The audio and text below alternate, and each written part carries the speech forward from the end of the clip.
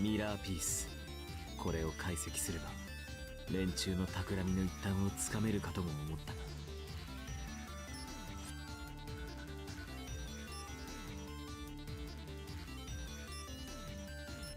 まあまあ、気を取り直してみちるちゃんの様子でも見に行こうぜ。みちる、元気だったか？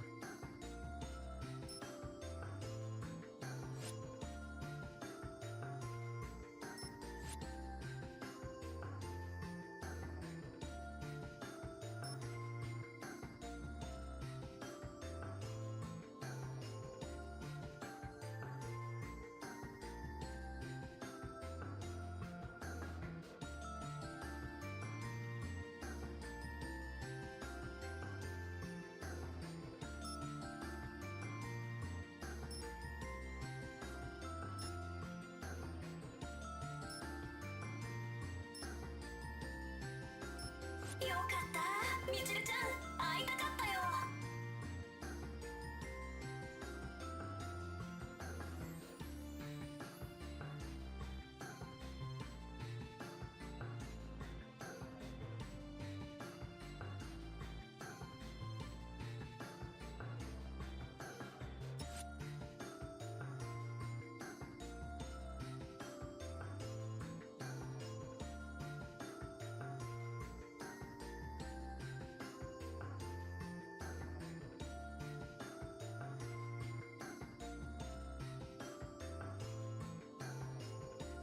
あれ、なんだろう、この感じ。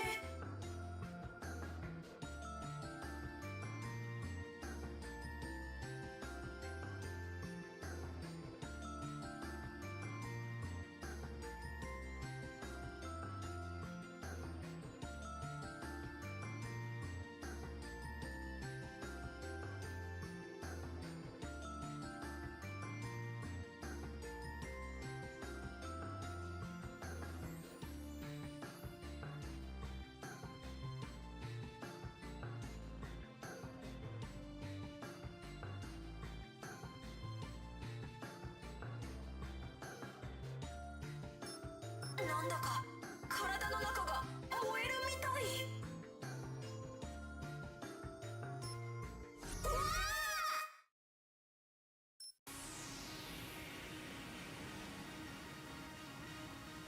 わー、何これ。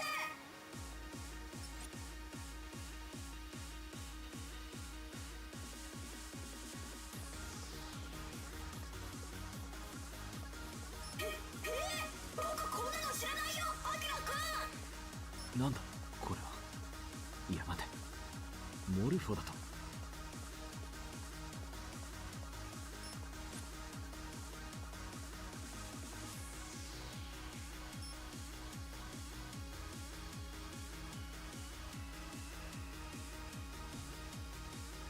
あれ、なんだろう、この感覚。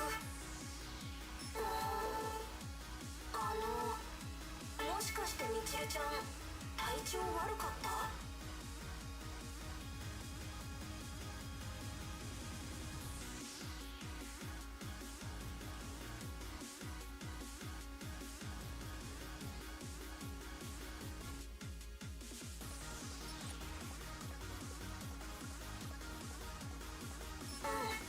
この姿になった途端、みちるちゃんの気持ちが伝わってくるような気がして。何？それよりも空元気だったのか、みちる。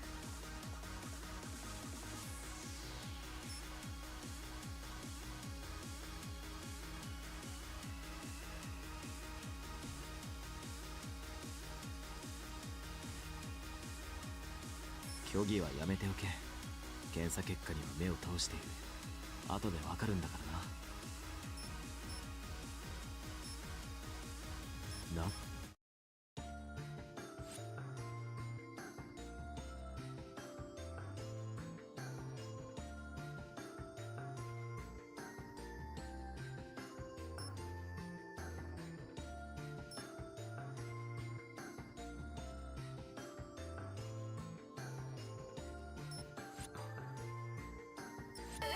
ちょっと待ってよ、アキラくん。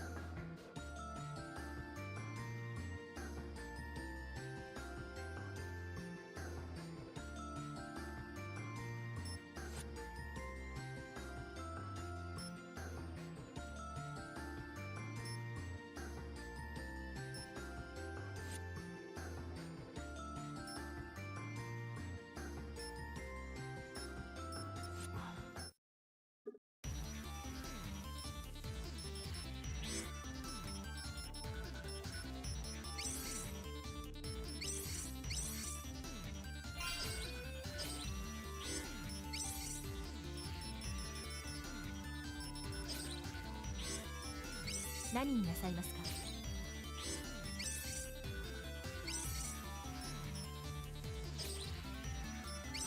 コードの組み込みについて、コードには防御力上昇などの効果の容量3のコードを組み込むと、内蔵メモリ分コードメモリを超えてコードを組み込むこと。動作は保証し。おっしゃる通りです。説明は以上です。新しいコードがご入り。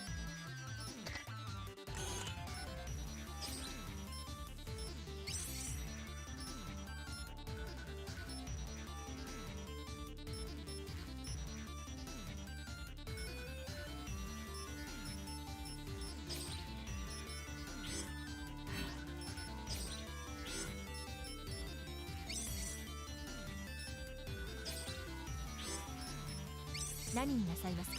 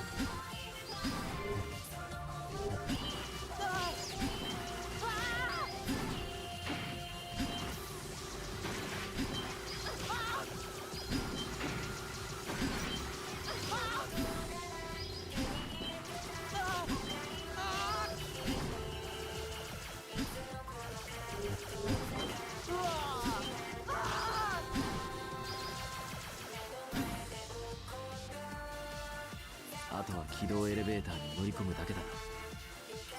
ごめん。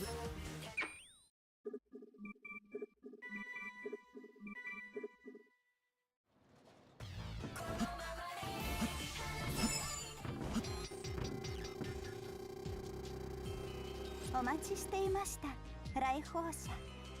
ここは星の光がよく届きます。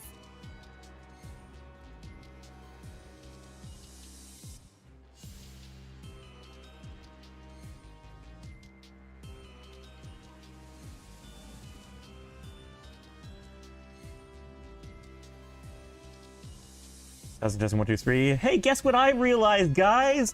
For the last 15 minutes, I didn't have my mic in. Yeah. I am streamer of the year. But it's working now. I see the audio inputs. I didn't realize that before. The one time where I don't do audio input testing before I go into the stream. Oh well, I was just chatting about nonsense the whole time anyway. There's nothing I ever to hear from me. But testing, 1, 2, 3. Okay, this thing is working now. You were able to hear the game at least. And maybe that was for the best. Like maybe my dorky voice wasn't distracting you from the the good music, because it really is good music.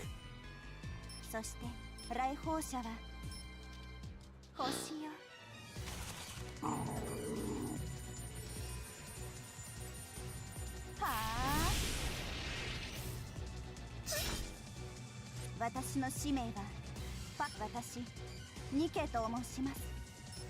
Oh, that's right. She had a different name in Japanese as well. Okay, sure thing.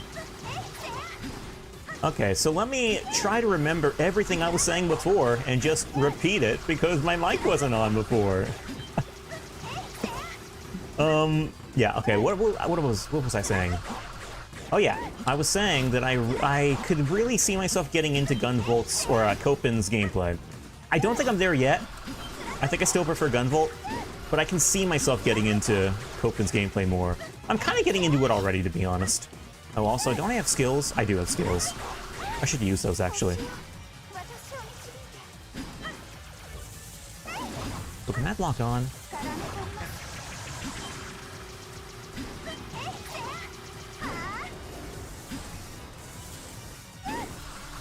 Ouch. Stop it. Oh wait, can I just did a thing. I don't know how I did it. Or what it did.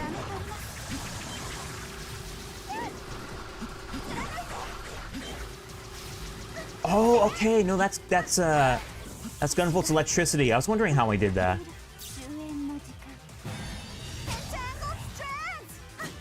Yo, that was native English. What the heck? I think I remember the voice actress for this boss actually does speak native English. Ouch. Uh-oh. Come on, get out of the way.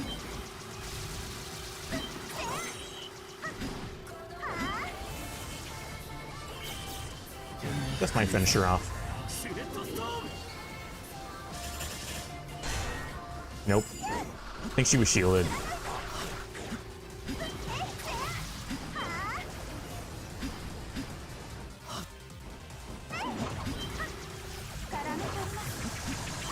She down. Okay, I'm getting more used to it. I forgot before that I could use the R button to use electricity. That's good to know. That's a good skill.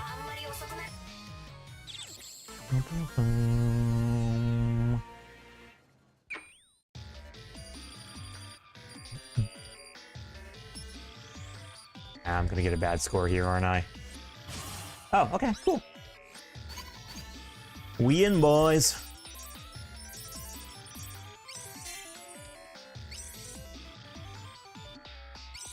Twin Tail Bunkers.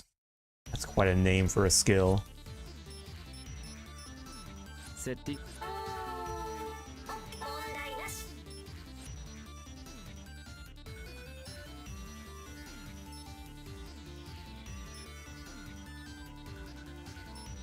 Oh, so I have to switch it out. That's gonna be a bit of a dilemma. うまくいったね。けどそのせいでフラッシュフィールドまあスパークステラーもそ X ウェポン守りを捨てた。そういう言い回し好きだね。 Right. What do we got here? Use electricity as a secondary attack. Fire down to boost jumps. Ah, fire down to boost jumps. So what does that mean exactly? Do I want that? It says it's close range, which might not be the best. That electricity is good too, I think.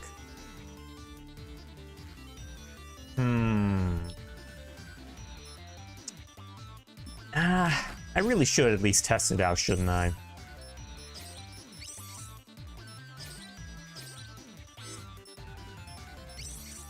What do we get here?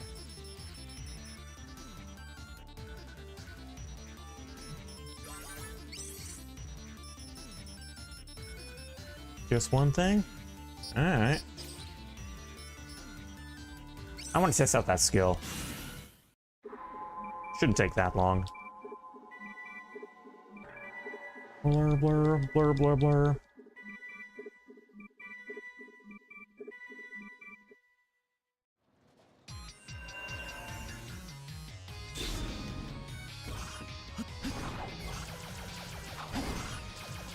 Oh, so it's... Excuse me, it's directional.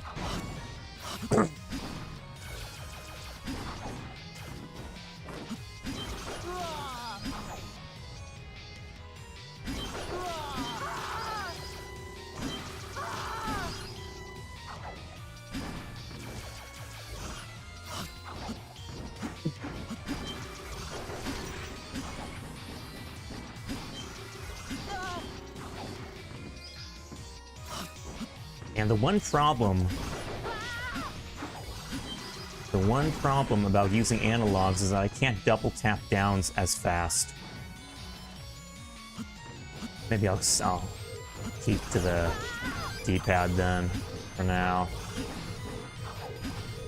Hey, what are you doing, man?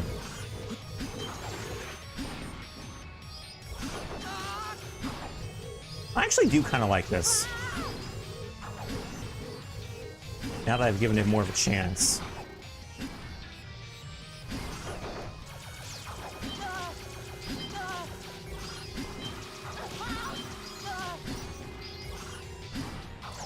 Can you only do a combo with 5? Looks like it, huh?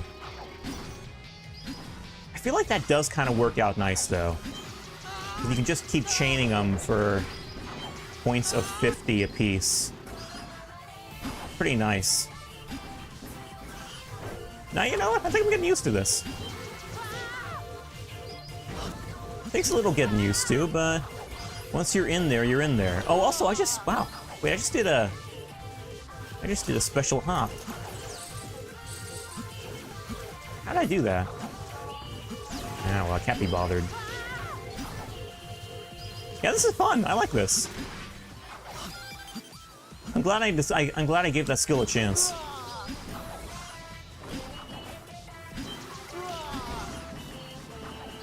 When Tails got the power.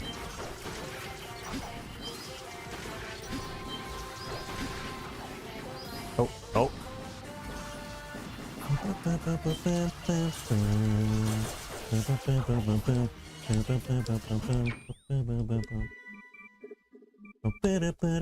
Oh my gosh, it's Kingdom Hearts.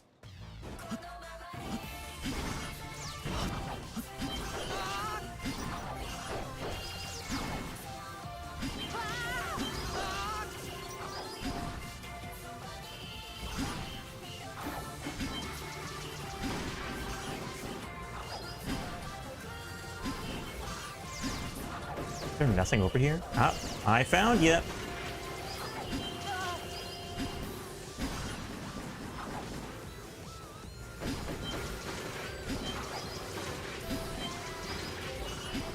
Oh, missed the wall. There we go. Don't hit it. Oh, there goes my combo.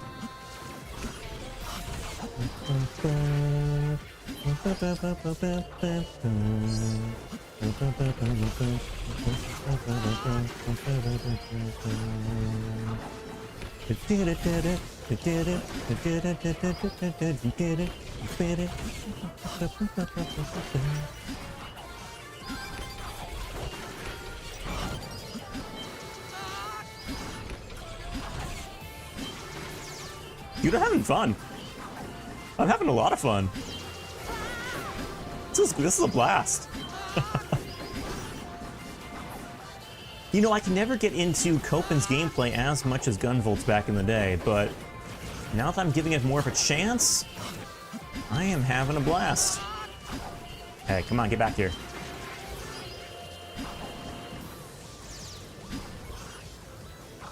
Oh.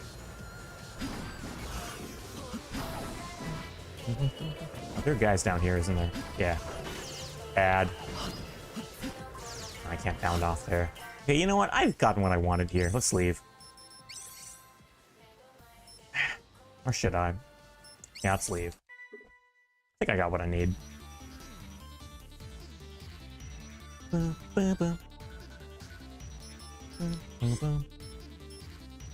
I synth anything? Damage reduction. Oh, make spikes fatal. That's not fun. Oh, a 10% boost. Dang, that's nice though. I dare say that would probably go higher with other upgrades.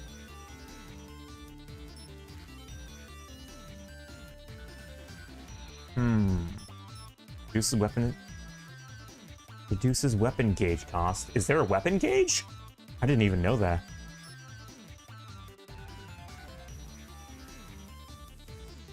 Huh, that sounds good too. These all sound nice. Yo, Lynx! The coolest cat in the club! I gotta think of other names for you. Like, there are an infinite number of names that you could use, like, in tandem with a cat and a lynx. And I just gotta get more creative and think of more. It's one of my more unappealing characteristics to make fun of my friends' names. All day, every day. Gonna be looking for a moment, but thanks for stopping by early. Yeah, hey, man. Yo, I'm glad you're enjoying Star Force. Like, that was a blast. Dude, the whole time that I was watching you, I was trying to look for a window to make a joke about Subaru and how he was being a little Subaru at times, but it never happened. But thanks for dropping in, man. Hope you're doing well. Yeah, hey, happy lurking. Hope you have a good lurk, and hope you had a good stream too. Like that, you're making tracks in Star Force, and I'm glad you're enjoying the ride. It's so cool that you're going into Star Force from a background where, you played the game as the games as a kid, or at least back when, I don't know if you were a kid back then actually, but you had the original DS, and you played them. And you actually enjoyed them back then, and that's something that I can't say for a lot of people who played Star Force back in the day. Like, I think they thought it was just like pretty mediocre, especially coming off of Battle Network, where it wasn't. It was quite different from Battle Network, but it was trying to ride some of that Battle Network, style, some of those themes too. So. I think it kind of got a bad rap in the day, but nowadays it's getting all this praise. And like, you go on Steam and you see that it has, or last I checked anyway, it had an overwhelmingly positive review base. So that's really cool to see that people are warming up to it in ways that they couldn't really back in the day. Because like you were saying back on your stream, back in the day, it did get quite a lukewarm reception, got a lot of criticism and whatnot. I enjoyed it myself, but yeah, that was kind of how things were back then. Granted, that was a time when, there were so many Mega Man games coming out, and I think people were a little tired of them, and they might have just wanted more Battle Network 2. Like, I don't think they were fully prepared to see the series end. But yeah, it's a great series. It's a great series. I'm so glad that what's his name? That sounds bad. No, Dylan. I knew his name the whole time. I'm glad that Dylan was able to gift you a copy of that. Because, dude, I'm so happy that, You know, he's been hopping on your streams and, you know, witnessing for himself the fact that that copy went to a good home. But yeah, it's been really heartwarming in that respect. Okay, getting back into it.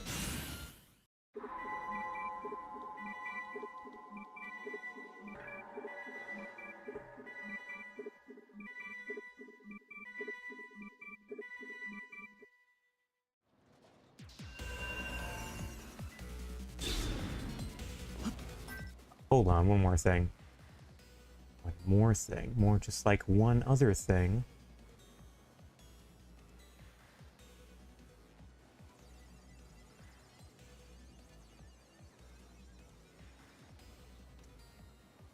Oh, 1 minute, fam. I'll check something out here.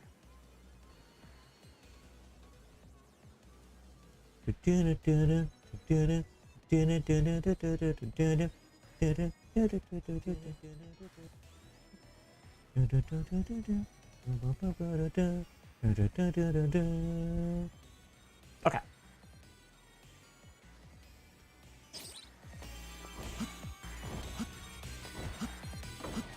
Anything up here? Nope. It looks like something that would be alive. Oh, called it.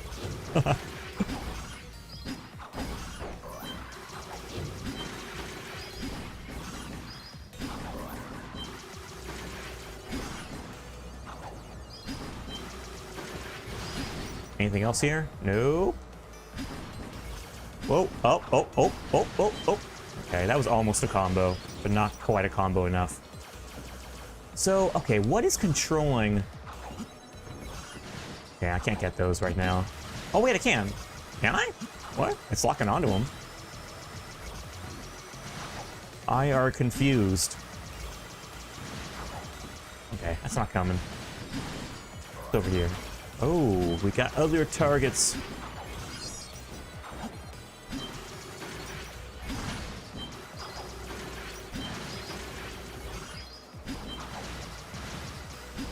So I saw something back there, which was like... Yeah, okay, so EX skills get you more kudos. That's good to know. Good to know, but also unfortunate because I feel like I'm better using the other one. It's over here. Okay, we're gonna have to take a hit. Stop it, stop it. I want to see what's over here. Yup. What's that? Aww. Mysterious.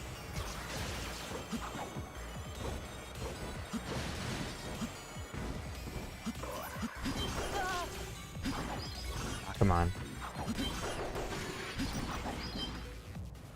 Yeah, okay, that's going to be tricky because I can't use those EX skills super often. It's going to be tricky chaining EX skill points. What's over here? Maybe I shouldn't think too much about it. I can get a pretty good amount of points just by using my normal strats, I guess. Wait, where are we going? What is this place? I need a map.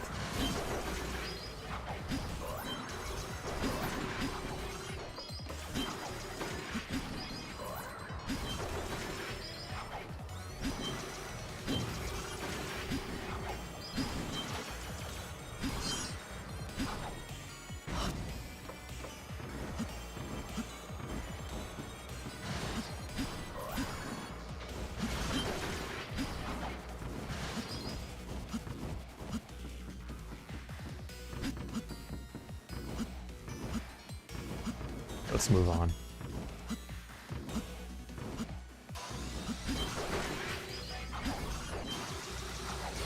Stop it.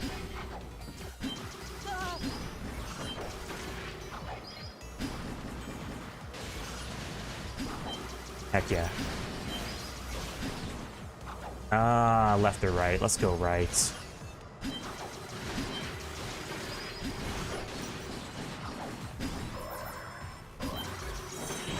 Ah, that was bad. I didn't mean to do that.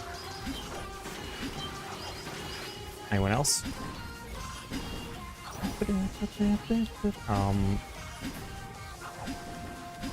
I just want to get up there. Thank you.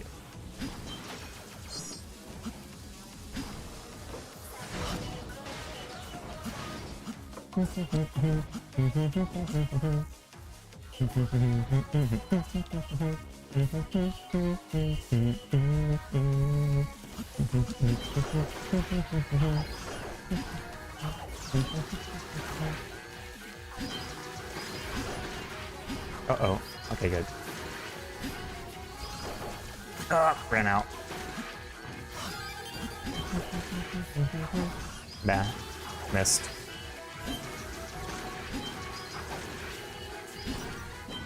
Yes.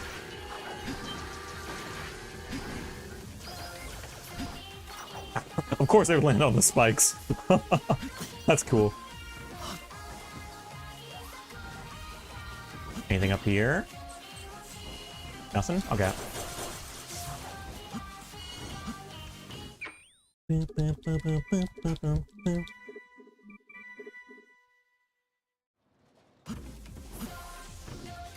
You know, hot take, I always felt like this is where... Oh, we're at the boss already? Dang. 自ら裁かれに来る。随分と貴様には新たな貴様ら能力。歴史と数。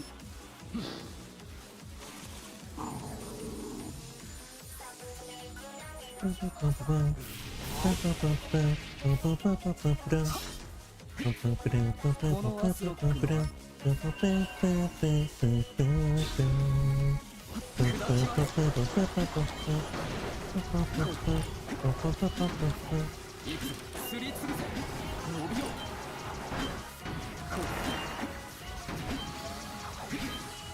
こう受けろそこだ Ouch. Oh, I'm out. 砕き割れ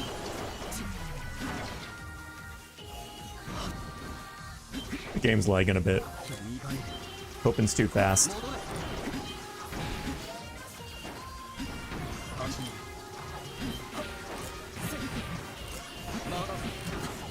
Dang, it's doing a number on my health.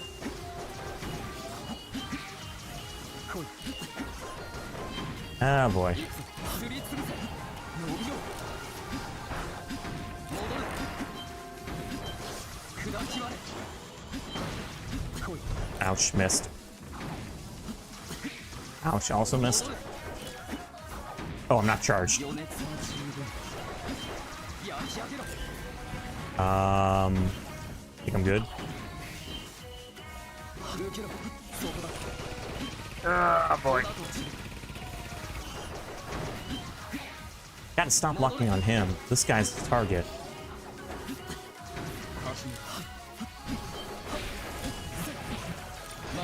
I'm gonna die. 戻れ時間だ Might have to use my own skill soon. 最終工程にアン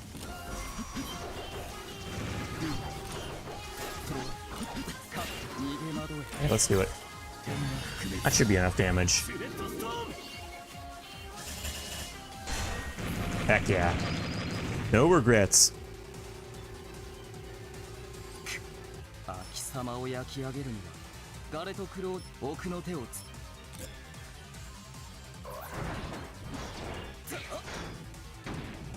待て、奴め。 Are we not at the end yet? I thought we were. No, I'm scared. Okay. In that case, we're hitting the checkpoint.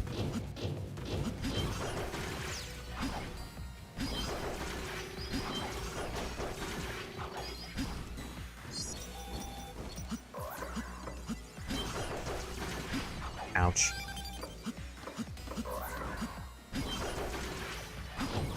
Come on, get... Really? Whew. Someone came up, had the lurk, and now I gotta live soon myself. Or, wait, we gotta go live. Okay, excuse me.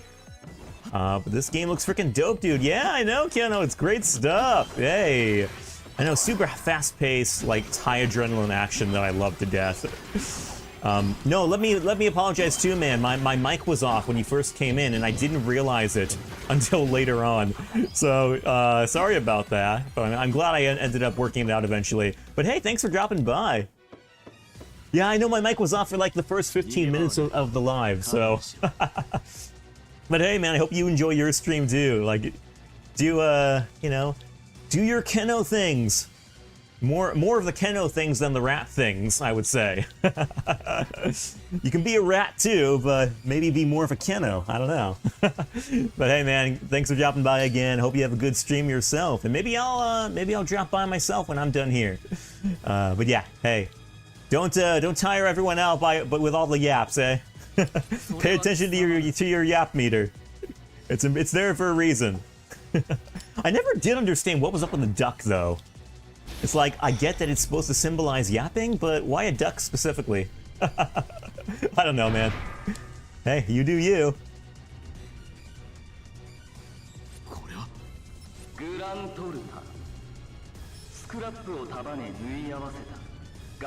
Oh, limited amount of pixels? Okay, gotcha.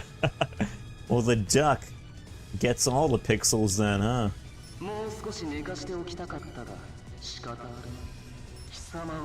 This is crazy. I'm going into a third boss fight. Tried making a person, but didn't have the pixels, so I made a duck. That's funny. It's like going, never mind going back to monk, going back to duck. That's legit funny though. Like, I feel like I kind of need one of those too. At least when I really get into chatting anyway.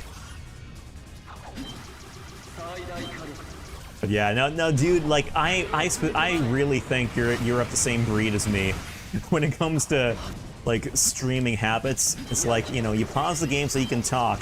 You can't focus on the game while you're talking. And you just, like, time flies when you're getting a good conversation going. If I subdivide it, I can get the detail, but it's more work. I gotcha. Hey, no, man, if the duck works, the duck works. I mean, it definitely achieves the purpose that you set out for. I mean, it captures the spirit of the yap very nicely. I don't know if an animated human would capture the yap as well as a duck. And ducks can yap. In their own right. I mean, hey, you can also stretch it out. Whoa, hold on. There are so many projectiles on the screen. Okay, wait, where's the what am I targeting? This. Okay, there's too much stuff here. Help. Let's just dash over it. I think. Where are you? There he is. I lurk. You do lurk, Kino. Hey, you have a good lurk. Have a good stream too. Whoa. Hope your viewers have a good time. As they always do, I'm sure. Heck yeah. There we go. Having fun with learning Ace Sprite, so I might upgrade it at some point. Heck yeah, man. Hey, you have a good one then. Yo. Good stuff. Yeah, man, take care. Thanks for dropping by again. I mean, I guess you're not going away if you're just saying lurk. Like, you're still there. You're just committing to keeping your mouth shut despite everything. No.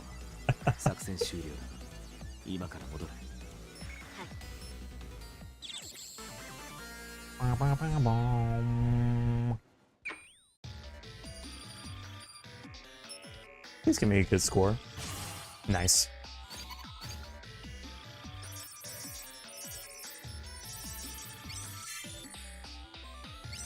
Vantage raid. Okay. I'm starting to see that I really do owe it to these skills to try them out. See what they can do. Striking enemies may freeze them. Well, that sounds very appealing. Challenges? What about challenges? We do anything here? We didn't do a thing. Dang, okay. Okay, let's see what this skill does. I'm wondering if I could change out my guns, too. I mean, this gun I have right now is serving me very well. but there might be other things.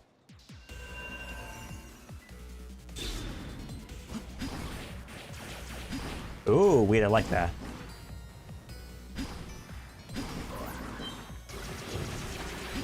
Oh, that's a lock-on, isn't it? Wait, that's goated.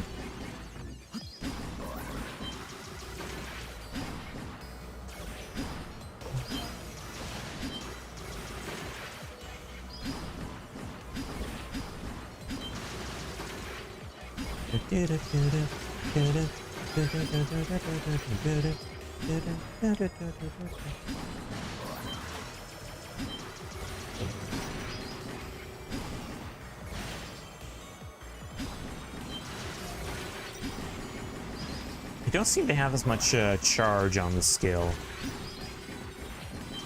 Or I don't have a lot of mileage with it. It's not going off very often. Okay, let's get out of here. Wait, hold on. Turned that on by accident. I didn't want that.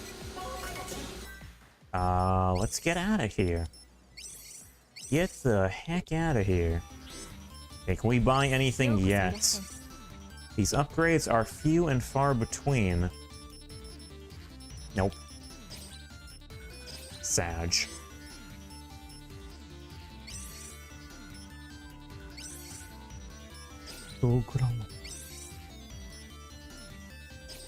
Yeah, I like that big full screen attack.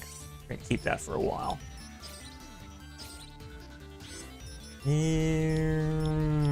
Save? Yes.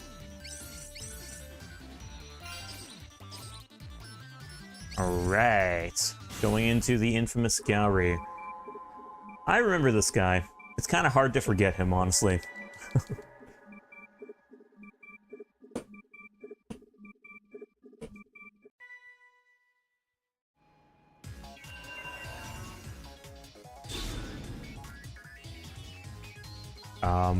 Wait. There we go.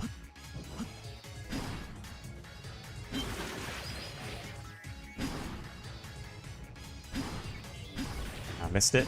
There we go. I want to target it. Thank you.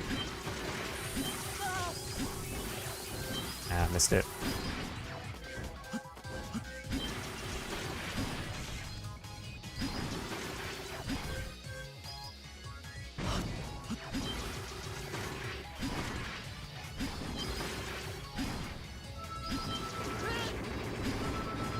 Oh. Missed it. What's down there? Really want to figure out how to open this. Oh, I can just pass through it. Okay, cool. I like it. Oh, it also froze him.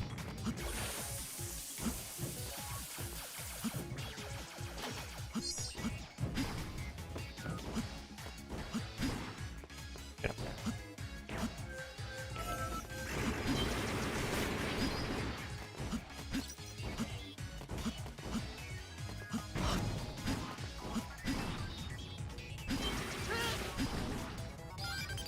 Thing up there.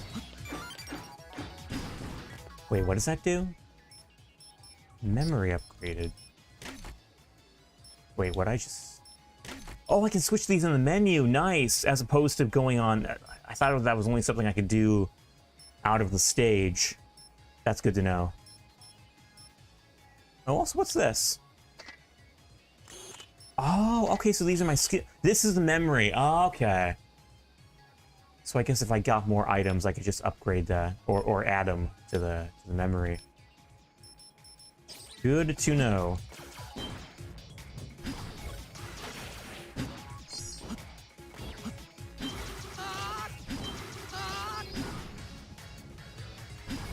Gotcha.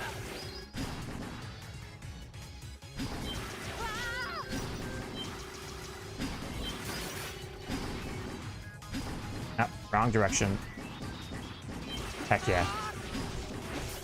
Okay, that's as much of the combo I'm gonna get for now. Ouch.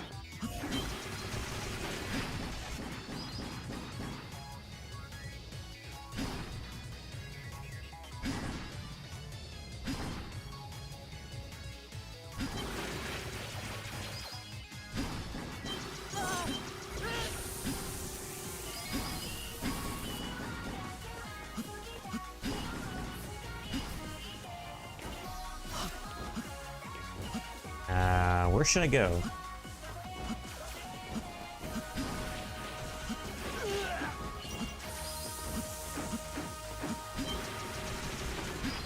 Missed. Missed. Oh. I keep flying in the wrong direction. Coping goes so fast, man. Oh, I didn't know I can break through those.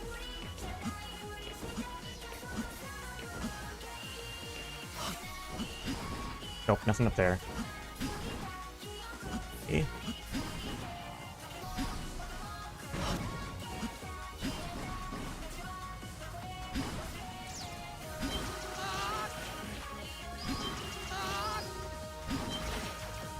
Oh, I want that actually.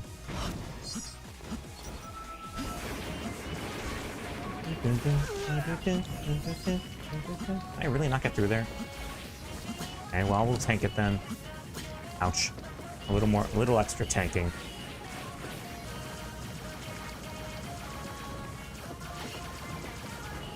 Just a heal. Eh.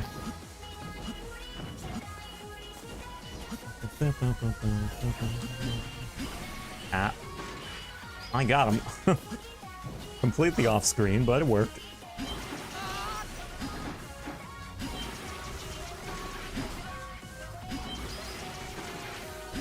Heck yeah.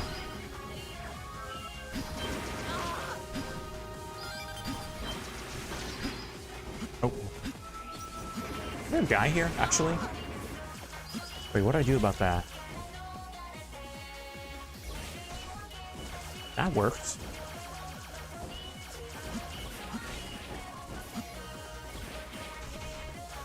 Or did it not? Oh, okay, there we go. I just had to dash against it.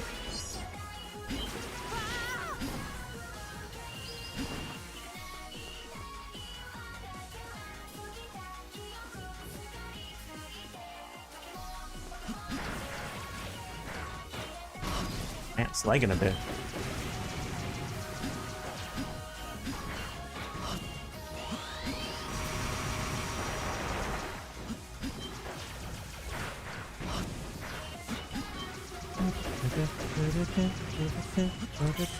Oh, didn't mean to do that, but okay.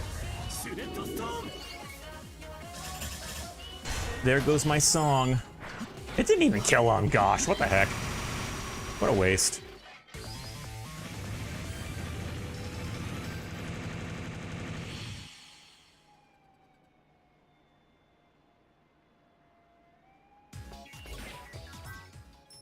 What's my button layout?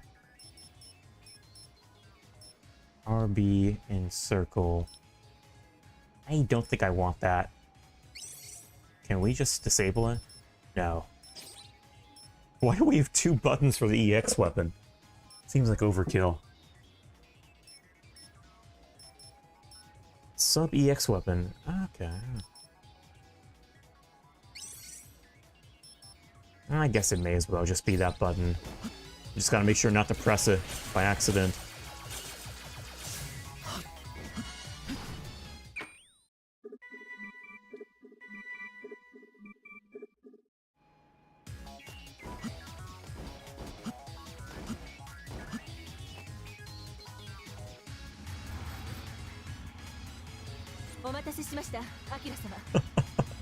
Since when does she ride a motorcycle? このマシンならば問題ありません。私にお任せを。なお、マシンの上ではブリッツダッシュができません。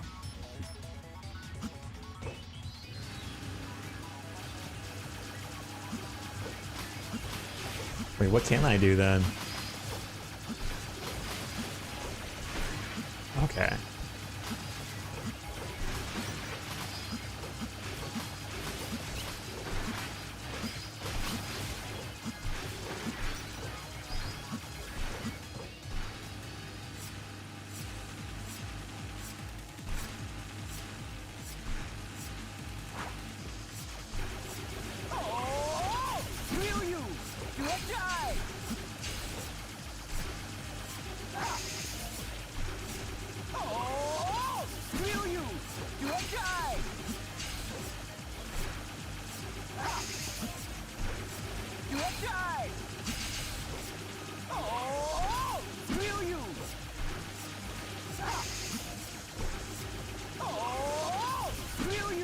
Oh.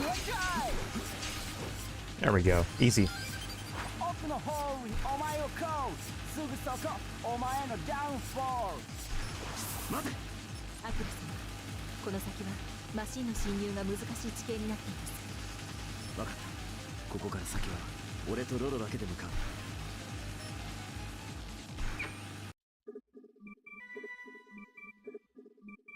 Is it boss time?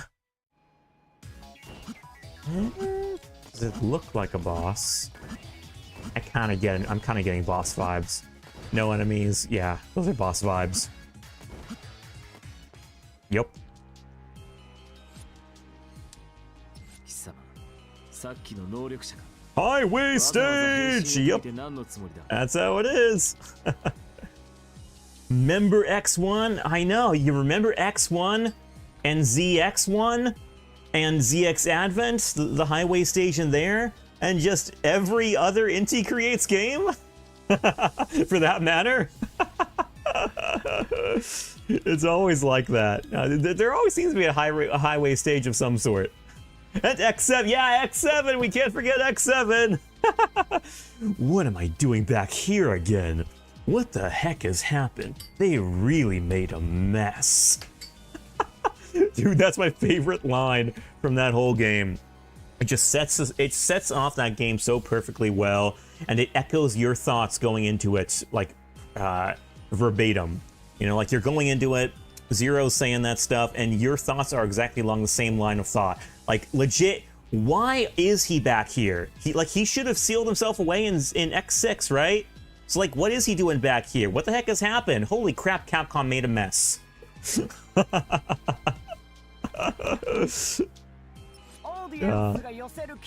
Hope you're doing well, Lynx. Also, this guy. I really wanted these to be translated into a rap. Like, even if it couldn't be verbatim to the original translation, then I would have liked to see it done at least somewhat faithful to a rap in general. Gowdy in the house. Gowry in the house. And like that too, they could have easily translated that. I don't know what Matt Papa was thinking. It's like he had the opportunity to be really faithful to the original script in a way that 8.4 was not with the original release of Gunvolt 1. But he didn't do it. He didn't take it up. He didn't handle his translation? Wait, I thought he did. Oh, okay. Okay, I thought he did handle his translation. So this was still 8.4, huh? Okay, well that explains it. All of a sudden everything makes sense. Matt just asked to tone down what they did in GV1. Oh, gotcha. Dang, well he could have translated this. I mean, he did basically retranslate all of Gunvolt 1 when it came to Steam. So this still has a lot of mistranslated. Yeah, it totally does. Okay, well I'm glad you cleared that up, Lynx, because I totally forgot that 8.4 did handle this translation, because that totally explains a lot of questions I've had up to this point. A lot of, like, strange contrasts with what I'm hearing in Japanese. And I don't speak Japanese, but it's clear as day that these translations are completely different, or a lot of them are from the original Japanese. Eden is treated like a cult, but Belladin is more of a self-claimed communist state. Is it really? Interesting. Well, yeah, I do get the impression of like a cult, because, you know, you have that one cutscene where you have, you know, Panthera doing this, you know, she's like praying with all these people behind her, so it does give the impression of a cult. But okay, that's interesting to know about the communist thing vibe. Yeah, this really should have been a rap. There's no attempt to even translate it like a rap. But it would have been funny if they did. Oh well, at least you can hear it. Like you can hear the original translation at least.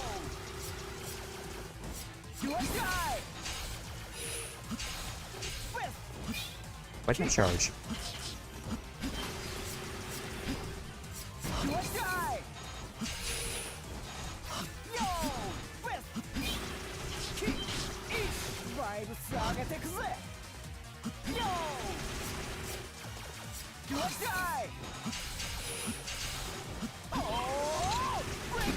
Oh, he broke it.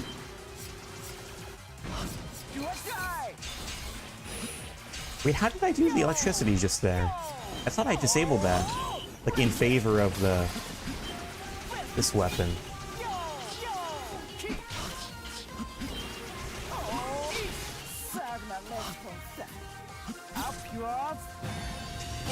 Did he say what I think he said there? I don't know how the Japanese would know that slang, but it's funny if they did.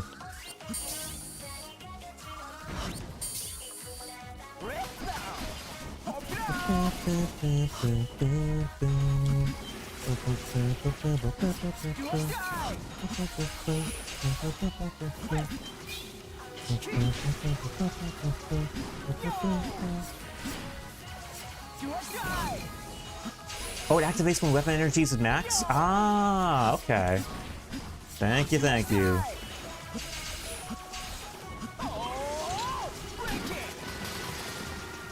Okay, full screen attack time.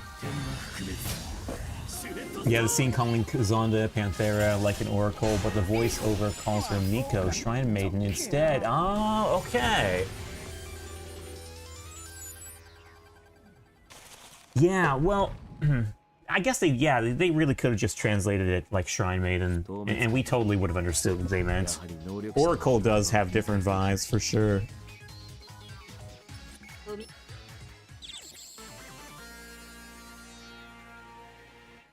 So, Lynx, did 8.4 translate all of the Gunvolt games, like in addition to all the IX games? Or did they only do a few of them? Prism Break, yeah.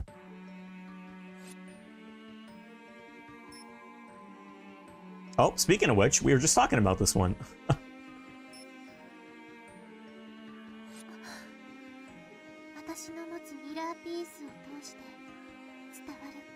After one got retranslated, it was all in-house. Oh, okay. Cool, cool, cool. That's good to know, yeah. 8.4 overstayed their welcome with this game.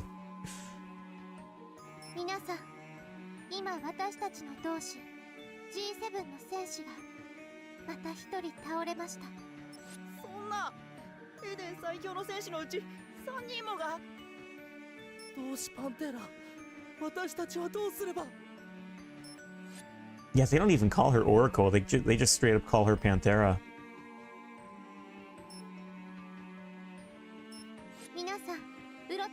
It really makes you wonder, like, what is going through their heads when they translate these games? Because it's like, you know, they have the original Japanese dub right on top of it, so you would think they would know that people listening to it would pick up the difference. You know, like pick up the inaccuracies in the translation, and they would really stand out because of that. Like, if it were me, if I understood Japanese and I was translating a game and I knew that the dub would be placed right on top of my translation, I feel like the pressure would be like more on me to do a more accurate translation, because, you know, you're listening to that Japanese right there, so it's plain as day that you know, the differences stand out as plain as day. It's funny stuff. I mean, granted, you know, translation is an art. I mean, you can't really do any sort of translation without making some creative liberties, you know, just because everyone has their own interpretations on some things, but you would have think they would try better. Gonna be rather opinionated on this. This is a subject me and Alvarez have discussed a lot. Okay, what's your take, Lynx? I'm very curious to hear it.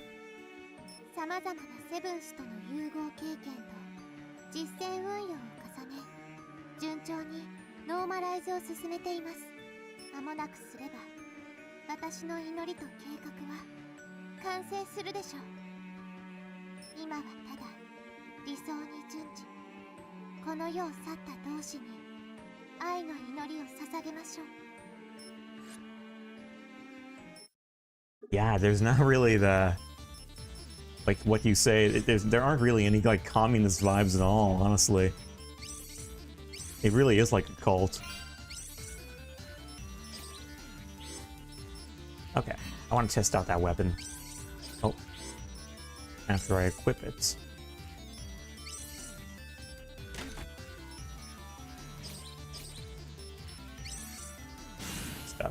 We think Japanese media in English more often than not do not have good translations, and some translators insist upon adding their own flair or behind, you gotta localize or it's not understandable. Because you gotta understand, me and Alvarez grew up with dubbed media. What with being mixed from Mexican both? Yeah. I'm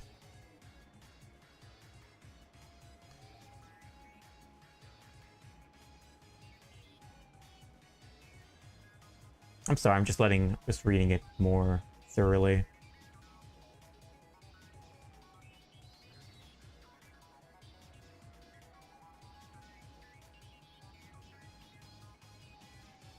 Yeah, I mean, I think you're giving a very accurate take on the industry itself. I thought you were going to be giving an opinion.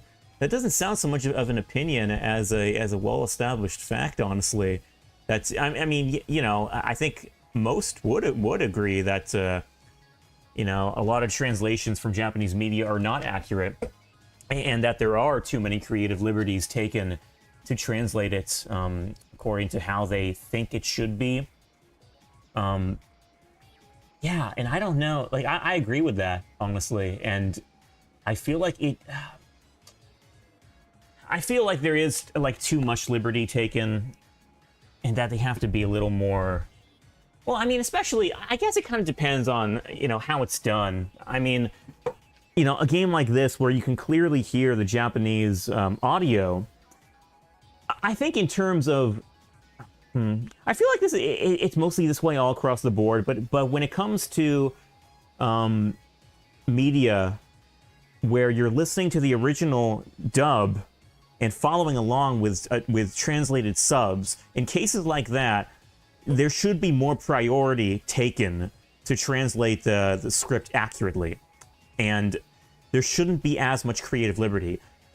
However, if you're doing a dub, I think the translation there does not, you know, the priority there is not as important for accuracy, you know? Because, like, in a dub, I feel like you know, when you listen to something in your own language, you kind of want to hear it spoken naturally according to what you hear in general, like what you hear on a day-to-day basis in your own language.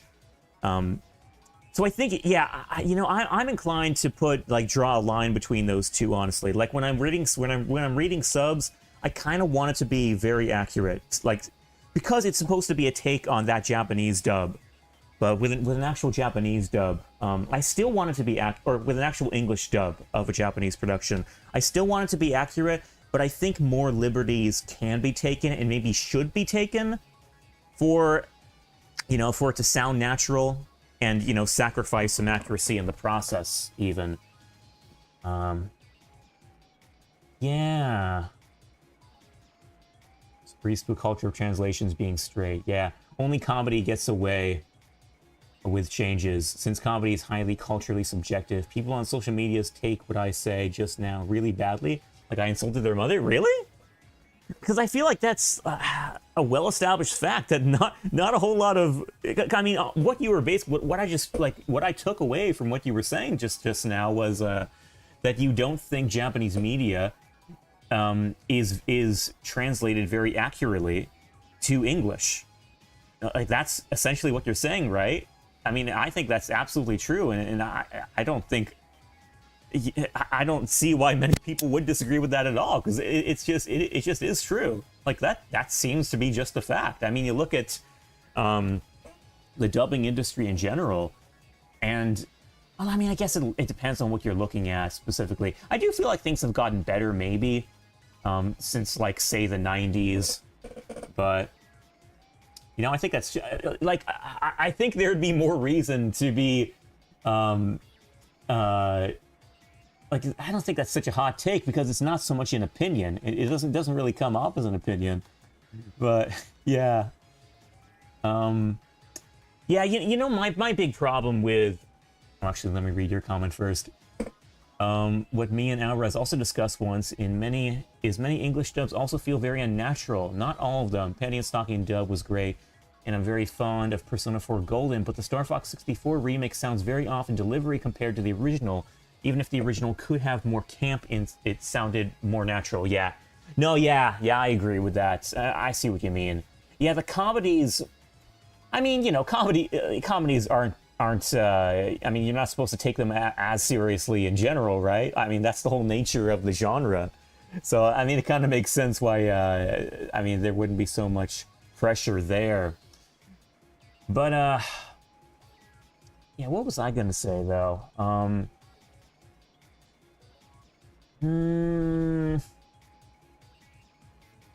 was I gonna say? Oh, I should have ran with what I was saying before I read your comments. If I forgot. But yeah, comedy is definitely very highly culturally subjective. No, it's on me. That's on me, man.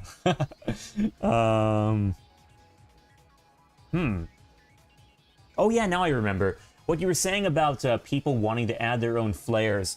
Yeah, you know, these creative liberties that localizers take, the reason it rubs me the wrong way is because it comes off as like primarily an ego thing. Like you kind of you feel inclined to translate it the way you think it should be translated, or like what you think is the funniest, or you know, it's like you're running off of just your own opinion and not so much what you feel it should be, like objectively, you know. So it's kind of like it strikes me as kind of an ego trip, and I think like in part it's kind of like you know, subconscious, like maybe they don't intend to do it, but it's like there's I feel like they're trying to make their mark on the project, like make their own personal mark on the project, give it like it's their own personal signature. And you know, so they maybe throw a lot of like inside jokes in there, or you know, some of their own lingo, like stuff their friends might recognize if they tuned into it, or just, you know, things like from their own personality. And it's a bit of a tricky subject because I feel like you're just naturally inclined to do that anyway. Like I mean, whatever your personality is, you're going to be inclined to throw some of that in whatever you do, right? I mean, your personality comes out in everything you touch, you know, whether it be like, you know, cooking, gaming, you know, your art. I mean, it comes out in everything. That's just, you know, what's it kind of goes back to what I was saying a few days ago about, you know, how every human is an artist and they're all just like doing art in their own ways.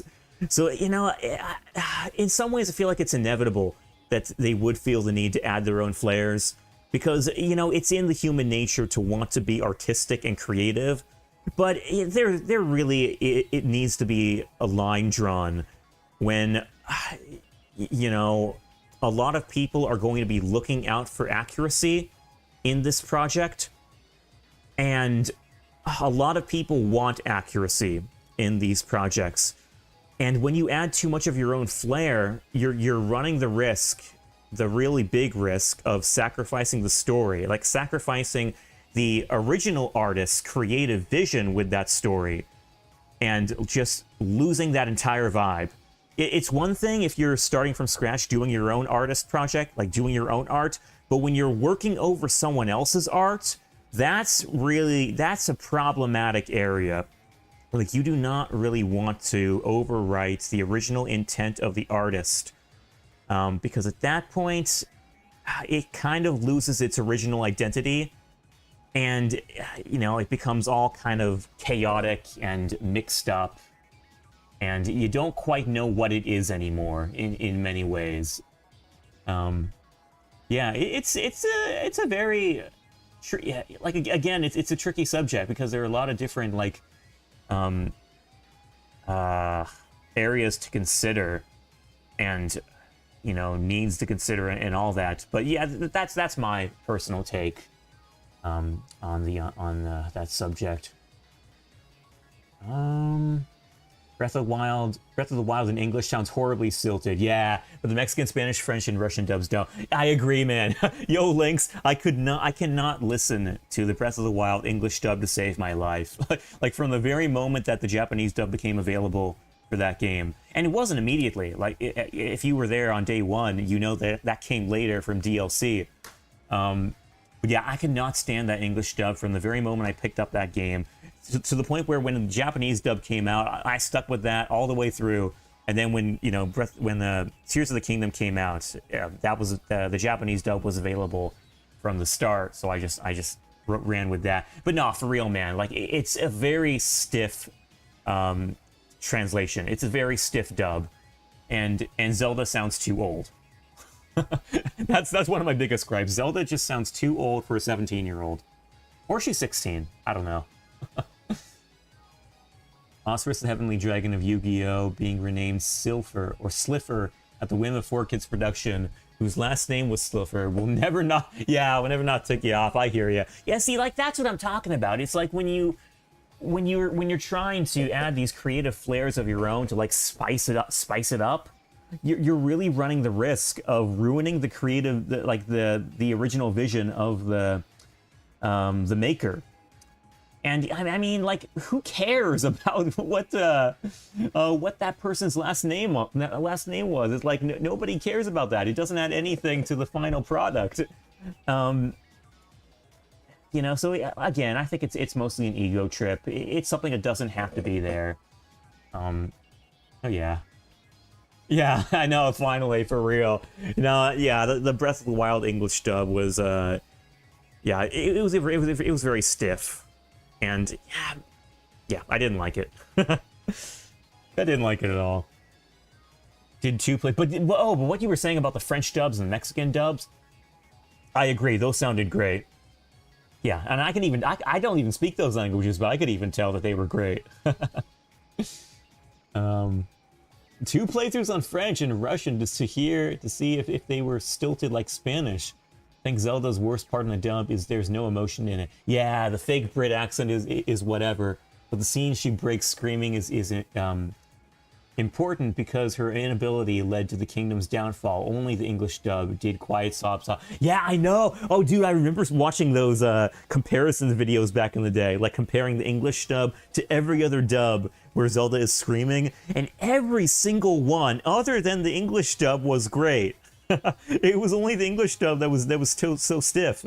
Yeah, I know. I think like what the actress was going for was like this posh sort of British, stiff princess sort of thing, and it didn't mesh well at all with the original intent. Like, you know, I think in her attempt to be like a posh British princess, she sacrificed a lot of the elegant vibes that the original Japanese dub had, and a lot of the personality too, because Zelda, like she very distinctly has a personality, in the game, and yeah, I think honestly I feel like that's a common thing for British voice actors in general. Like I think they're generally inclined to be a little stiff with their deliveries.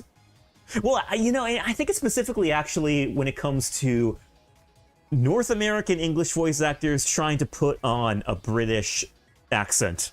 Like, I don't think it's inherent to the British voice actors in general, like native British voice actors. I think it's inherent to English voice actor, or, you know, North American,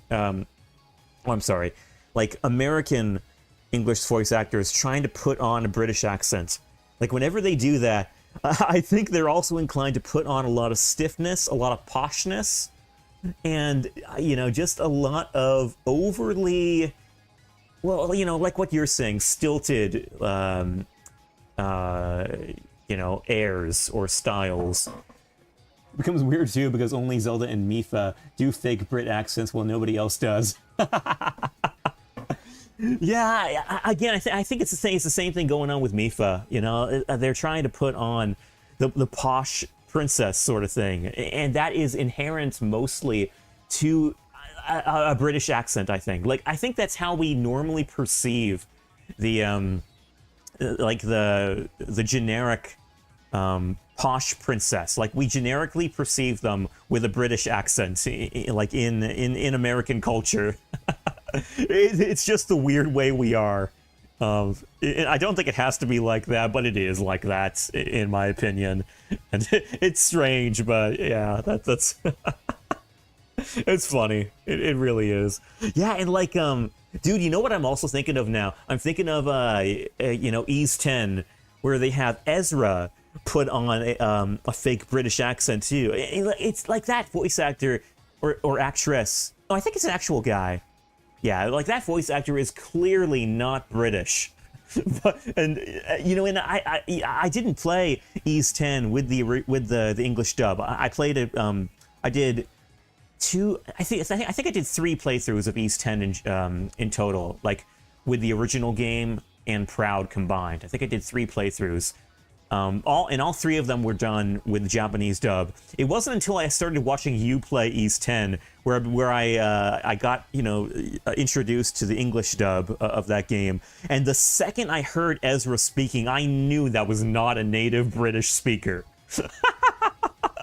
I knew it was a fake British accent put on by you know, an American. But yeah, that too. I think Ezra is also inclined. That's his name, right? Ezra? I can't quite remember. But yeah, I think that voice is also like inclined to be more like stilted and stiff, in tandem with the British accent. Again, I think it's just how we perceive the British. Like, we just inherently perceive the British as these very stiff, stilted people. You know, and that kind of also integrates into the meme culture too. Like, you know, everywhere you go on American meme internet, you see, you know, fun poked at the British around every corner. And it's funny all too, because like the British are kind of in on the joke. Like whenever they get involved in the conversation, they're like, yeah, you know, we can't even argue. We're kind of like that. But I feel like whenever they agree, it's you know, they're kind of exaggerating what they are. You know, like they go along with it because, you know, I think they think it's just funny that we do perceive them like that. But I don't think it's as true as they want us to think. That's my take anyway. It's really funny. What was I doing in this game again?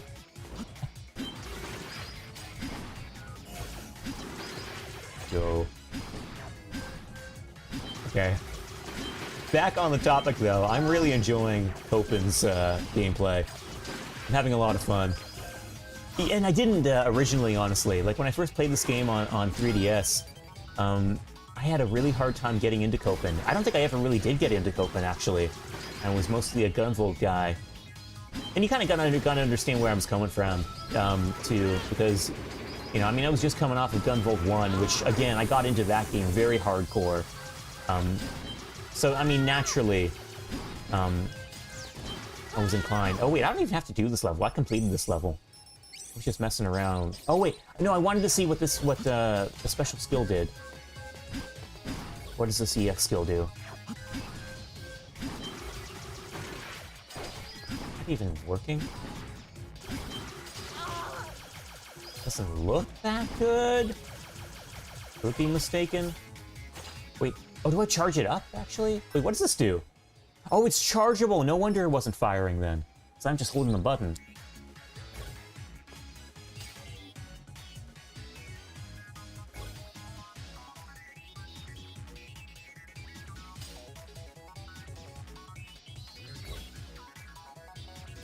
Okay. Okay. I think I get it. Gotta wait for the weapon energy to... Okay, tell me, Lynx, where is the weapon energy exactly? Oh, wait, no, I see it now, actually. Upper left corner. Dude, the energy bar in this game is so tiny.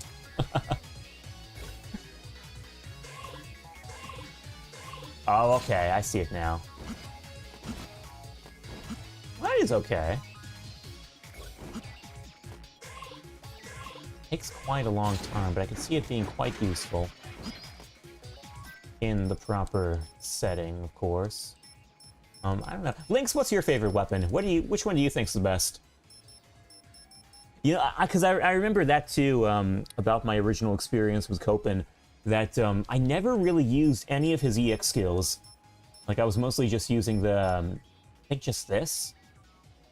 And I didn't really fool around with any of those. Drill weapon's very good. Is that this one? The twin tail? Yeah, I was kind of noticing that too. The ice sword also works really well. Okay.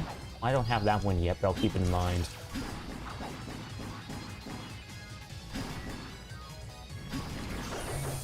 Yeah, that does look good. Seems like it charges relatively fast too. Oh wait, no. Yeah, actually, let me compare the weapon energy usage for all of these things. Okay, so that has the that doesn't use that much. How much does this use?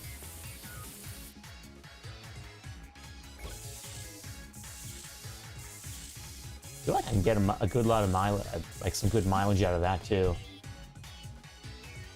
It also makes you jump high? Ooh. Yo, we got the recoil rod strats now. Nice.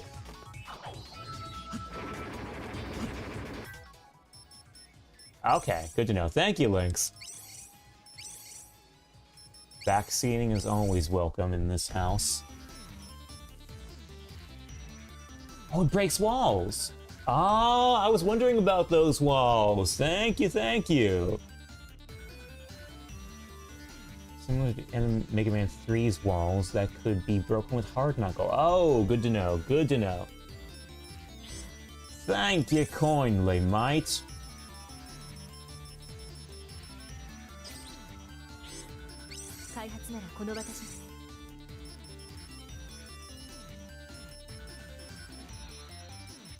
Eh.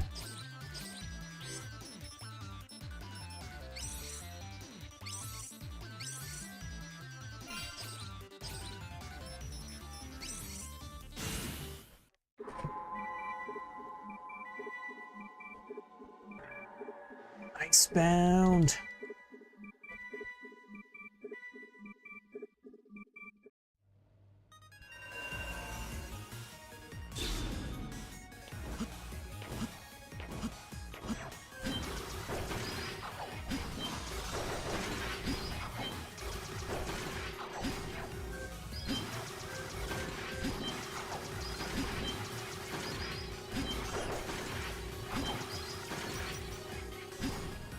Oh, missed it.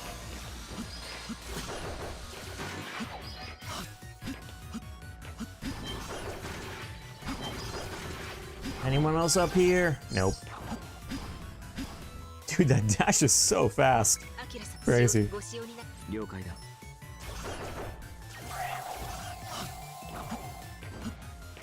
Ice protection, baby.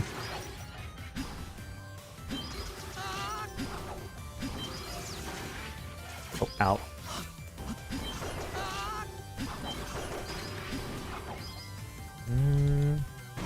Thing down here. Checkpoint.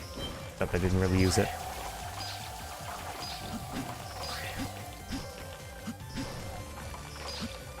Out. Oh, come on, man.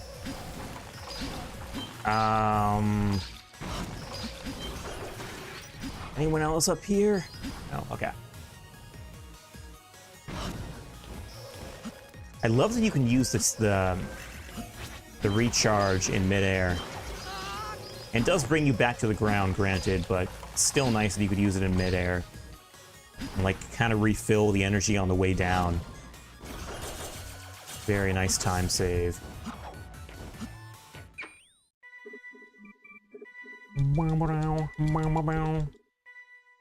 Yo, Lynx, you know another thing we gotta do sometime? Like, we got that collab tomorrow for Mega Man lore. I want to do an Ys collab with you as well sometime. Because I can talk Ys very good. I don't usually have the opportunity, but I can talk a good Ys. I'm a big fan.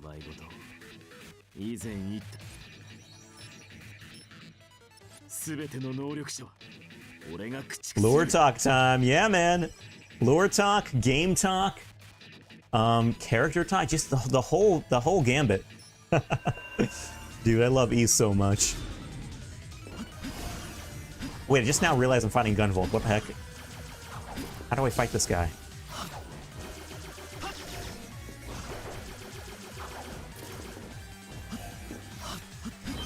Oh, okay, I can dash against him.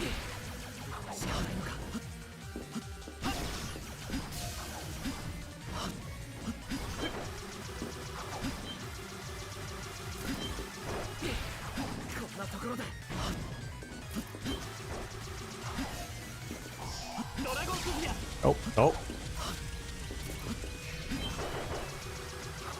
Let's use it. That's some good points. 10 points? What? I thought I'd get like a... Okay, 500. Good, there we go. 逃げたよ終わんないのアキラ君。いや今はこの町の回復意外だな昔のアキ So in terms of Copen's character in here, okay, so IX2 or IX1 rolls around, and I understand he's like a completely different character in that game.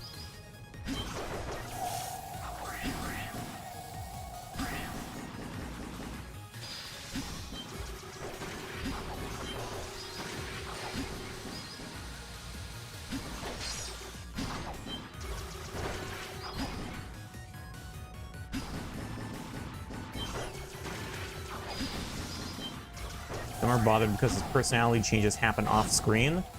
Did they at least happen in like the drama tracks and stuff? Spoil details? I mean, is it... I guess you shouldn't. I mean, I don't really care too much, but I shouldn't be so ready to say that about things I don't know. Like, I might care about them after they're revealed to me. I don't know how crazy it is, so maybe not, I guess. I say that reluctantly, though, because I really do want to say I just don't care. But I just might care after it's revealed to me.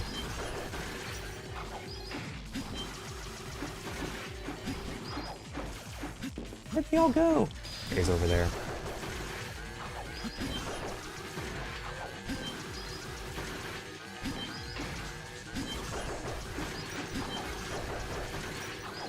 Anyone else? Nope. IX happens after GV1's bad ending. It's one of Xiao's failed world lines. Oh, that's right. Yeah, I did find out about that, or I did hear about that. Okay, so does that mean the bad ending is the true ending? Or is it just like a split timeline thing? I guess that would be the case anyway, huh?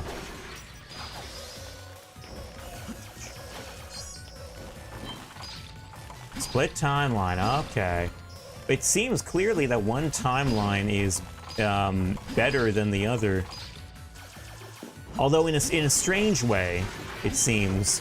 I mean, I don't know too much, granted, but it kind of seems like the bad ending leads to a good ending, in a way. Which is it's a rather strange way of doing it, isn't it? Both are terrible?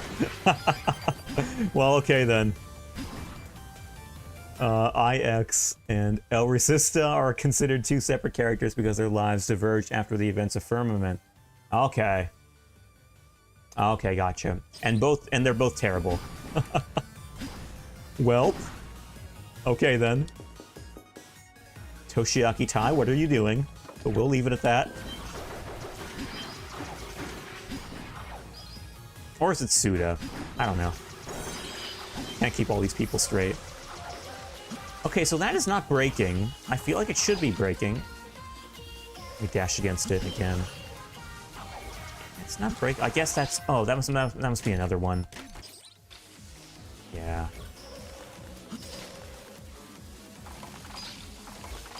Your new toy. Okay, I gotcha. Can you just use a half charge shot? Nope. Gotta wait for this.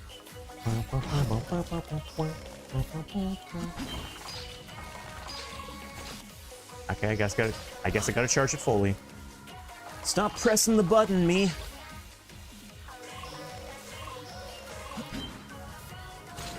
There we go.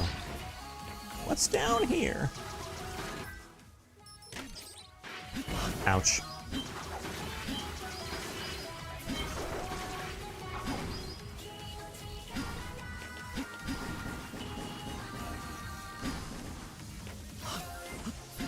Okay, I'm not afraid of spikes. I'm afraid of not getting up them, though. There we go. Oh, wait, what's that? Okay, I will someday not fall. Oh my god. Okay. Okay. There we go. What's that?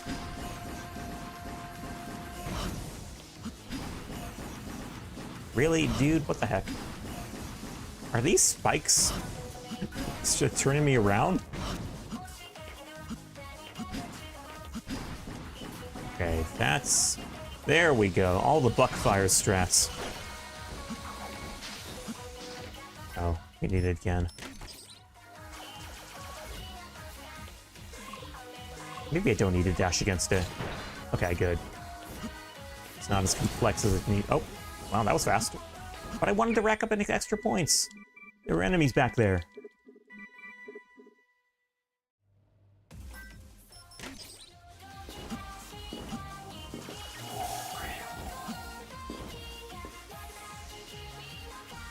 ようこそ無能力者と言っても歓迎はしないがな。化け物と交わすたわごとなど厚顔無知、無能力者らしい傲慢で愚かな言論だ。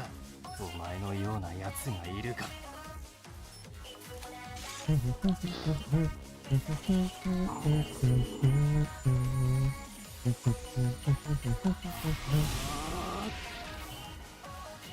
I'm not so fond of the filter they put on Lola's songs, but they're still really good. The melodies are great.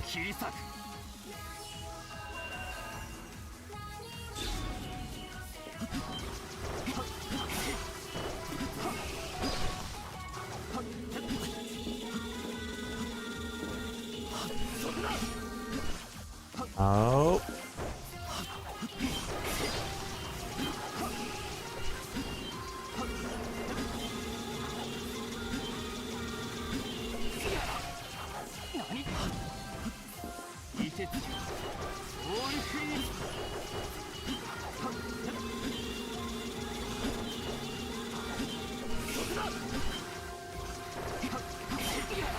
Airtime, baby.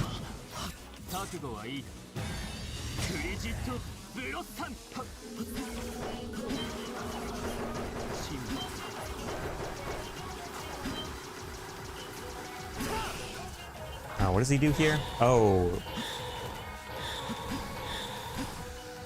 It's a good thing. It's a good thing Copen dashes fast enough to dodge that easily. It's not the case with Gunvolt. Oh, I didn't even see that. I wanted to get a skill off as the last hit. I didn't see his life bar was so low. Dude, the life bars in this game are so tiny. It's so hard to notice them. I think you... After Asimov killed GV and Jewel and became the ruler of the world, killing regular humans for Adept's supremacy, but even Adepts themselves falling victims to his iron hand, Asimov kidnapped Middle as the original Esper owner of the Muse/Cyber Diva. Copen had a long time to think things through. Ah.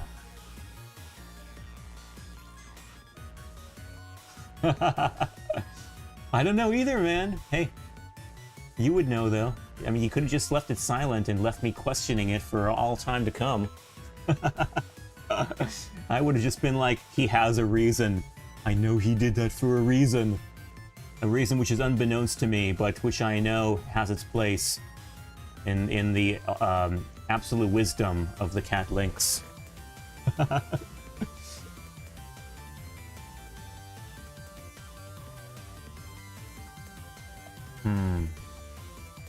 Yeah, okay. Okay, Jen. Plot thickens, huh? Hoping of that particular word line had to come into terms with Middle being an adept. Yeah. Yeah, it's true. Yeah, I remember that from the end of this game, that he's, you know, it's quite a culture shock for him.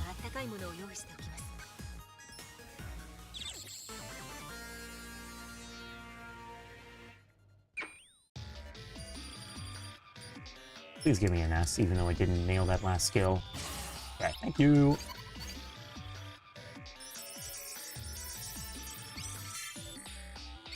Hailstorm Blade! Now uses one less unit of memory. Oh, heck yeah. Oh, all the good stuff. Uh-oh, we got more drama. どうしたの？お前が慌てると。申し訳ありません。エデンの能力者にミチル様がさらわれました。 Yeah, I remember that now, that 8-4 had all these renames for the characters as well.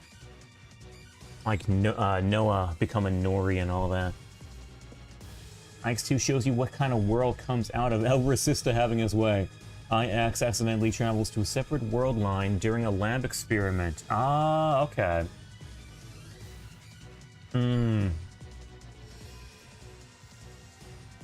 Yeah, it'll be really... You know, I never played IX2. I never played either of those games. So it'd be really interesting to get into those. Yeah. It kind of rots to know that they both kind of end... like, in a not-so-ideal way. It's like there's no really good ending. Like, they all kind of lead to their own form of chaos and trouble. I hope it's at least partially rectified in, you know, in the Enhanced Trilogy DLC. Because they really need to put a period on one of these stories. Ideally, they would put a period on both of them. But yeah, just some sort of resolution would be ideal. Seems like GX, the DLC for this trilogy, is going to close that. Okay, yeah, that seems to... I mean, I hope so. I guess we don't truly know anything yet, but... I mean, at least they're resolving the cliffhanger at the end of this game. Like, that's kind of the more pressing concern. But it would be, you know, the cherry on the cake if they wrap it up in a nice way. I mean, I know that Inti Creates is allergic to actually nice endings. But yeah, it would be definitely the best if they close it out. Shao in the reveal stream says he's close to the end. Oh, heck yeah. Good to know. Good to know. Yeah, that whole plot twist with Shao never getting resolved has been a big problem.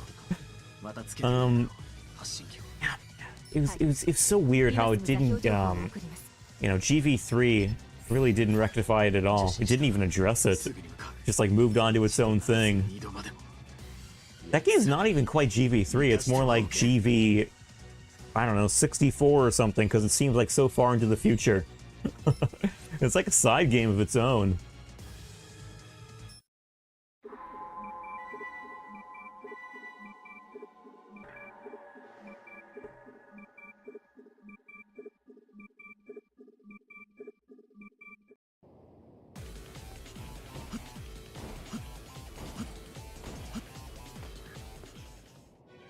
Current theory is when Tai was forced out, the writer of Blastmaster 03 thought the scope of the story was too big and removed elements.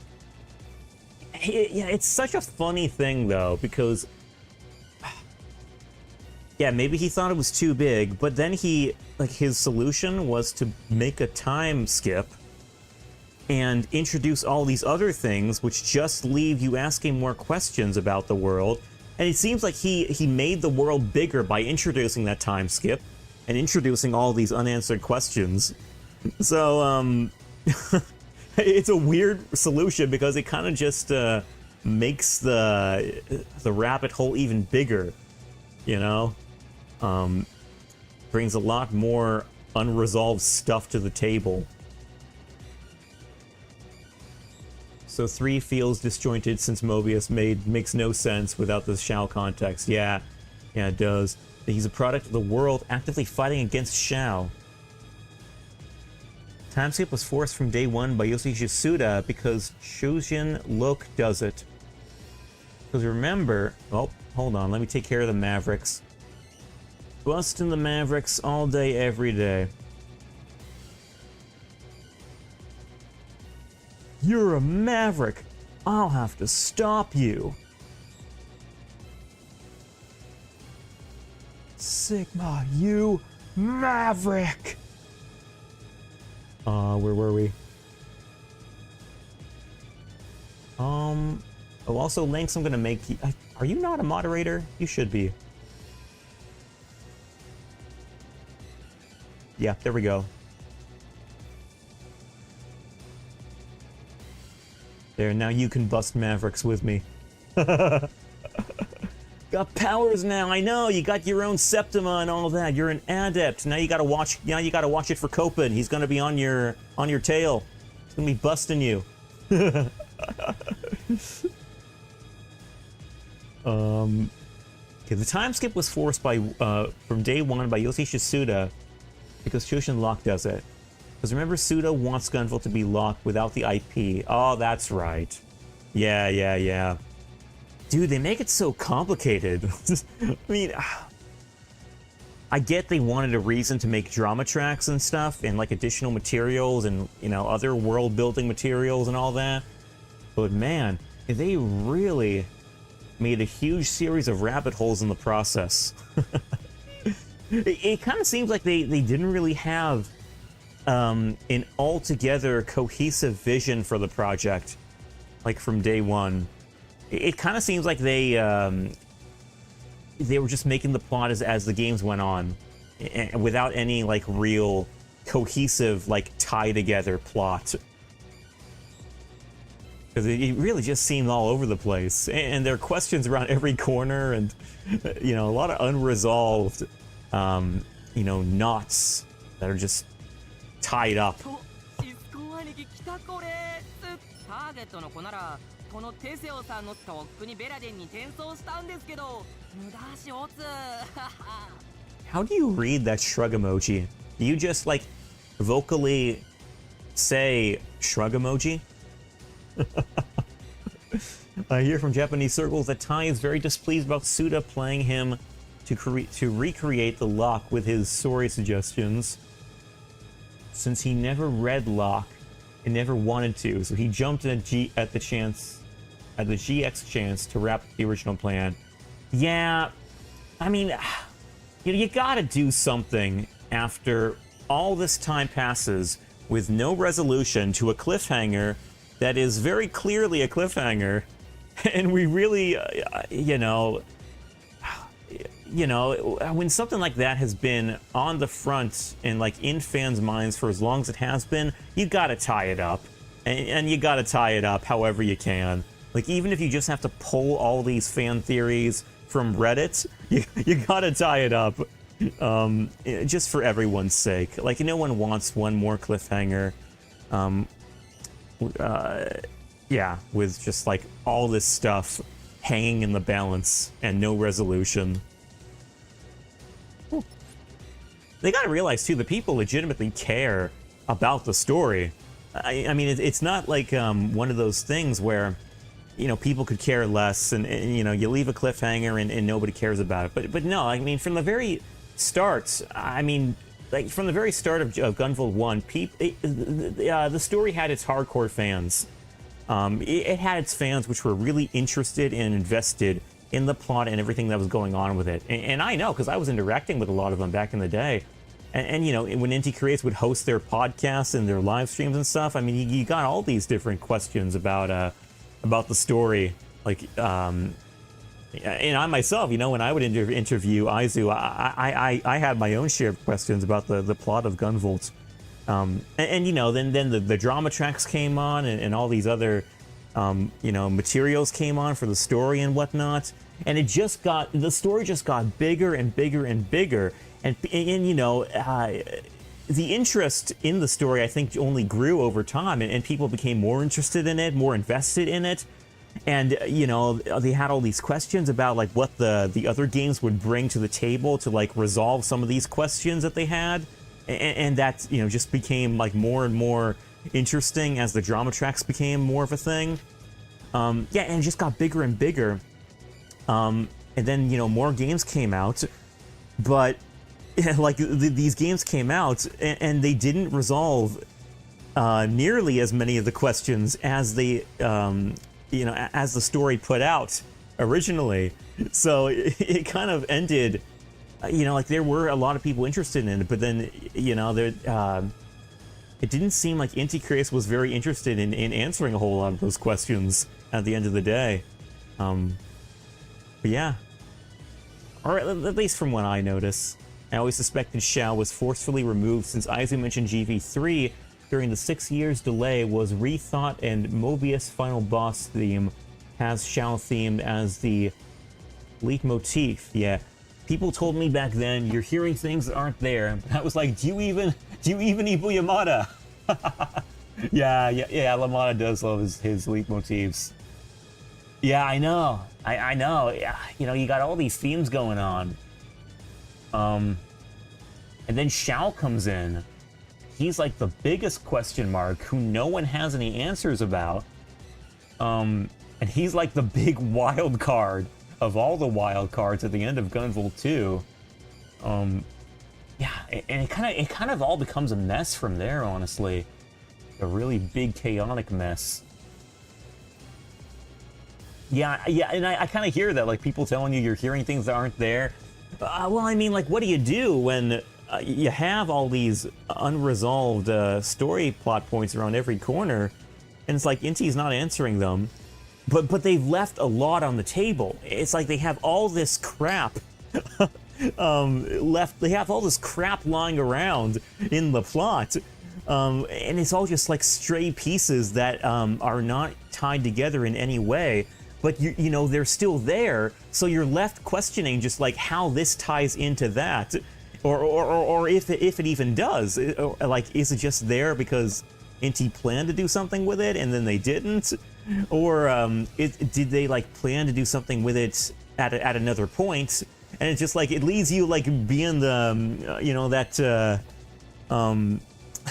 like that one meme of the guy drawing the you know, the conspiracy theory thing, you know, it's got you like that guy drawing things from here to there, and you don't know what's supposed to go where, you know, because there's just so much on the table, and Inti hasn't touched. But yeah, Ty definitely had it in mind as early as this game, because Desna mentions looking at various timelines, reading the starts, and in all, Gunvolt leads to the end of the world. Yeah. Shao is the source of all these timelines to stop Gunvolt, but he never succeeds. That's a good point, actually. Yeah, you know, I never thought of it like that before, but you're right. Desna does mention that about the timelines, so it kind of makes you think that there was some time travel shenanigans going on, or planned even as early as that. Also, hello, Hex! The Hexcellent One is with us, fam! The absolute Hexcellent One! Yo! Hex, that is a very appropriate... Wait, that's you! That emote's you. I straight up just realized that. No, dude, that legit captures every single... yeah, that legit captures the whole vibe of what we were just talking about. We were talking about Gunvolt story, Gunvolt lore, and it is all over the place in all sorts of directions. And it's got us like that one... conspiracy theory meme guy who's like, yeah, legit making that same expression in the meme. That's a very... Dude, that's a top tier remote. That's how I grace you all with my presence. And indeed, that captures the utter magnanimousness of your illustrious Hexcellent presence, Hex. Very exquisite. Very accurate. Yo, Hex, remind me, was Gunvolt played during Mega May? And if so, how many of them were played during Mega May? Because I can't quite recall. I mean, you would know since you preserved all those games on the YouTube channel. How's that all going, by the way? Like, I'm sure you can't tell me a whole lot, given it's all kind of hush-hush, whisper-whisper. But, is it going okay? Are things shaping up? Because I was just told by BlazeBops the other day that, it's looking like you're kind of reaching the point where you can talk about guest appearances. So that's kind of cool to hear. Like, you know, I hope in particular that your international guest appearances are shaping up okay. Like, dude, I mean, speaking of Matt Papa, we were talking about him in tandem with this game, because he worked for Inti at one point. I hope that his initiatives, like his projects, are going just as well with Mega May, or excuse me, with 20X Expo, as they did for this game. Because I think he cooked. I think he really cooked with this game, with what he did here. It was confirmed that Desma sees in Gunvolt's or in Xiao's doing. This current timeline we play in Xiao's attempt in hundreds or even thousands. Okay, yeah, so it leaves you thinking that it's like this, what do they call it? Like this Steins Gate sort of scenario where the protagonist is going through all these different scenarios and timelines and trying to find one which leads to a good ending. Something like that. That's the vibe it's really given me, honestly. The confirmation says Mobius' Astral Order can tap on all the world lines created by Xiao, and Astral Order is the stars that Desna can tap into. Ah, interesting. Okay, so that leads me to wonder if Desna is going to have some involvement in like the GV3, or in the GX. It's like, wait, it's called Gunvolt GX, right? It's called that. Yeah, I want to say it's called Gun. Yeah, so it leads me to wonder if Desna is going to have more involvement in Xiao's initiative, like if she's going to have some involvement in his plan. Yeah, because she seems to have some. She seems to be in on that whole realm, on that whole plot point.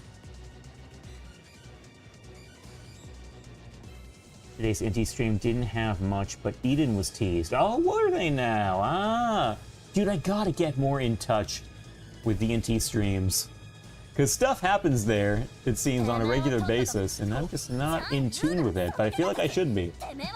Gunvolt GX, yeah, okay, thank you. It's good to know. Oh, it's gonna be so nice to actually hit the shorty in this one. That cracked me up so much on the first play. Like playing as Gunvolt 1 and not being able to hit her because she was so short. It's like the bullets just flew over her head. It's hilarious. Wait, oh, what? Let's not do that, please.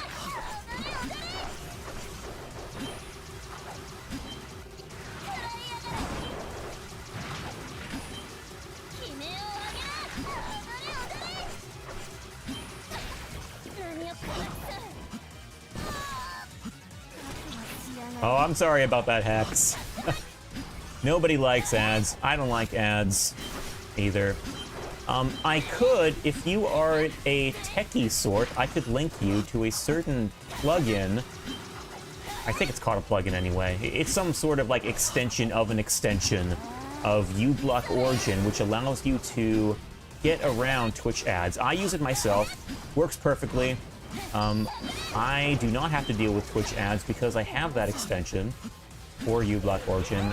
If you are interested in the idea of that, I can link you up with the resources and you can see if it works for you. Oh, on your phone? Oh, I'm sorry, then it won't work for that. That's unfortunate. I'm sorry, man. I don't like ads. I don't like when people have to deal with them.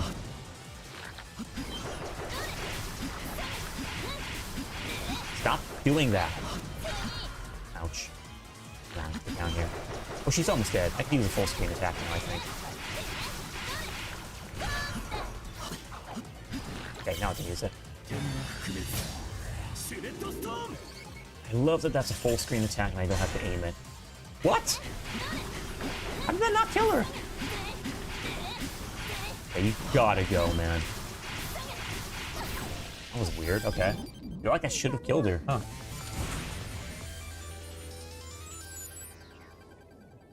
NT streams usually are nothing burgers, but Xiao's stream hitting like 1,000,000 nukes was the biggest happenings we ever had. Yeah, it seemed like that. I mean, yeah, that was crazy that they talked about that on the stream. Kind of made up for all the nothing burgers, I dare say, huh? We expected nothing to the point where there's a meme gif that says, "Gentlemen, synchronize your nothing watches." Yeah, I know. It's got you all like, it's got us in our own timeline hell, where we're like, like scrounging for the perfect timeline where Inti actually reveals something interesting from the streams. And the watch has a pic of Xiao. Perfect. Absolutely perfect. That's how you do it.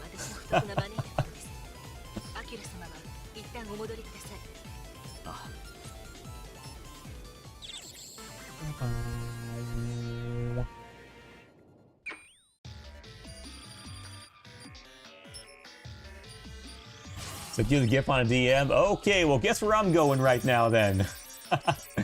I am going to Discord. As distinct from Discord, like I'm talking about the actual chord, which is this. Not the chord, which is dis. Which I think should also be distinct from an actual Discord, like, you know, an actual chord, which you're dissing.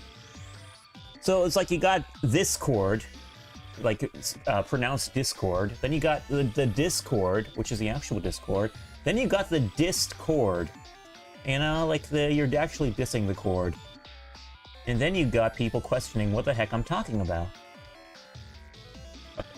Probably the majority. Synchronize your nothing watches. Do I have any? I don't have any real estate on my OBS. If I had any real estate on my OBS screen, and if it wasn't a full screen game, then I would throw that up on it and leave everyone questioning what the heck I'm talking about even more. Even more than they were already.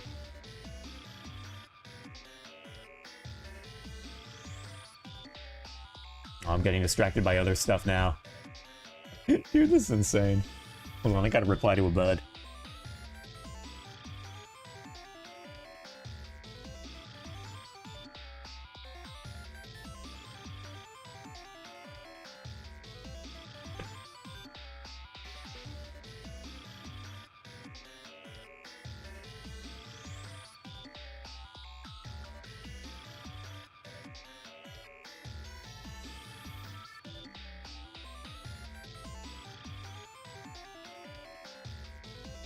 Just replying to Ryan, who I just caught up with. Ryan I just caught up with him on the recent Get Me Off the Moon stream we did, which the big 15th anniversary reminiscing stream that we did. It was originally Yoshinator, myself, and David on board. You know, Josh, myself, and David on board that stream. But then during the reminiscing, Ryan came into the chat. I hadn't talked to Ryan for a good, I want to say like 9 years. The dude was one of the, I want to find a term that gives proper justice to how helpful he was back in the day. He was another Get Me Off the Moon guy. He was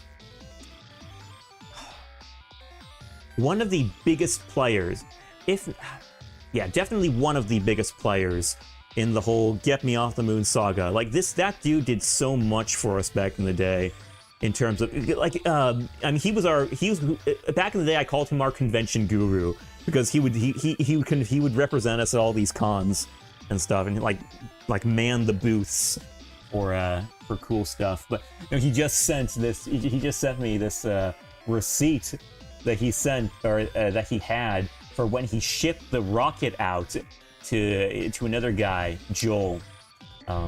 You know, like the rocket launch that we did back in the day. Like that was an actual physical thing, and we ended up giving it to this Joel person who back in the day contributed like $500 toward the rocket's making.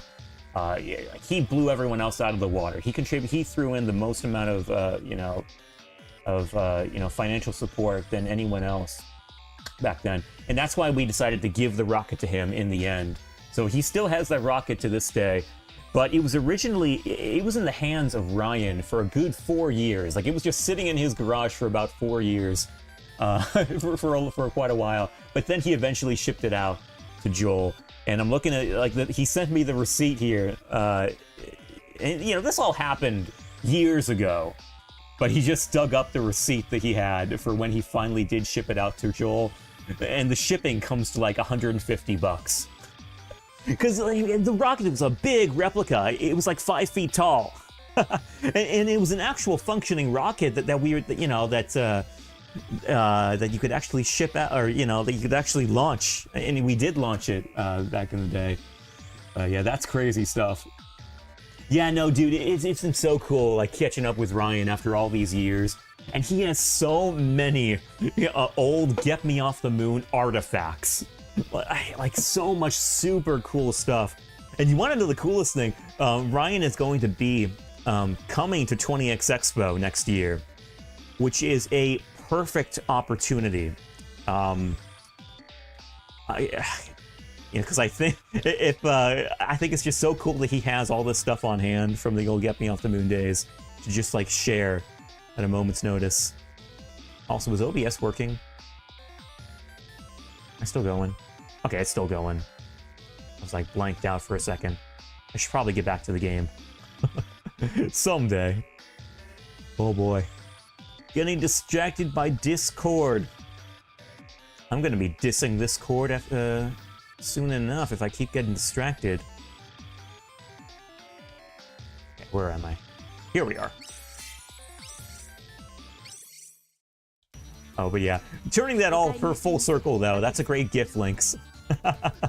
ノアミチルの位置は分かっベラデンという単語がきっかけに、ベラデンとはタスケントに存在エデンの構成員も言ったベラ奴らの本拠地。ですが、今まで尻尾がつかめなかった情報が急に入手できたことはあのテセオとかいう能力者の迂闊すぎる発言という罠の可能性が高い。 Oh, when the stream happened, you were asleep? You know, Lynx, we really should have been better about giving more advanced notice about it. We kind of just showed up as it happened. Like, I told David to to tweet about it earlier, but then he had these questions for me, and I didn't end up getting back to those questions until later, and it kind of ended up drawing out. Like, I wanted him to post in advance. Like, I wanted him to post a reminder about the stream a good, like, 24 hours in advance. Oh, I'm sorry, you're talking about the Shao stream. Oh, okay. My bad, then. I thought you were talking about the Get Me Off the Moon stream, because I was on that subject. Okay, well, oh yeah, that's another subject. Well, you can just go back to that then, right? I mean, I assume that's what you did. And over 1,000 messages. I got you, man. Over 1,000. Wait, who was messaging you exactly? Just like a bunch of Gunvolt friends? Gunvolt buds? Midnight Brain isn't good. I got you, man. You're all good.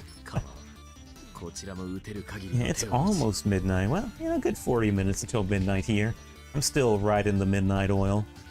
奴らの本丸を撃ち落とすまでだ。かしこまりました。準備が整い次第出発。 A lot of friends in 2 servers. Oh, dang. Dude, you have your Gunvolt connections then, huh? You know everyone in that circle then, eh? ミチルちゃん、絶対に助け出そうね。 I gotta get more connected to your network. So that I too am more in the loop. Oh, I haven't touched the middle even once here.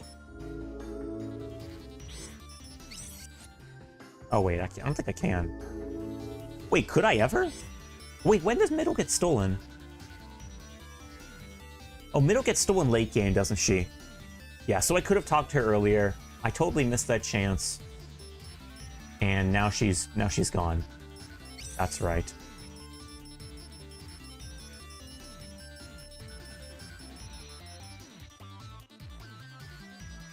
As for the Get Me Off the Moon stream, it happens. Sometimes I forget to announce mine. Yeah, I know. It kind of just ended up. We were on different pages, David and I, because I was managing this. I was going to manage the stream. He manages the Get Me Off the Moon Twitter, and we're through. I mean, he's Eastern time. I'm Pacific time. We're 3 hours apart, so it's pretty. And he's like he's got a full-time job. For the most part, which keeps him very busy. So it's very difficult for us to keep, keep on the same page. But as it happened, I think we ended up posting, like, I don't know, maybe 12 hours in advance before the stream happened. I mean, in any case, the VOD's up, so you can check that out if you want. But that was a fantastic stream, by the way. Like the Get Me Off the Moon reminiscing stream. Like getting in, just... going over old times with Josh and David was great already. But then, Ryan came in, Hex came in. Hex, if you're still here, shout outs to you. You're another one of the oldies. from that time period. And you know, you were at like it was just so good having the old buds come in and like we're all chiming in with our memories, and you know we're going over the Get Me Off the Moon YouTube channel, and you know looking over the like our old con appearances, and you know pointing out people that we hadn't seen in years and who haven't been on the scene in years, and yeah, just like going over and unlocking all these old memories, which were just great. They were just great. It was a real testament, I found, to my memory as well, because you know 15 years have come and gone since then, and you know I'm finding that a lot of these memories are just as vivid then or now as they were then. Yeah, so it was nothing but a good time, nothing but good vibes. I only regret that I didn't have more time to commit to the stream as I would have if we streamed at night. Because as it happened, we streamed during the evening. I think we started at like 5 p.m. Pacific time, which is not the most ideal for me. Like, I was able to crank out like 3.5 hours, but trust me, that was not enough time to say everything we needed to say for a 15-year legacy. Because, you know, there was a lot to be said. And, you know, we talked about the projects and whatnot, and there was a lot to say about the projects themselves, but there was even more to say about the people behind those projects and what they gave, you know, what they contributed to them, what they had to sacrifice to bring them to fruition. Yeah, just a lot of great stuff. You know, it was, if we ended up... you know, we could easily host a booth, like at another con, just going over that those old memories. But yeah, good times, good vibes. A time long past, but not forgotten. Not by a long shot. Oh, I'm sorry, though. I've been neglecting the chat in a bit. The internet's so full of people now. Feels like screaming to the void. Yeah, I hear you, man. Yeah, no, it totally does feel like that sometimes. I think it can easily feel like that in the streaming circle too, because you know everyone has things to say, but you know there's not a whole lot of people who share that same passion, or at least not enough to really know what to say in response to all the passion that you're giving out.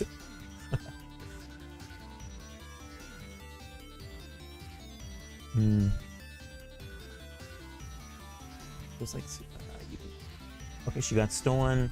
You can see the toxins collection in the collection's main menu. Okay, gotcha. I think even I also think after you beat the game too, or actually no, I'm thinking GV1, where after you beat the game you could talk to Jewel again, because Jewel gets kidnapped like you know in a similar way in GV1 in the late game, but then she comes back.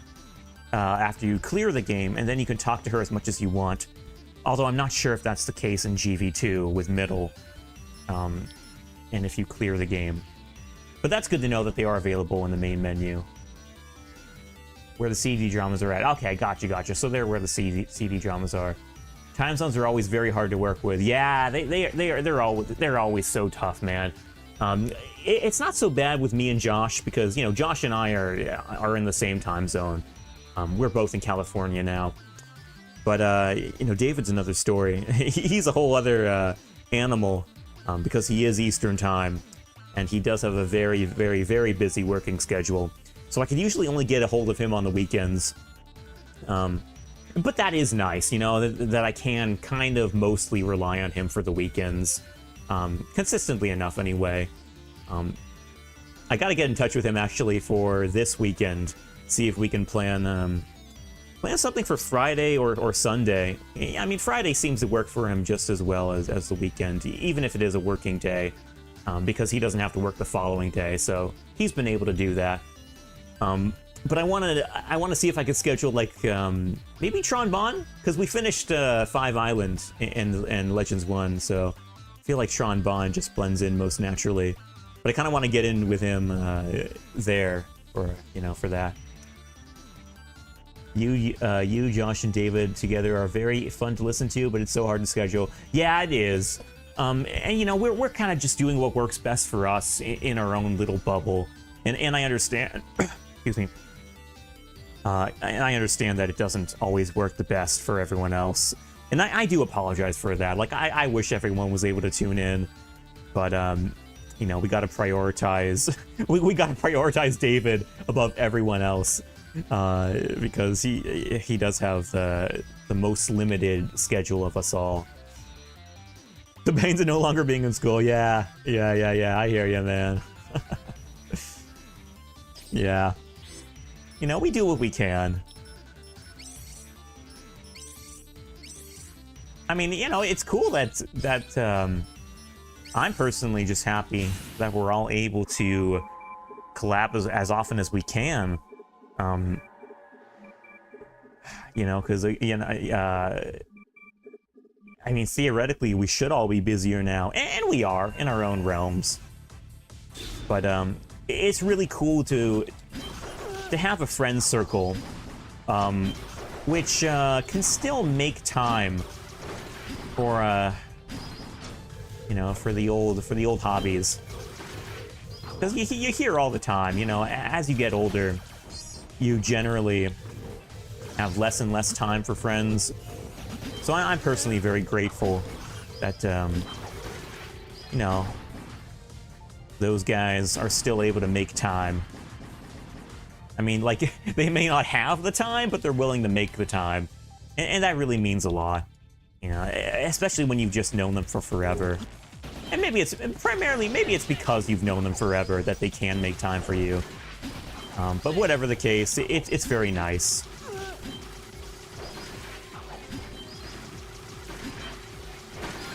Because you see buds a lot differently when you've been with them for just years and years and years.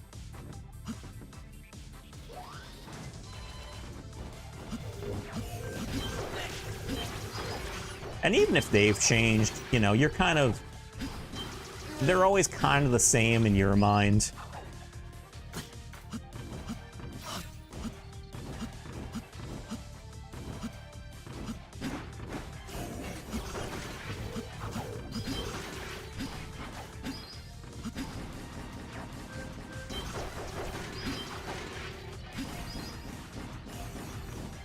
Those spike hops.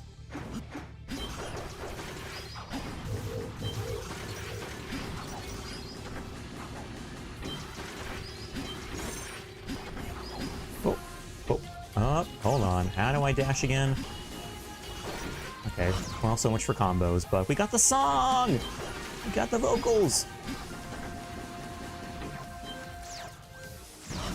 Hey, Lynx, another question for you. In the other games with Copen in them, does, I know Lola changes voice actors. I think Copen does too. Do these songs change as well? Like, do they have a different sort of vibe going for them? Or do they still have, I guess primarily what I'm concerned about, or like wondering about, is the filter here. Like the robotic filter, does that get dropped in the other games? Yep, okay, good stuff.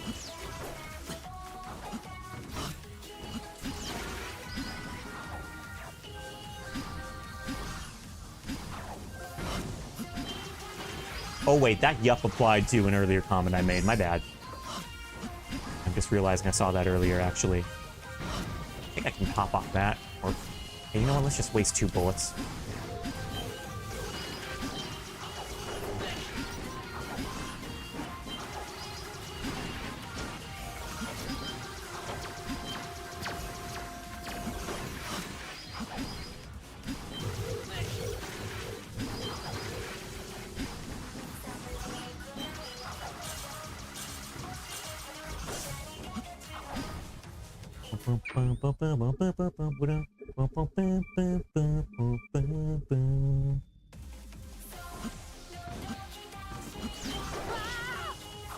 Oh. Nice dash.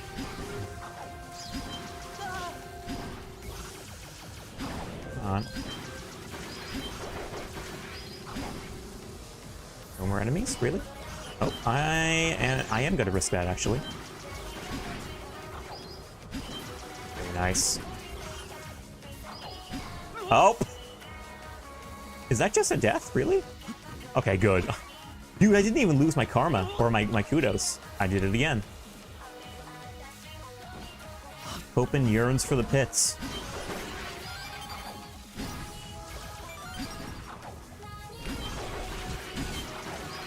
Copen dashes so fast, I gotta make sure I'm not hitting a checkpoint by accident. Keep the song going.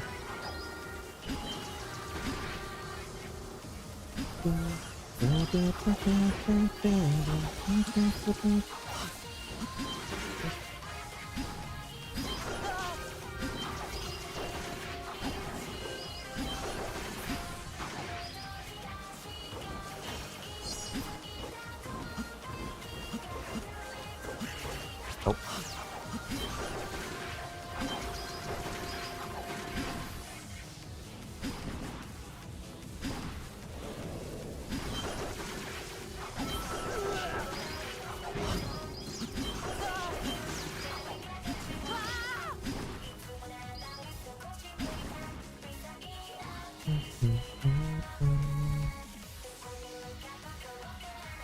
Yep.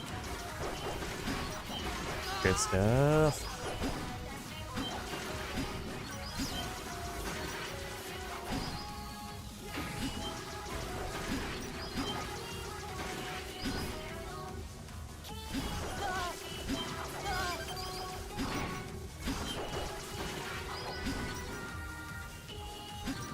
Yep, good stuff. Dude, my score is getting so high. Oh, I'm sorry. I should actually pay attention to my chat, shouldn't I? They re-recorded GB2's lines and songs for both Lola and Copen for this release. These are the IX voice actors. However, Lola from the IX World line doesn't have the voice filter. Wait, did they? Oh, that's right. You were mentioning that a while back. I forgot about that. Oh. Dang, I wish they did away with the filter, honestly. Wait, hold on. So are these songs re-recorded too? Like, are these songs all different from the original releases? Because that would be, like, they would have to... that would mesh different. I mean, that wouldn't mesh well with the voice actress if they were different. Okay, they did. Interesting. People got mad they bothered to recast and re-record all of the mainline Lola songs, or lines and songs, but doubled down on the robot filter. Yeah! Yeah, why did they do that? That's weird. I agree with that. No, they shouldn't. If they were just gonna, if they're gonna re-record it, they shouldn't have thrown the filter in there. I don't know. I don't like the filter, honestly. Like, it's a shame to me because they're all great melodies, and they're kind of low key made worse with the filter. Dang, that's weird. Why'd they do that? They should have just doubled down and made it. Yeah, I don't know. I guess the idea Lola wasn't meant to be a muse. Copen made her as a combat assistant drone. She accidentally became a muse. Well, but how does that account for how she doesn't have the filter later on then? Because she's still as much of the same robot then as she is now, right? I mean, I could be mistaken. I haven't played IX or any of those games, but that's what I want to say.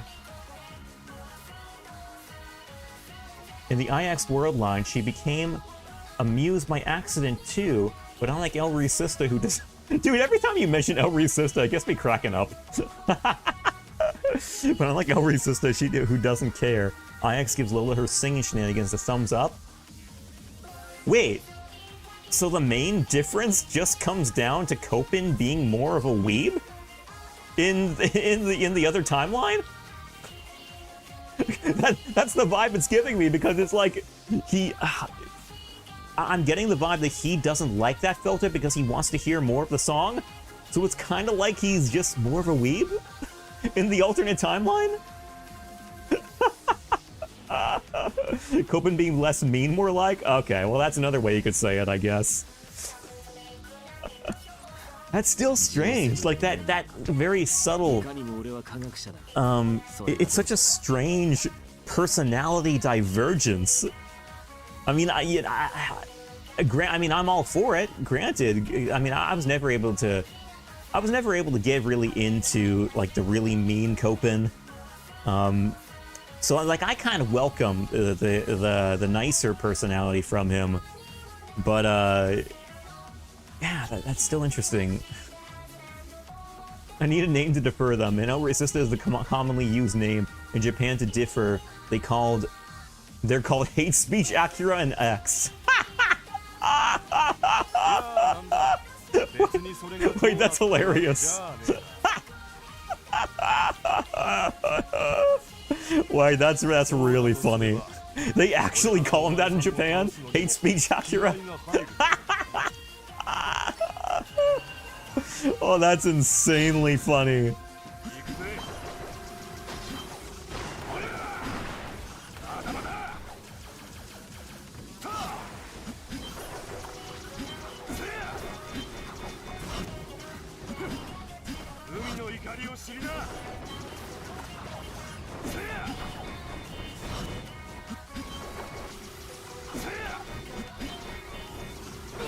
Oh, okay. I don't really get Katagana at all, but good to know.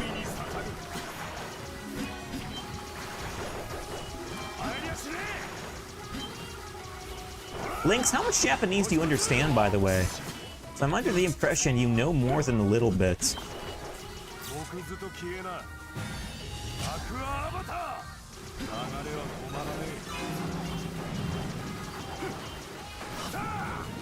Oh, okay. Oh, okay. So they use it. They pronounce it like, you know, they do their own like romanticized, sort of thing. Gotcha.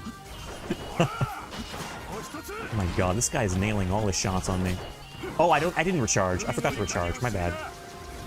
Okay, please tell me this is gonna kill him. I hope it does. Good. 500 oh, 1,000 extra points. Heck yeah. Naji's your doom. Yeah, says everybody. You'd be hard pressed to find someone who doesn't say that. Someone just learning Japanese. Enough to not get mugged in Japan? Well, that's good.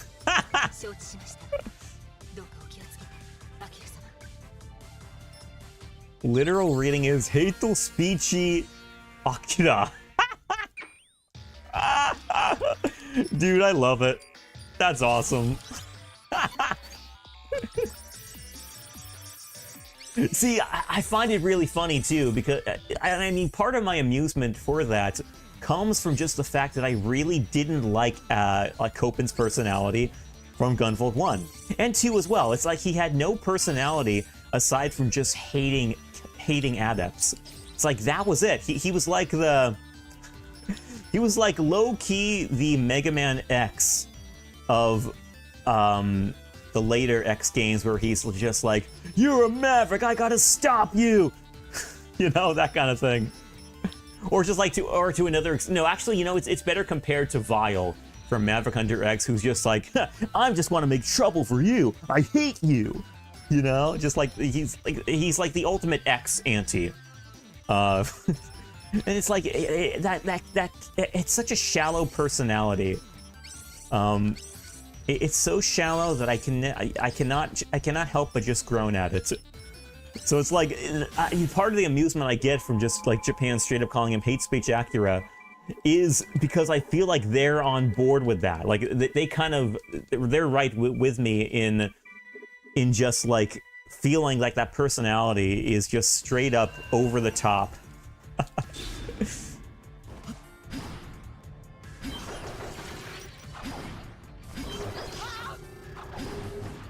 Should probably get that. Oh wait, extra enemy, nice. Extra enemy. Extra enemy. Okay. We are actually gonna figure out what's down here this time. Oh wait, okay. So that this goes down, Copen goes down here and Gunvolt goes up there. I was wondering about that. Oh, I'm dead, by the way, or not really dead, but in a pit. I was wondering with about that with Gunvolt's story, how I could go up the top, but I couldn't find a way towards the bottom. Again. Oh, hits.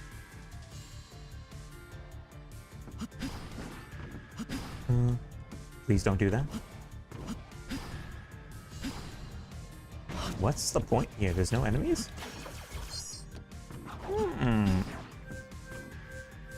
I think we're just this. Anyone up here? Hello? Anyone in the neighborhood? Pits, pits, pits, and more pits.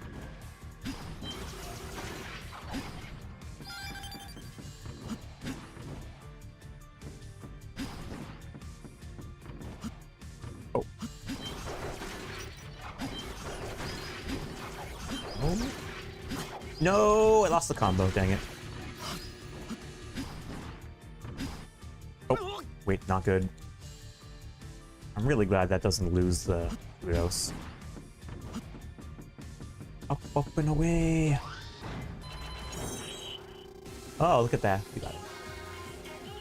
Wait, did I get extra points there? Wait, how did I get extra points there?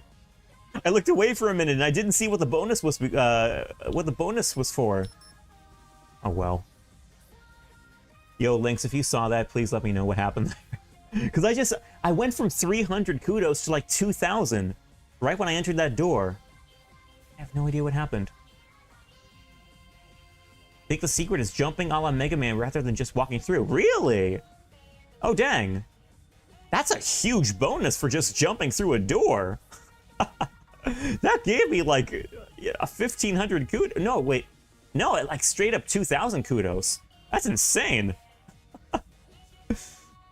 Copen unfortunately takes too much after her... Wait. Copen unfortunately takes too much after her parents? Wait, what? Look, you mean his parents? I don't know. Shinobu hates demons without willing to admit there are good demons because they're simple entities, part of a balance that must be maintained.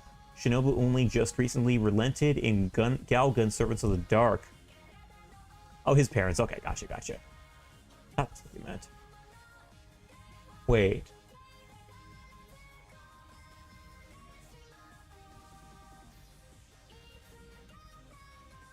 Wait, Galgun? Okay, so wait. That Galgun Servants of the Dark ties in with... Okay, so wait, that ties into Gunvolt?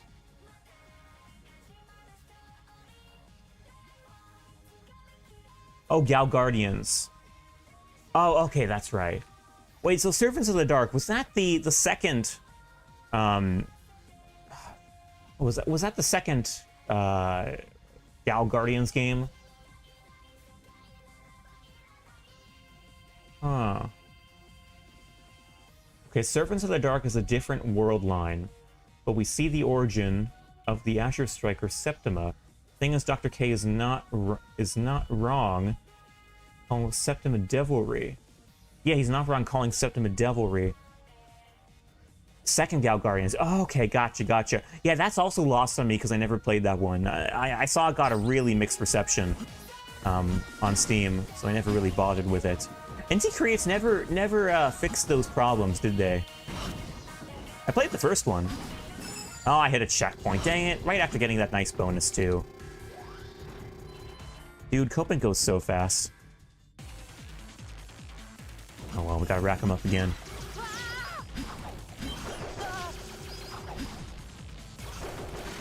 A lot of updates? Okay, so was it better now? Because I'll totally try it out if it's better. But if it's, like, not that good, then I won't bother with it.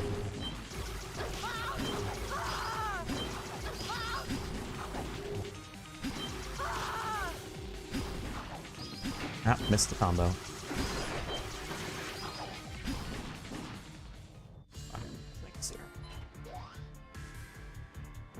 Bill suffered a lot of cut contents because his hands went full on deck. Oh, okay, so the staff was divided between card and seal, or they were all taken up for card and seal.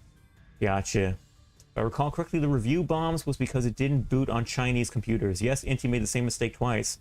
Is that really it?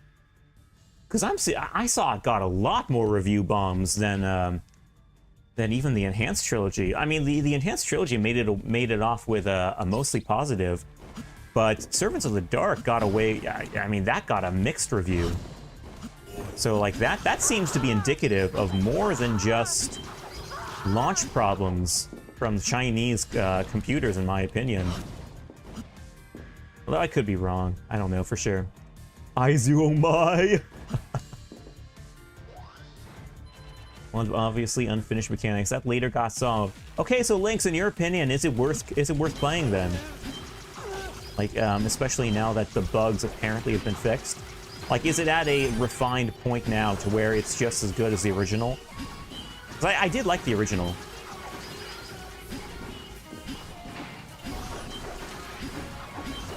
I know the obvious take would just be like, well, play it yourself. I mean, what do you have to lose? And the answer is, I have to lose a lot of time playing my backlog of other games. Didn't play all the way through because I'm saving it for stream. Oh, okay. But just know, this one is not a Classicvania. Wait, was the first one a Classicvania? I kind of remember it being more of a Metroidvania, but that's been a long time. Could be wrong. Servants is Metroid style. Wait, that's great then. I like that. I'm kind of interested. Wait, you're actually just making me remember that I did play a demo of Servants of the Dark for Switch. There was something that rubbed me the wrong way about that. I think it was part of the, like, what you mentioned about the unrefined mechanics. It's something about the movement.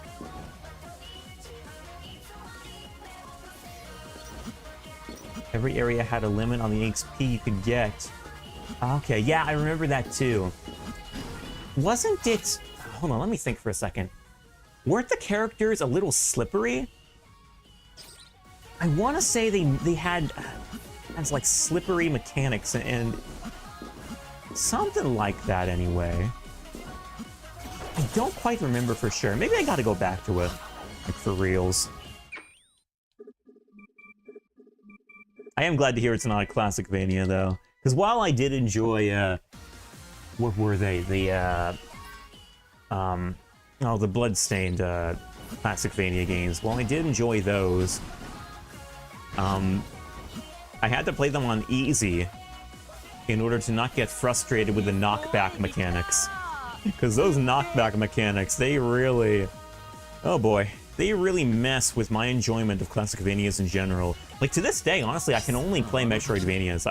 Or I can only play pretty much just the Metroidvanias that are on DS, GBA, and Symphony of the Night. Like, those are the only Metroidvanias I could play. The Classicvanias are hard for me to get into because the knockback is terrible, and I can't get into how when you use your whip during a jump, your jump is committed so that you can't, like, back out of it if you want to, like, dodge. Well, I mean, the most common thing you're going to want to dodge is Medusa heads. Which, by the way, Medusa heads are so rude in the Classicvanias that I kind of hate it. They're so rude. They'll knock you back to infinity and even beyond. Don't remember very well. I remember the EXP being a huger deal breaker. Yeah, Curse of the Moon entries, right. Yeah, those were fun on the easier difficulties, though. I was able to get into them with that. And I did like the party mechanics.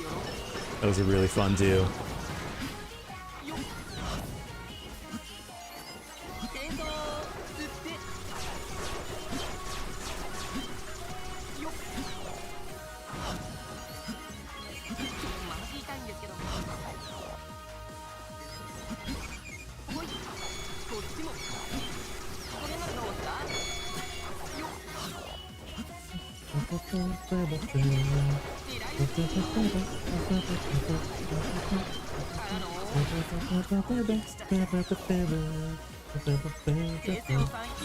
I gotta wake up tomorrow? Hey, no worries, Lynx. Thanks for staying as long as you have. Appreciate you coming on. Appreciate you, also... Oh, I appreciate also that shout-out that you gave me on your stream, too. That was also nice of you. Appreciate you, man. Hey, looking forward to the collab tomorrow. Yo, that's gonna be fun. Talking about all the Mega Man lores. But yeah, dude, have a good night's sleep. Thanks for dropping by. Oh, let me give you a shout-out, too. Holy crap, I gotta get better about that. I really gotta. Like, for everyone.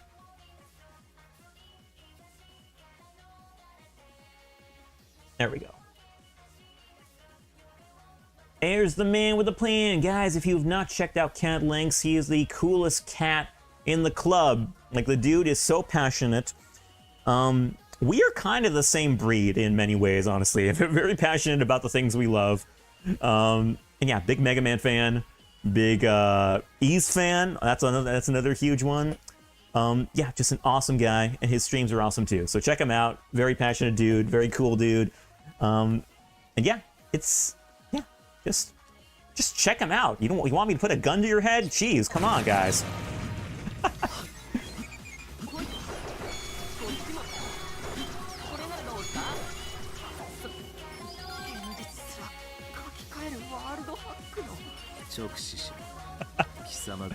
You have a good one too, Lynx. Take it easy, man. Have a good night.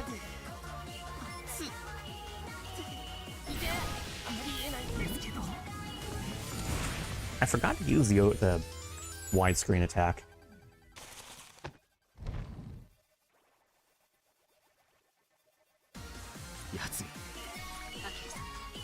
Something bad's coming. I hope I got nest rank since I didn't, well, I hit that checkpoint and then I didn't use the skill. Wait, we're still going? Okay, never mind. Never mind, I'm glad that I didn't use the skill on him. Oh, that's right, we're in boss rush. We're in, like, low-key boss rush territory now, aren't we? Oh, I forgot about this guy. Okay.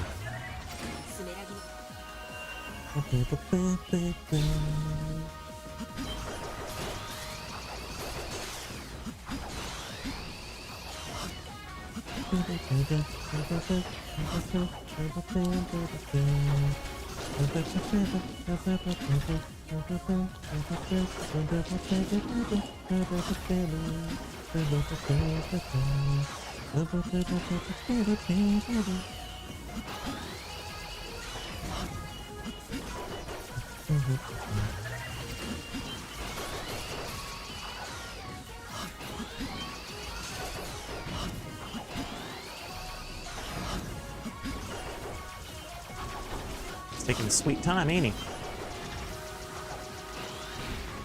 Heck yeah.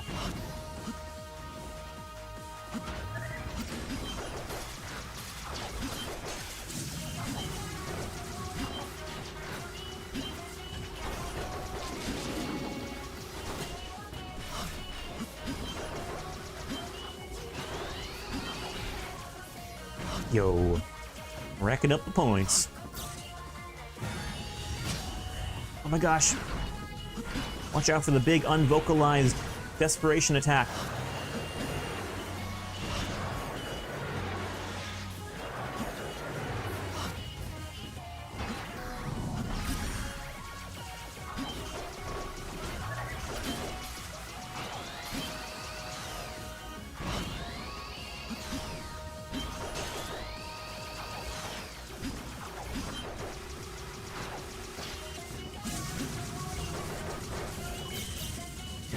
Better do it.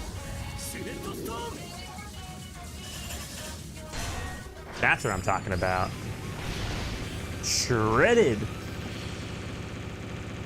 Absolutely disseminated into dust. What? Where's it decimated? Disseminated? Decimated? I don't know. Add an extra syllable. What harm could it do?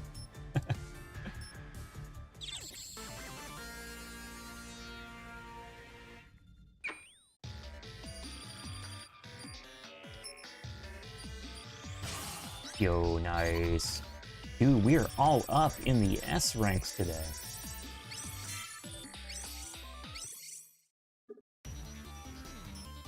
Okay, that should be the last stage. There might be some additional challenges in tandem with getting true ending, but we will see. I like how you can still buy stuff, and I haven't been able to buy a darn thing.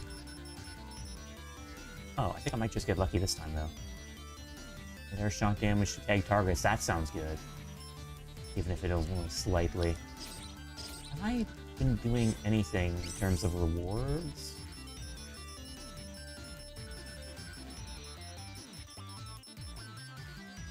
Wait, my screen's blocked a bit.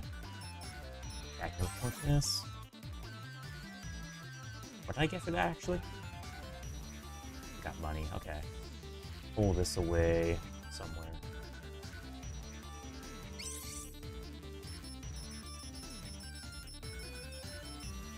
Anything else? Anything at all?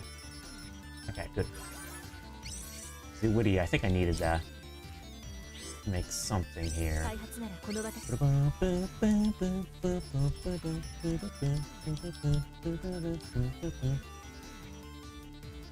Pervading without consuming a bullet.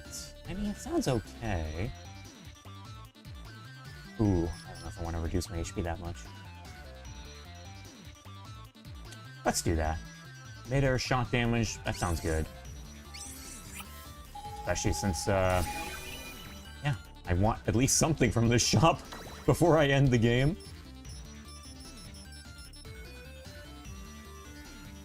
Aerial reload damage, that sounds good too.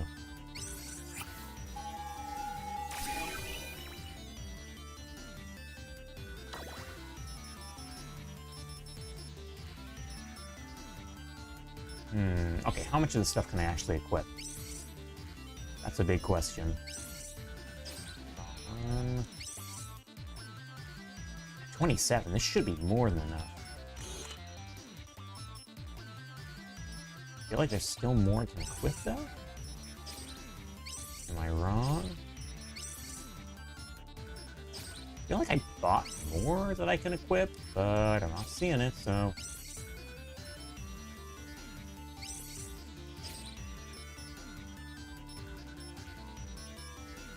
Increases aerial reload time.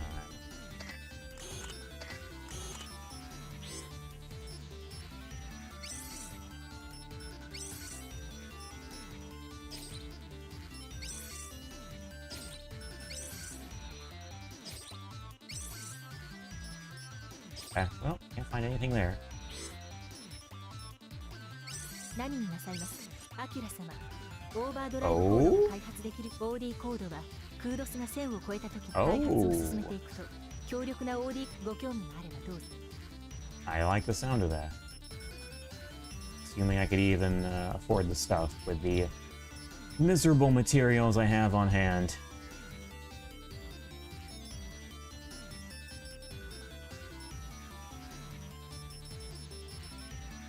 I don't see any of these OD skills I can make.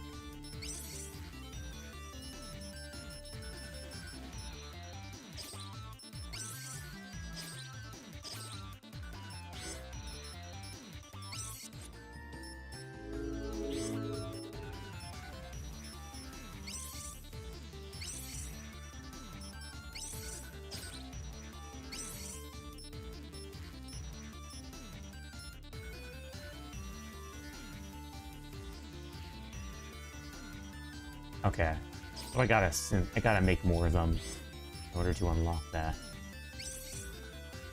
But it doesn't seem like I can get them right now, so let's just move on.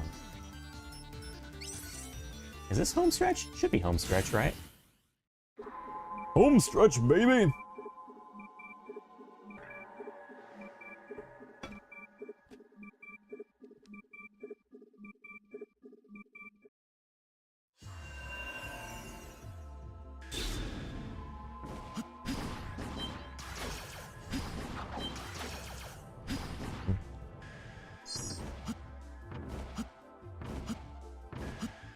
Yo, now we're getting the max. However, late game. feel like I should have stayed there a bit longer. 円形巨匠貴様天使倒したはずか巨木へ借り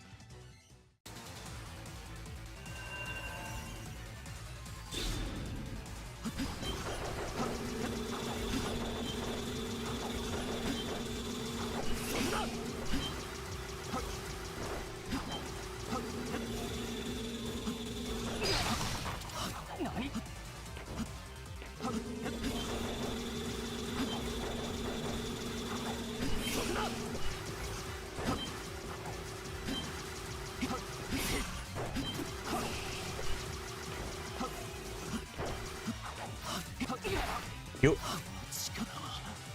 覚悟はいいクリジット・ブロッサン Digital Blossom.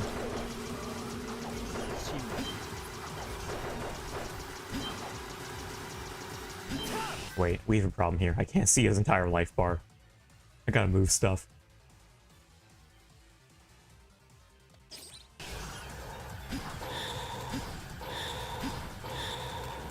Oh, not fast enough. It's a lot of damage, man. There we go. Oh, I forgot to use the skill though. Maybe it doesn't matter.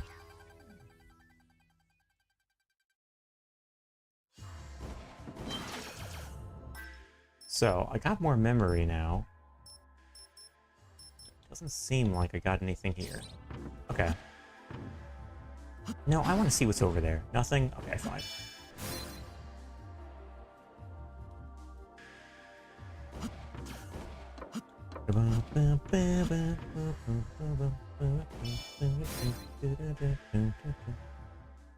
Oh, this guy was tough.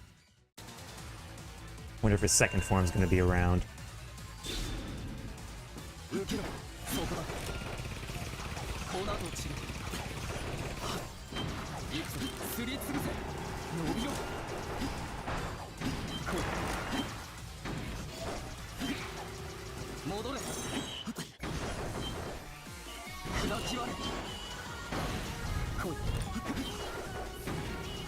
受けろそこだ粉と散る戻れ足まだ来い余熱は十分焼き上げろ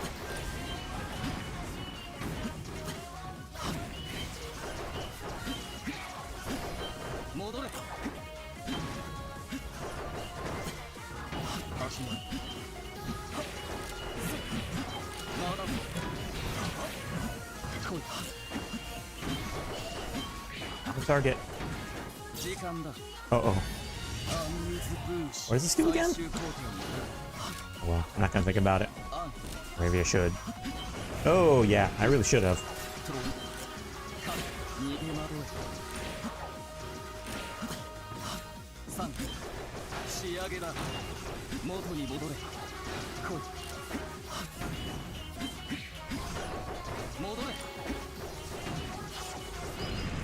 Good.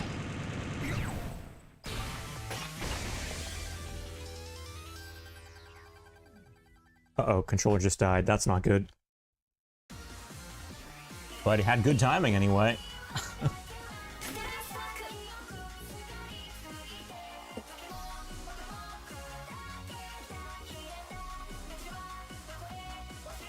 Okay, we're good. Health! It's health too? Yo, let's go. リバイブしたぜそしてサファイルこの口は俺のホームタウン今からお前はノックダウン Can I not skip this? What's going on? There we go.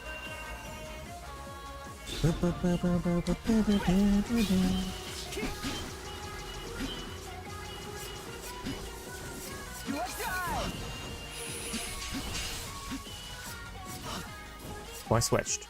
My mistake.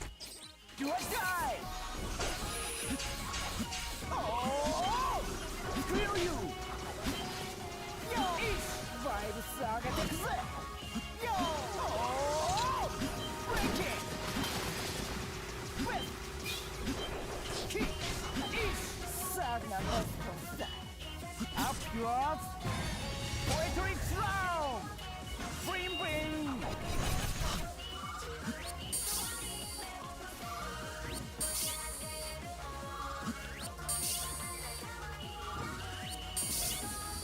Rest down For blow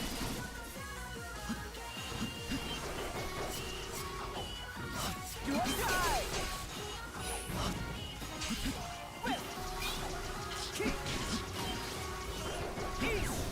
Good stuff.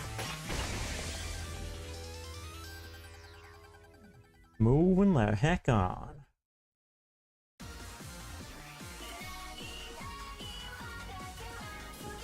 Any health here? No, I don't think I need. Looks like I don't need any though. That's good.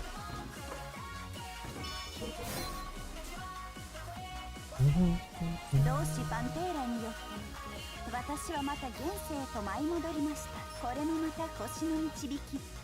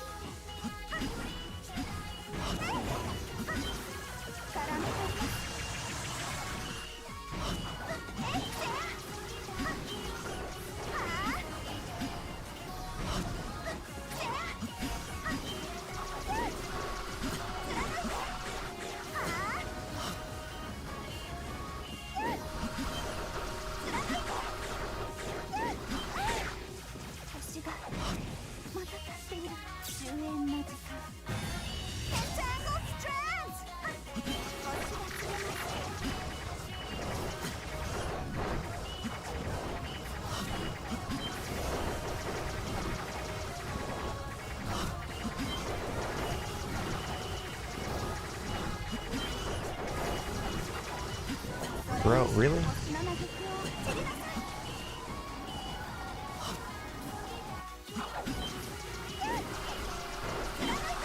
There we go. That took a while.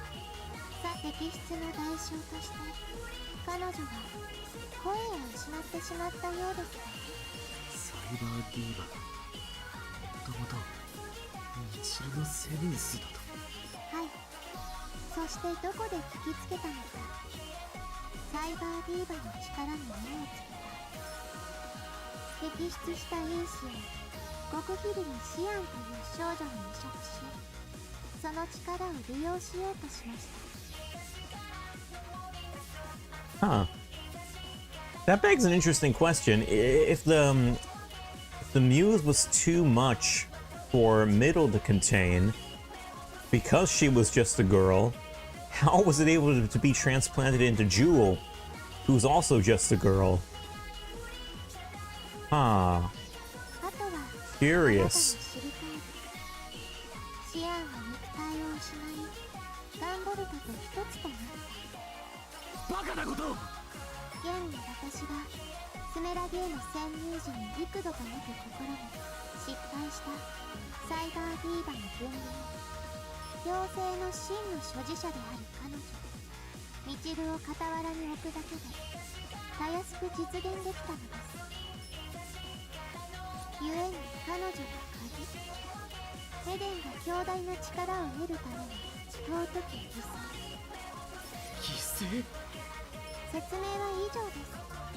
預けていたミラーピース、あなたを倒し、今ひとたびこの姿でリベンジだ少年。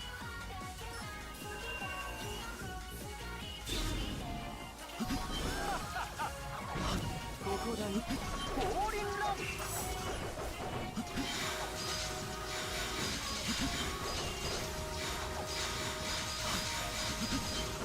行くぞ。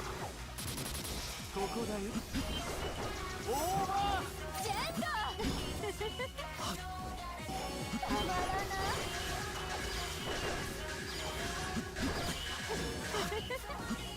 ここよ、あなたの愛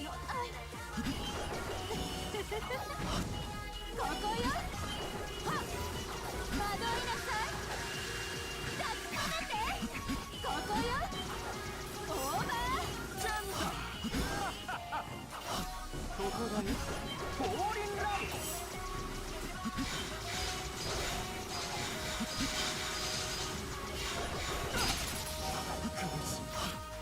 愛だめくるめく愛の宴、いざ愛の庭へ行くぞ。惑いなさい、行くぞ。惑いなさい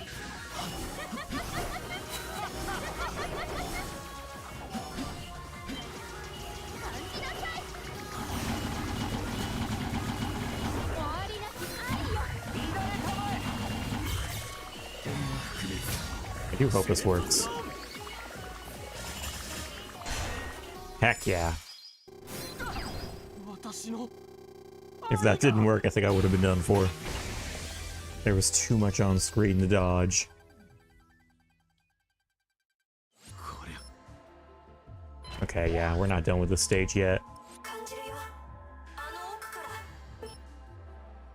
やっぱりミラーピースがミチルちゃんと反応してるのって。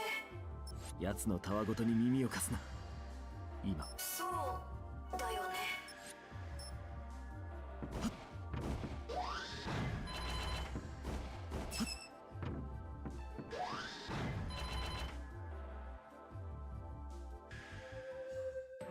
ミチル。私のコピーを破り、ここまで来ましたか。どのみち、これで全てのミラーピース、今証明しましょう。あなたのこれは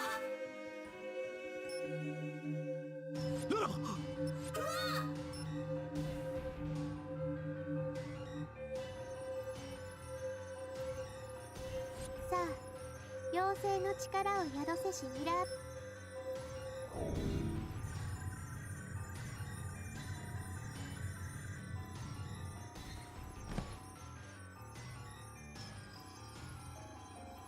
ミチル。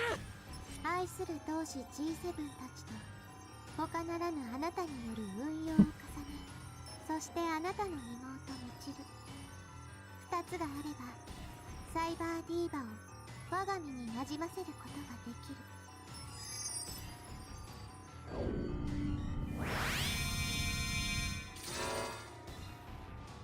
ミラーピースを介したサイバーディーバとの完全融合。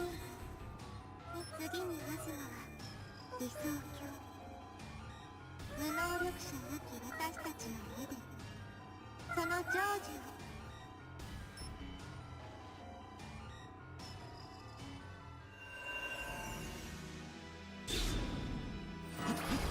My health is not very good right now.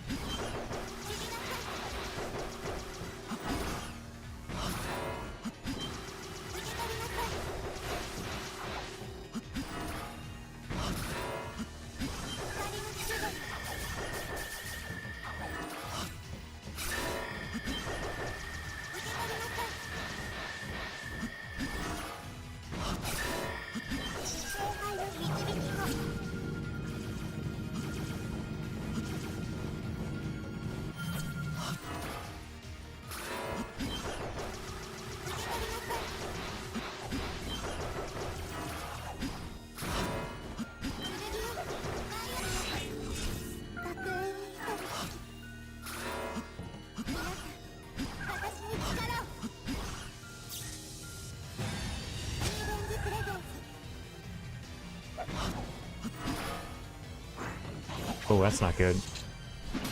Oh, Dedge.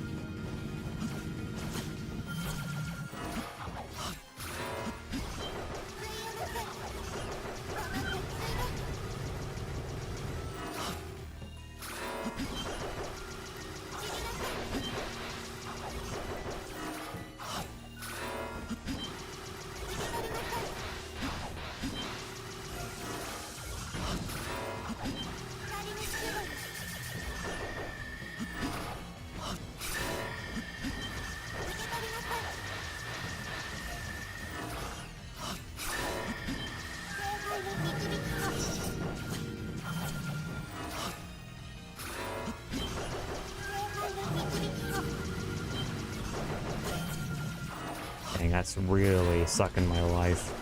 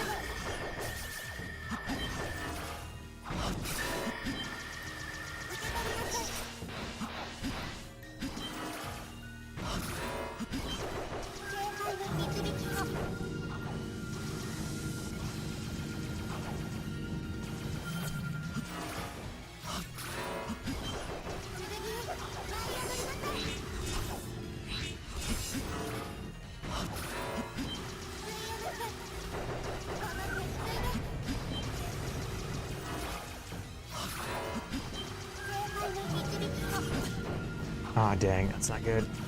Okay, fine, just recover.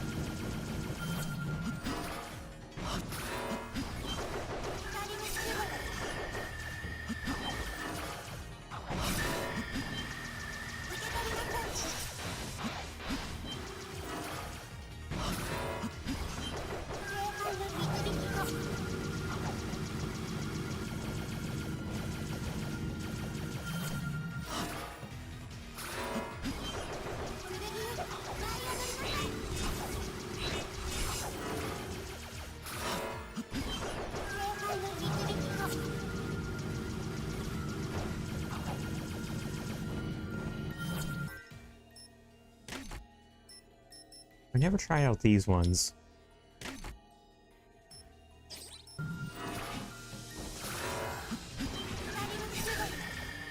Yeah, I should have tried that earlier. That's pretty good.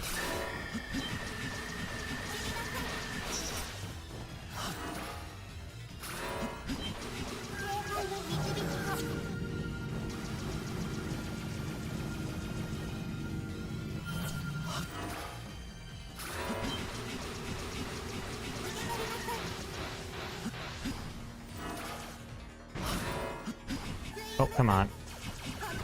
There we go. サイバーディーバの地にある私たちの楽園だ。 Might be it. I do regret I wasn't able to use a skill at the end there, but it snuck up on me. Is that GG's? No, I think there's more to it, actually.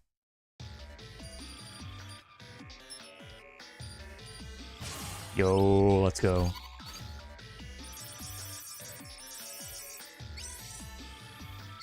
Okay, we'll see what happens. I'm not quite sure, honestly, because we got through GV story, and now we're getting through Copen's here. This should be leading up to the true ending. そんなバカな。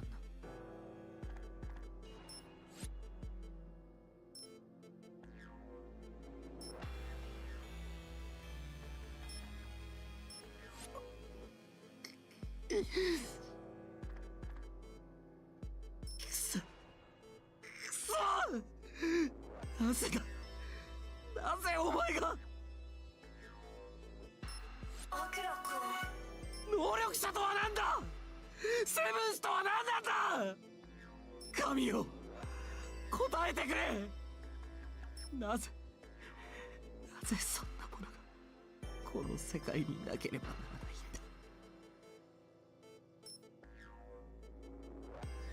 だ。アキラ、その子ガンボルト、貴様がサイバーディーバーとミチルは死ぬことはなかった。アキラ、一体何が。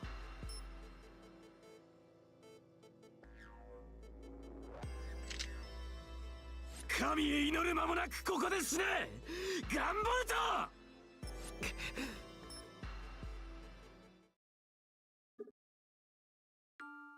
Oh, wait, what? There might have been another requirement. Because this does not look like a true ending. Or maybe they have you go through the bad ending before you can get the good one.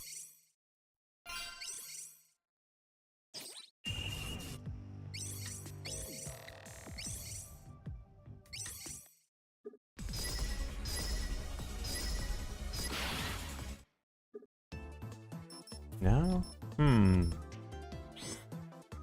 Let me boot up the other one then.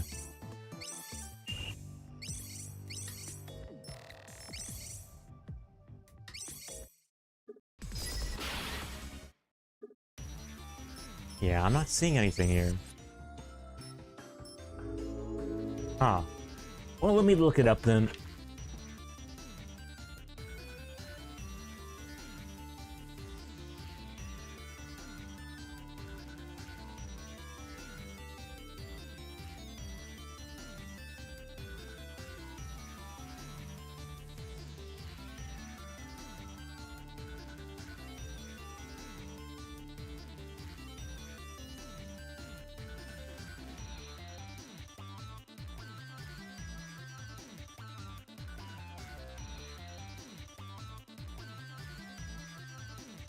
Okay.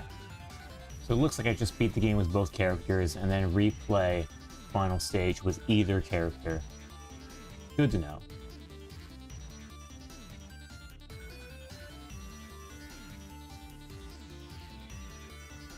Okay, let's get back to it then.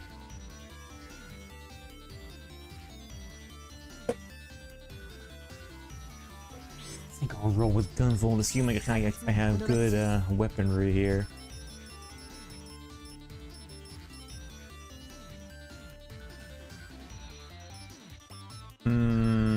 I don't. Okay.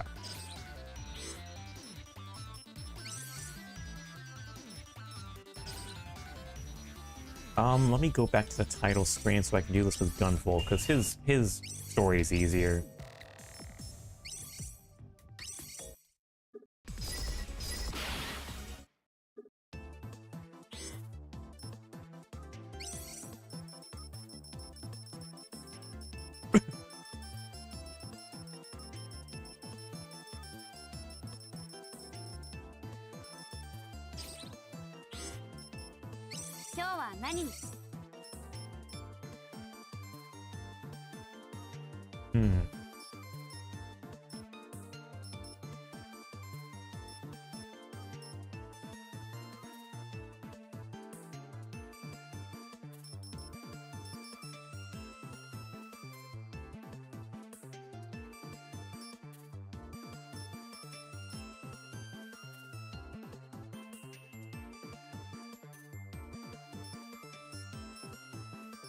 Don't know if I can use any of these.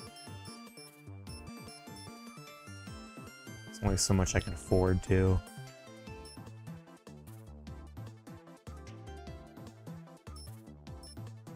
Okay, I can't afford anything.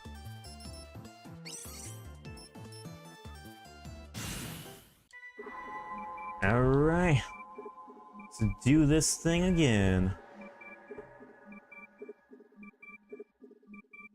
Yeah, so from what I was reading, it looks like I beat the game with both characters and then go in with another character.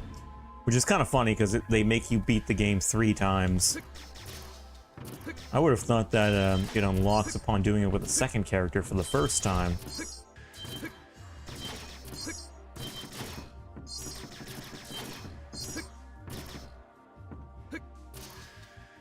Nothing.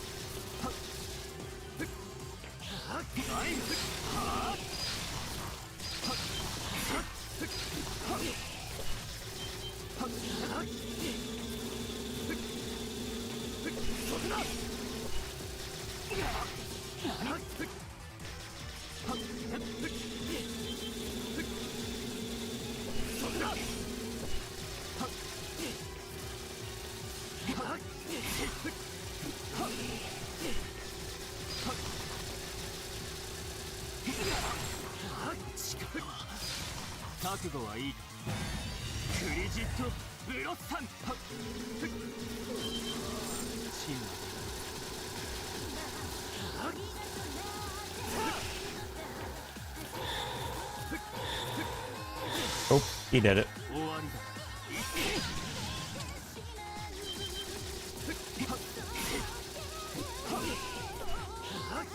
終わりだ Is this the same? Yeah, it's the same thing. That stinks. There we go. Does he have a desperation attack? Yeah, good luck getting around this.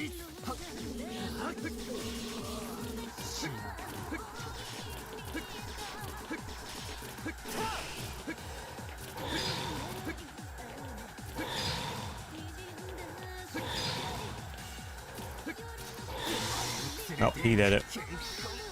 GG's, man. I'm dead.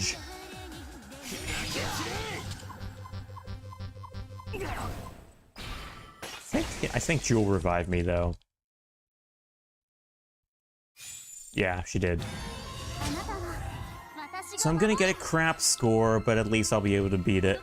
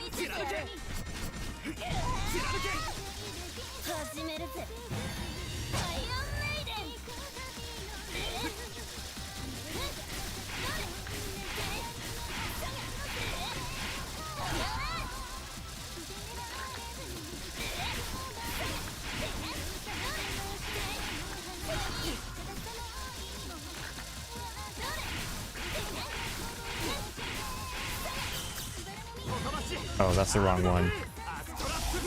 Oh, okay, that still works.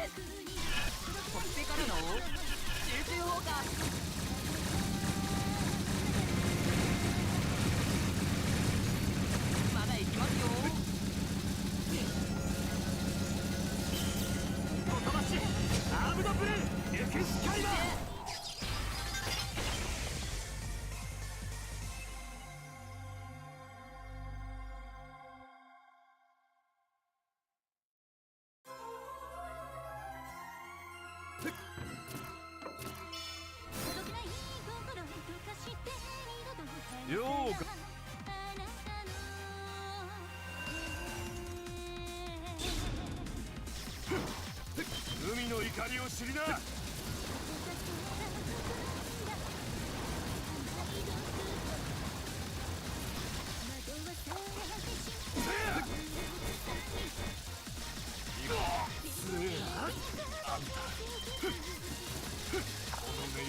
海に刺さる。入りゃしねえ。ほらもう一つ。死は満ちたぜ。木図と消えな。アクアアバター。流れは止まらねえ。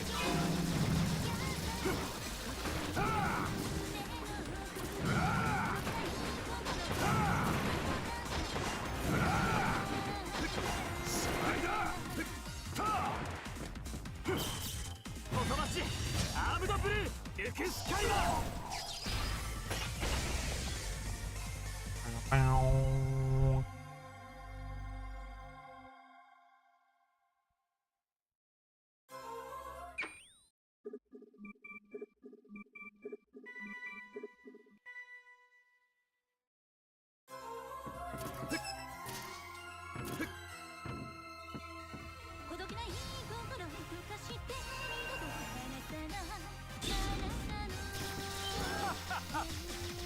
ここだよフォーリンラブ。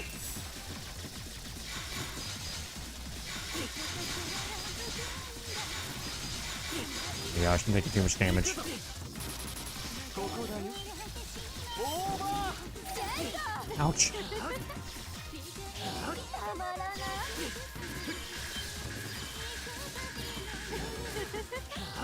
ここよ。オーバー。ジャンだ。ここだよフォーリンラブ。カルバリッパッチ。愛を感じるよ。愛の小の美しい。ここだよオーバー。ジェンド。ここよ。惑いなさい。抱き留めて。ここよ。オーバー。ジャンだ。愛の小の美しい。ここだよオーバー。ジェンド。ここよ。愛の形。めくるめく愛の宴。いざ愛の庭へ行くぞ。惑いなさい。行くぞ。惑いなさい。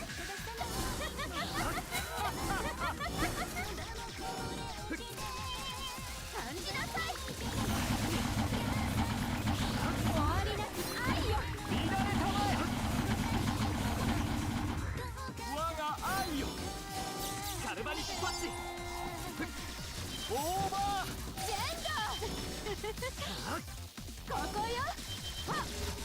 惑いなさい。抱き留めて。ここよ。たまらない。愛は散りゆく。 That was close.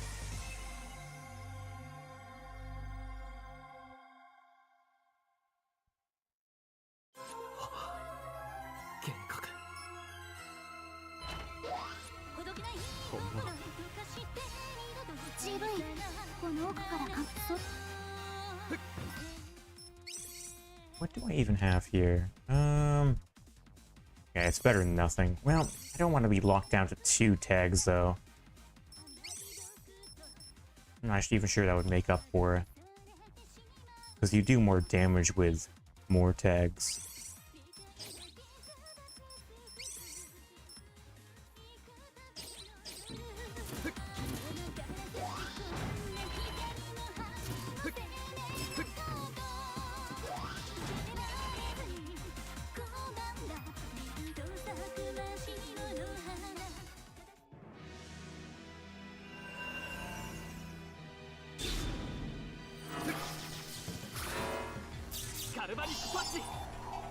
I'm gonna reload, actually. However I can do that. There, that's how we do it. Wait, did I just... Oh, never mind.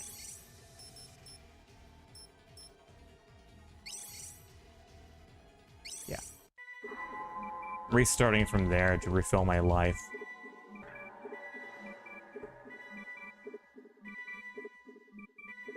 I made the mistake of not doing that when I was playing with Copen. I had to reset.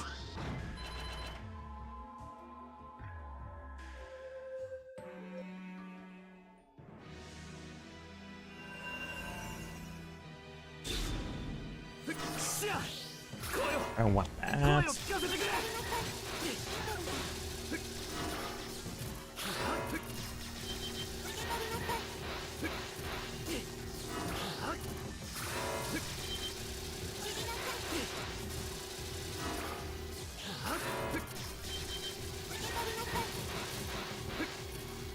Ah.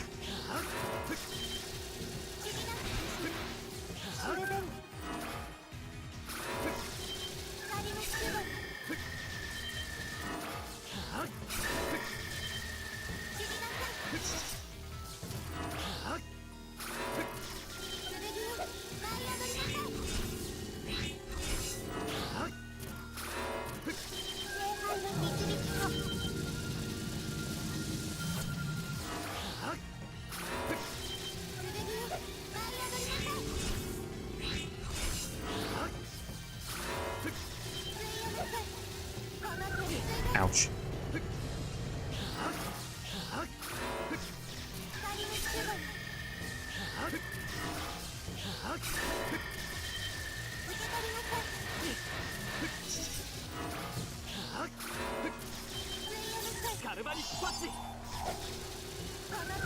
Oh man, got me again.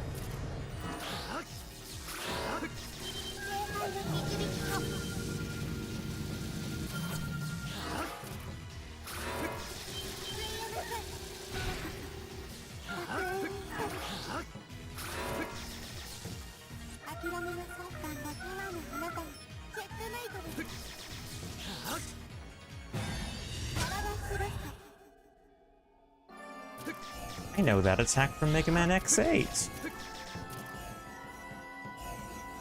ジーグにためらわないで。今のあなたならきっと一人で戦える。カルバリックパッチ。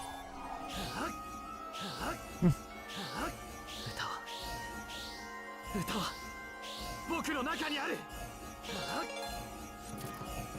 Oh, I gotta have input going on. So testing, 1, 2, 3. Yo, yo, yo. Gotta be talking into this in order for it to pick up that I'm trying to, yeah, do karaoke shenanigans. Yep. Gonna fool this mic into thinking that I'm doing things I'm not. Come on, keep it going. Hello, should I just blow in it actually? I worked on the old 3DS. Maybe it's not working as well here. Okay, come on. Go for it. Come on. I think it worked. It did.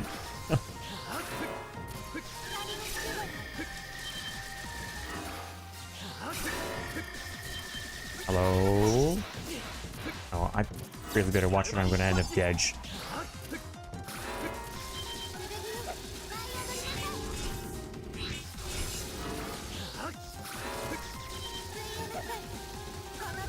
Ouch.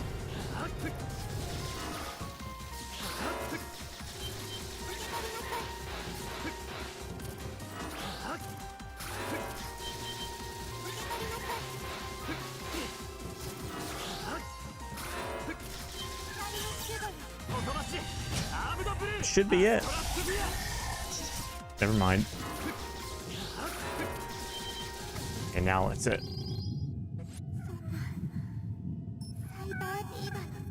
適合だけどサイバーディーバ彼女と心を通わせて私たちの楽園だ。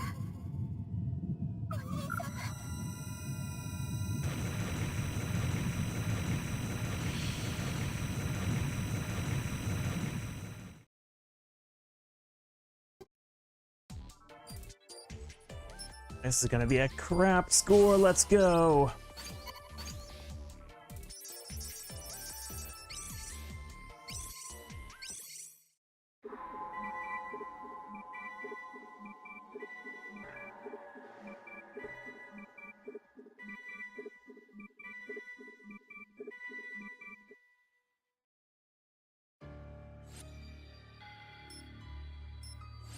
僕はどうして僕はまたシアンを。ミチルから離れろ。アキュラけれどなんだと。貴様だ。無関係なミチルまでも俺は許さん。神へ祈る間もなくここ。 Oh, we're actually fighting the dude. Okay.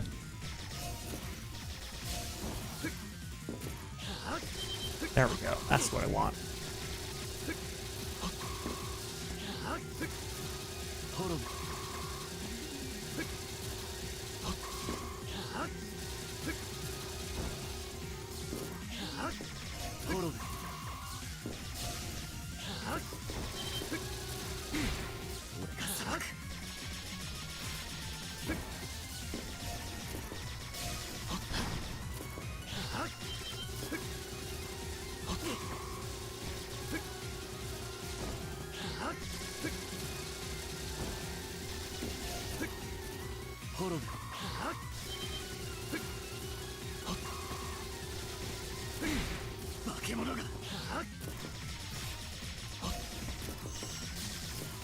消滅する。ギルトシーケンス封殺せ。奪い取れ。焼き払え。うがて食らい尽くせ。滅ぶ。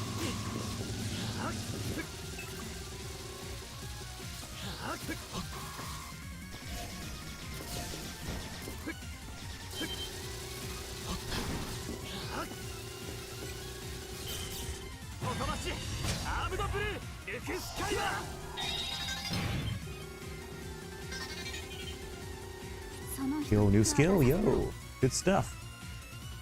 この声、シアン。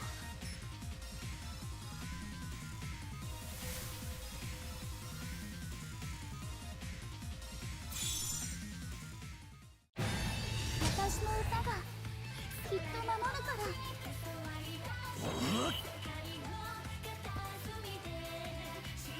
Uh-oh.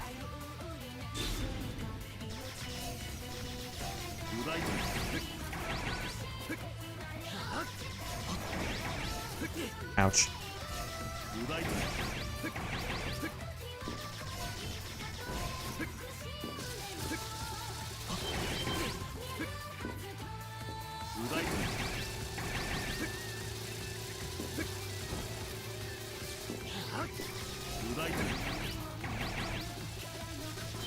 Okay, so I just gotta use it when I'm inside.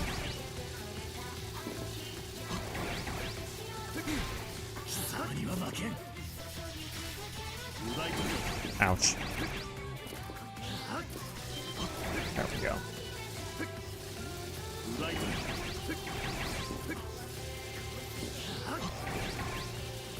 Really?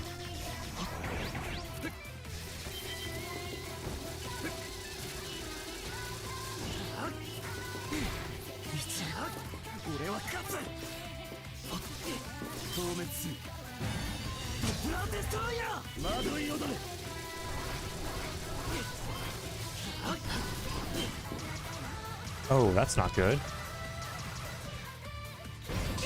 Well, that's even worse.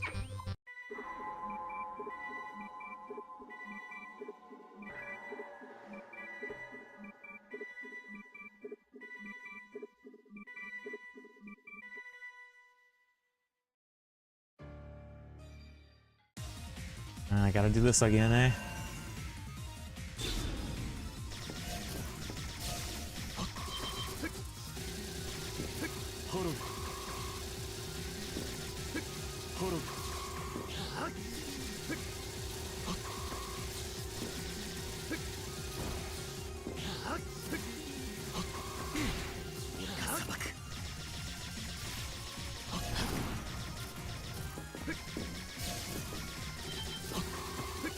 Ouch.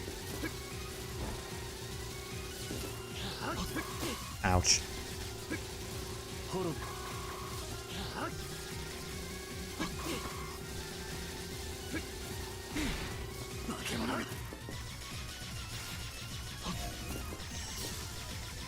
消滅するギルトシーケンス封殺する Oh, my bad. 奪い取れ Amateur mistake. 焼き払えうがて食らい尽くせホロ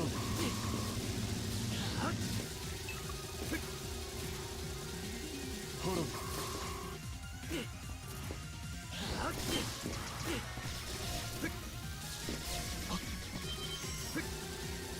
消滅するギルトシーケンス封殺せ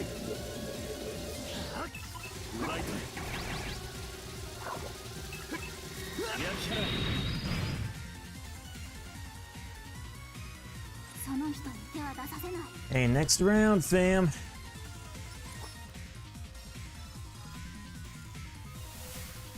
I wish I could skip this. Doesn't seem I can. 私の歌がきっと守るから。 I love how all this cheery music sets in when I'm gonna get killed.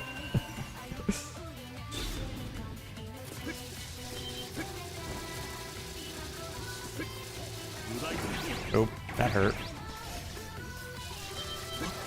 Ouch, that hurt too. 奪い取れカルバリックパッチ奪い取れ Man. 貴様には負けん奪い取れ Ouch. カルバリックパッチ Oh, I shouldn't have done that. That was stupid. Frick. Oh my god, really, man? 奪い取れ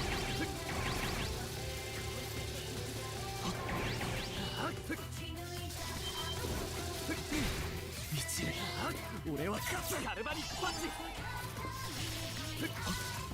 消滅する Uh-oh. プランデストロイヤー窓彩る Dude, really? I can't even get out of this. That did a crap load of damage. 奪い取れ奪い取れ Ah. 奪い取れ Whew, that was close.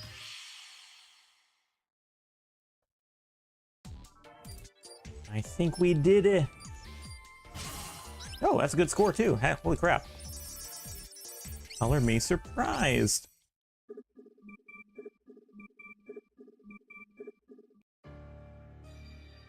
アキラ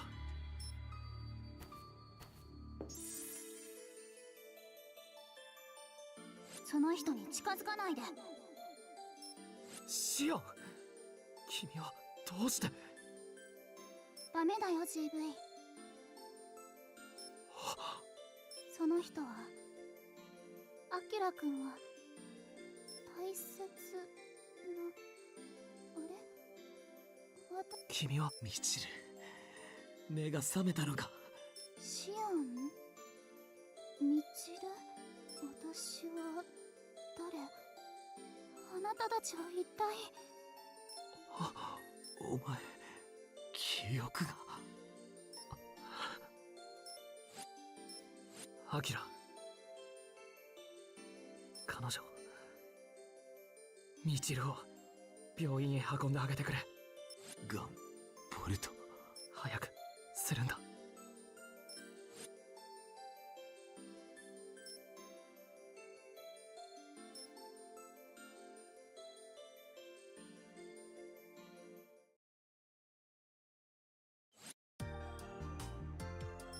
GV、今日のお昼は何がいいですか？そうだね Yo, casual GV? Where's glasses? I thought he wore glasses in casual. どうかしたの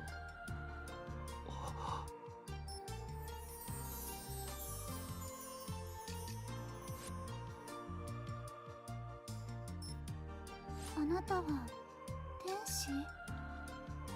What a pickup line.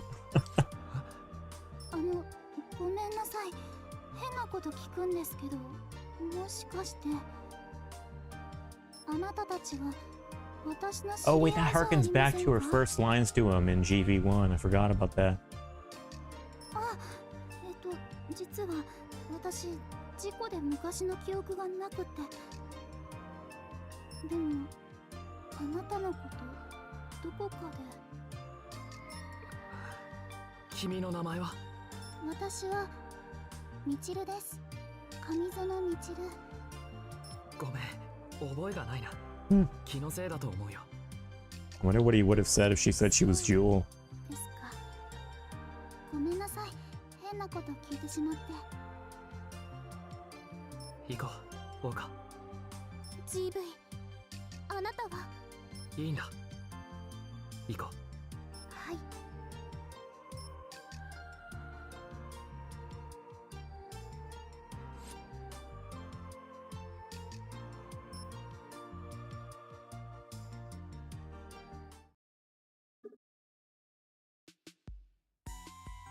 Oh yeah. These are different. This is a true ending sequence.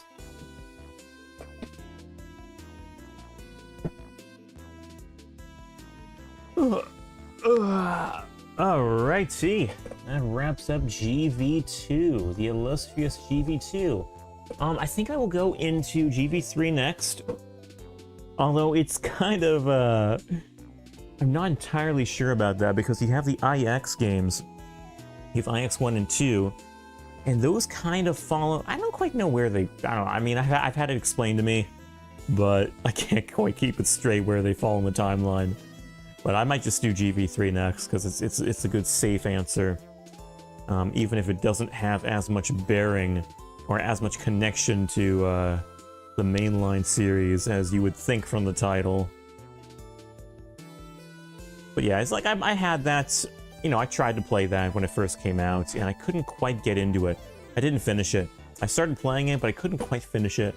So, it'll be neat to go back to that again, even if just for the gameplay. Because I hear, you know, the story gets very mixed reviews, but everyone has good things to say about the gameplay. So I'll be looking forward to get into that just for the gameplay alone, I think. Or trying to, anyway. It's gonna be quite a bit different. But I think it'll be fun.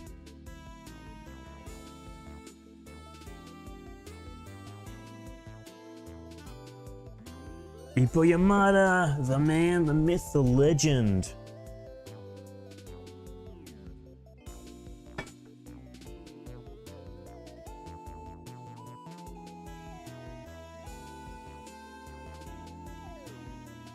But yeah, I probably won't go into GV3 immediately.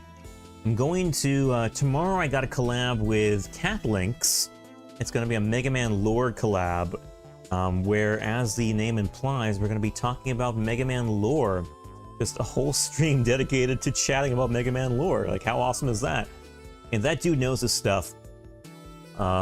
He's been around the Mega Man community for a long time. So yeah, that'll be fun. And then after that, on Saturday, or no, Friday comes next. Friday we might have Tronbon with the buds, with the illustrious Josh and David, aka Yoshinator and Chomp Zero. But yeah, it's always good getting into streams with them because they, you know, they're super fun to chat with. They know their Legend stuff too, and I've known them a long time, so we all get along very good. But yeah, that's gonna be fun too. Assuming it happens. I mean, I haven't checked in with David yet, which I probably should, come to think of it. See where he stands. Because I want to make sure the scheduling is all right for him. See if he can do that.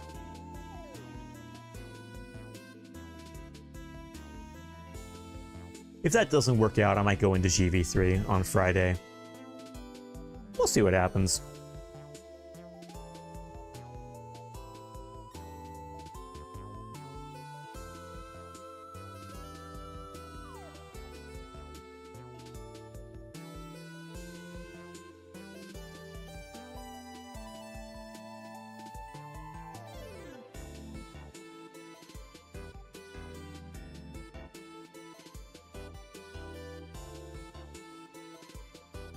Oh yeah, those are all 8-4 staff. They totally worked on this game, which I forgot about earlier.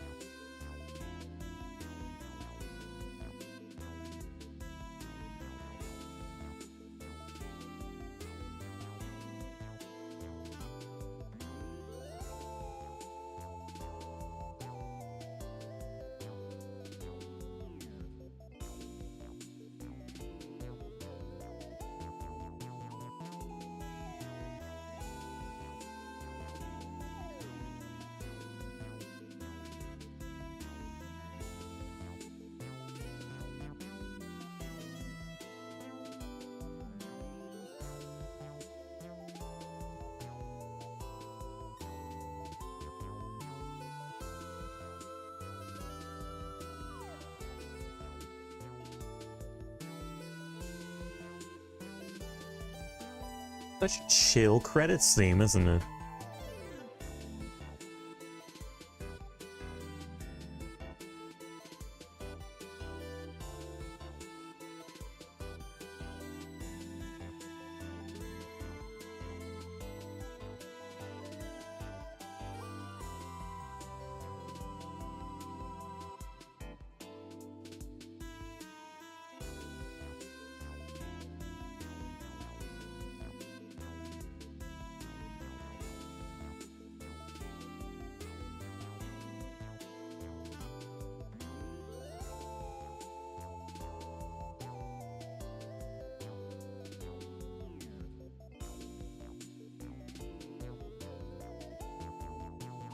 Oh man, this game's 10 years old by now. That's crazy. I remember playing on my 3DS like it was yesterday.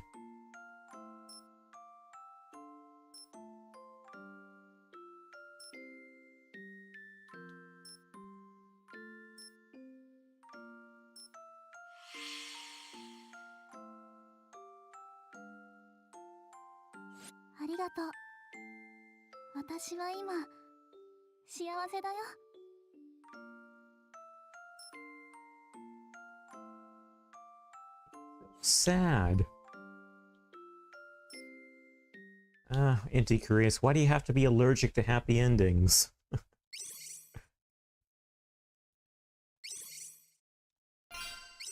Shouldn't there have been an epilogue sequence? Huh. I thought there was supposed to be an epilogue sequence. Oh well. Let me look in. Oh, the secret missions. I forgot about those. Let me see what triggers the epilogue sequence. There's like a secret ending sort of thing.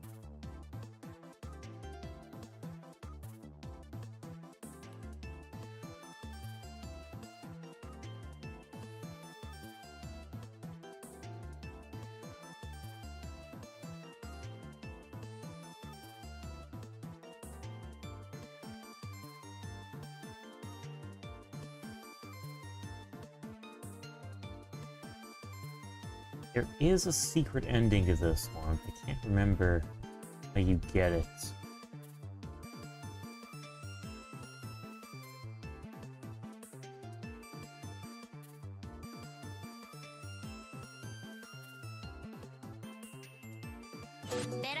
Oh, oh, I'm hearing that through my desktop audio.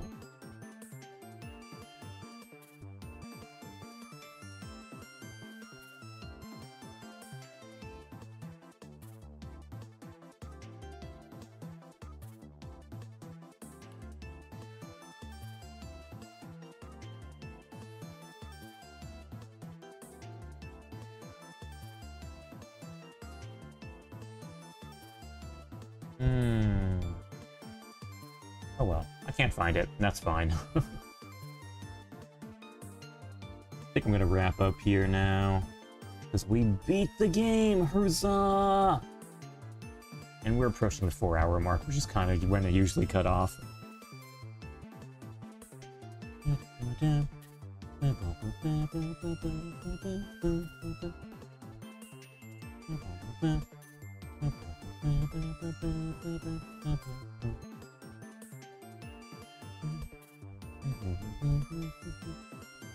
Looking for a raid target.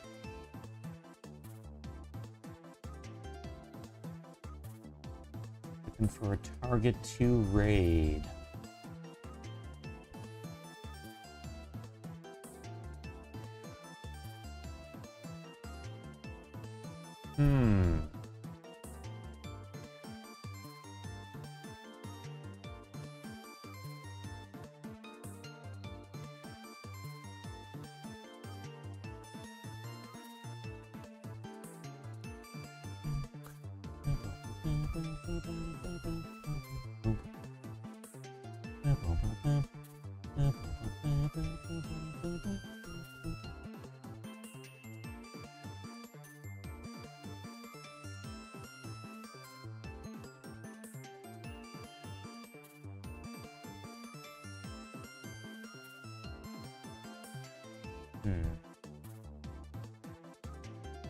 You know what? I think I'll just wrap it up there.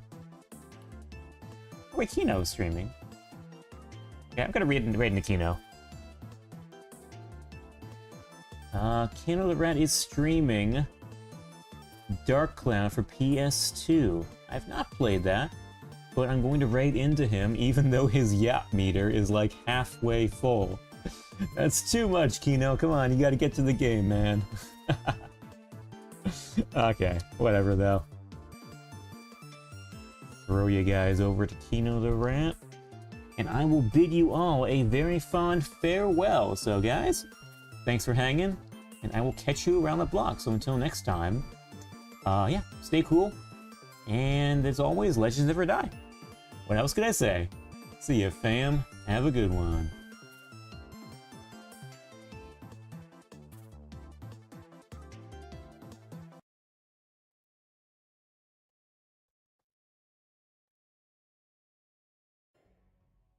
Hey, Skybane.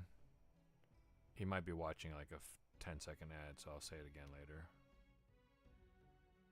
No, that video got scrapped, sadly. It's for RoboCop Rogue City. Okay, because you told me originally that you were going to do a video for the Justice League game, and that you already had a friend, maybe, to do the voiceover work for the script that you're writing. Hey, Skybane. Nice. I don't do any ads, but I know that sometimes if you jump in the channel for the first time, sometimes you see ads, and it's like, you know, it'll be anywhere from 10. Thanks so much for the raid, dude. How was Azure Gunvolt 2? I think. Yeah, the person who was gonna voice over it never came through. Oh, that sucks.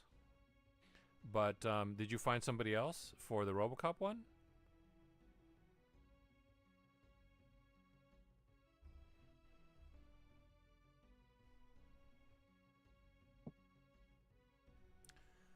As your striker, Gunvolt.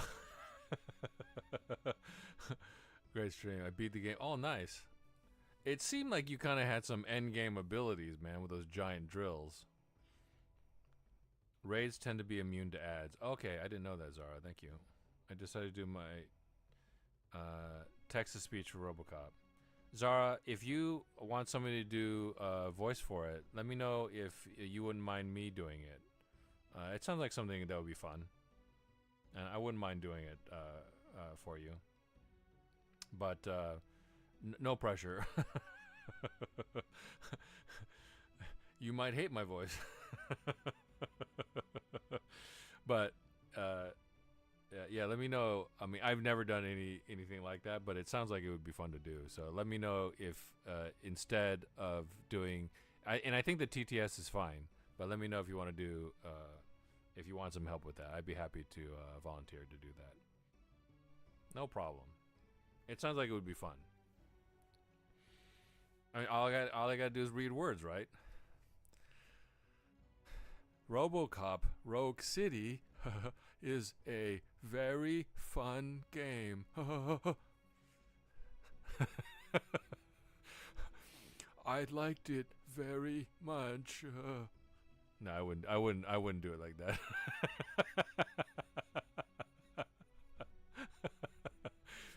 I would try to be normal. Sorry. That was just a joke. That's just how the game is. You get some crazy powers that give you huge adrenaline trip, lol.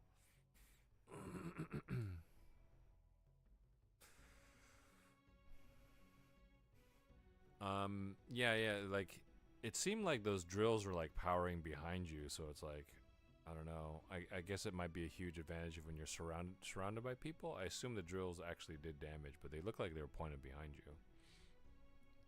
Okay, so Zara, when you say intro, do you mean you wrote the script for the intro, or do you mean the you edited the intro, the video edited? Excuse me. Let me do a shout out for Skybane Zero here.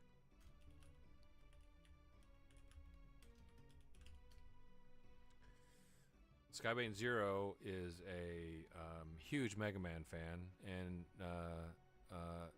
here's some Skybane Zero lore. Back in the day, when Capcom, the Capcom website community, the Capcom community on the Capcom website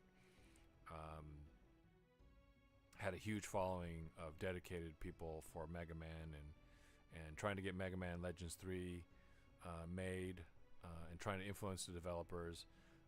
There was a Mega Man fan club that wasn't started by Skybane Zero, but that he later became the president and leader of.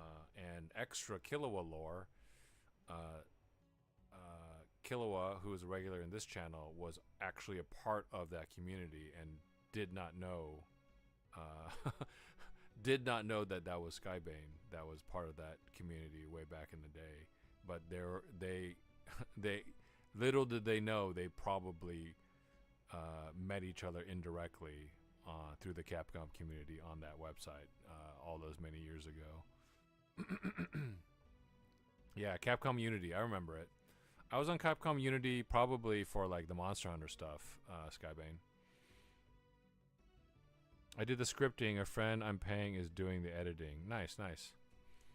Well, let me know if you want. Let me know if you want to employ my voice for voiceover work, and I won't charge because I don't do it professionally.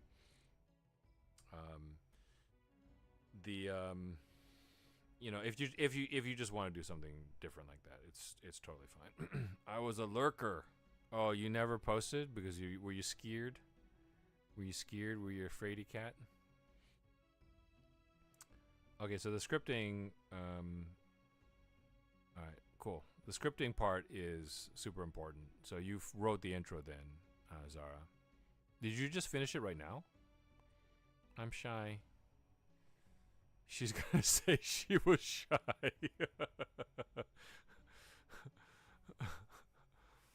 Whatever. She's not shy. She's advertising, doing her Pikachu onesie stream. That's not shy. Capcom Unity, I was the leader of Legends 3 Revival Group, which did some super cool things for several years. The group wasn't hosted on Capcom Unity, but we did some contests on there, and that was where Capcom originally hosted the Legends 3 dev room. That's awesome, Skybane. It was an open forum, so anyone could post there, but not Killua, because she's too shy. No, the editing for the intro just got finished. I just uploaded it on the YouTube. You want to send me a link, and is it okay if I share it here, Zara? Capcom did in fact say that it was perfectly okay to watch the MML3 project from afar, despite blaming the fans later when it was canceled. I don't know if anybody can just post, so if you DM it to me, I'll just post it for you. How's that sound? I don't know what my rules are here. So DM it to me real quick, and I'll post it in the chat. If you're okay with people seeing it, I'd love to share it. Just DM it to me really quick, and then yeah, there you go, perfect. I'm gonna open the link really quick just to make sure it's not porn. Okay, all right, good, it's not porn. All right. Never know, you could be in cahoots with Zev posting smut, tricking me. All right, cool. I didn't watch it yet, but folks, this is the intro to RoboCop Rogue City, a gaming video created by Zara. Right here, Zara's Gaming Lounge. I'm gonna subscribe to you right now.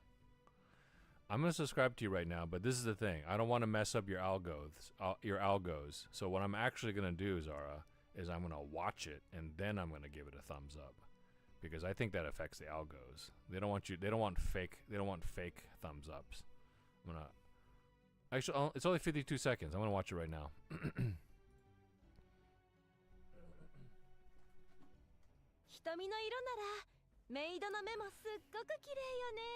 Folks, check it out. And give it a shot. I'm gonna play it right now. そういえば私も見たことありませんね。同じ家にいながらいつも微笑んでるんで。彼女の瞳は一体何色なのかしら。 There's a jump scare in it. メイドの目の色はね、虹色なのよ。どこ人の設定だよ。 There's a jump scare in it, Zara. 見たいのだ。微笑むのやめてなのだ。いえ、メイドは主の前では常に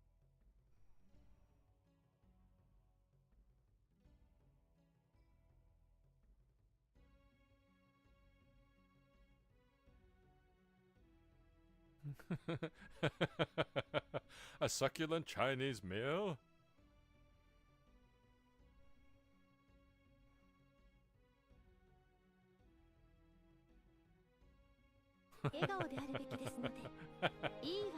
That's really good, Zara. That's really good. Zara, I take it back. I take back my volunteer to do the voiceover for your RoboCop video. I think the TTS is fine. I think it's great, in fact. So you don't need me at all.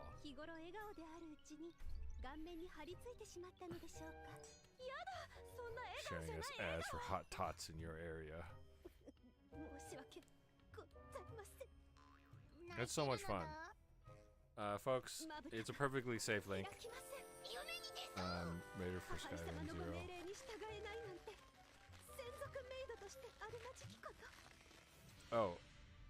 Am I my own raider? I'm so confused right now. Okay, I saw Raider from Skybane 0 and it's myself. I was looking at your channel, Skybane, so I guess I'm my own raider. Yeah, that's really well done. Kudos to you for the script, and kudos to your friend who did the editing. I think that's a start of a fantastic thing for sure. Thanks for lurking. Welcome home. But yeah, folks, check it out. Check out the link I just sent. It's totally legitimate and not smut. And it's just a quick little blurb. It's like only about 50 seconds long, and I'm assuming Zara Gaming Lounge, or Zara, sorry, is going to be adding more to it. But I guess that's just a little bit taste. I am your 36th subscriber, I think. I'm your 36th subscriber, and I've watched it now, so I'm going to give it a thumbs up. Look at that. Awesome. Well done, Zara. That was a lot of fun. You absolutely do not need me. What do you have against smut, Kino?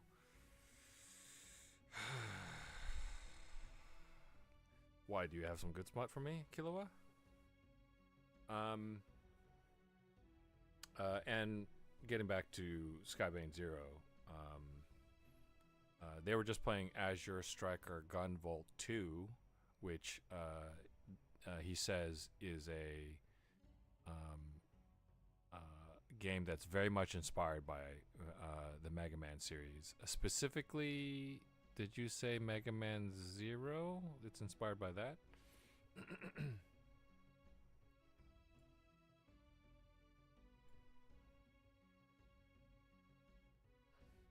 It was made by Mega Man Zero devs. Oh, nice.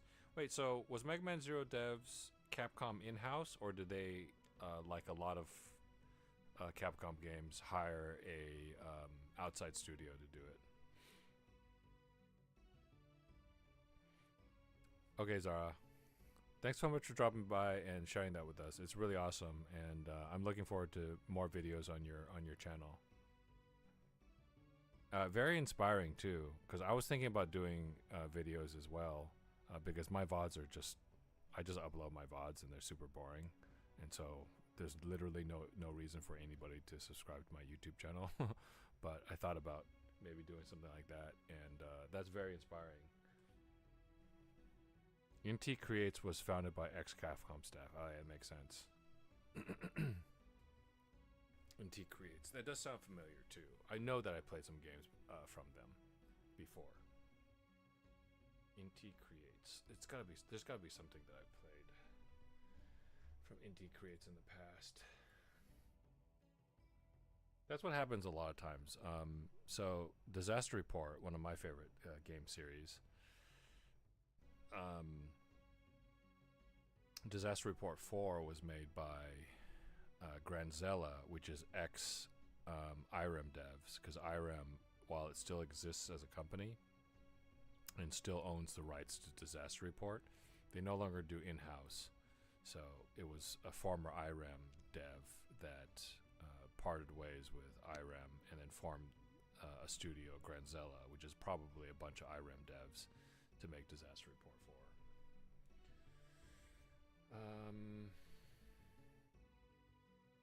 NT Creates. I was looking at NT Creates.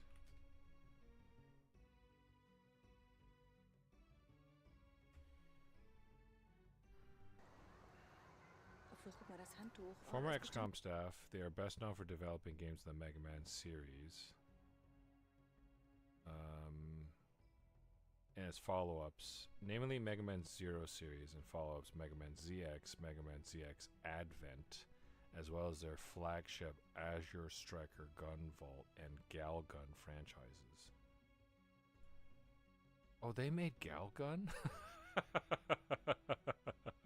That's awesome. I'm sorry, Dragonfax. The yap meter doesn't go any higher than that, unfortunately. I'll create something for it though.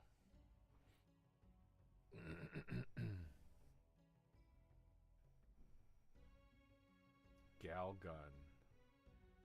I wonder if my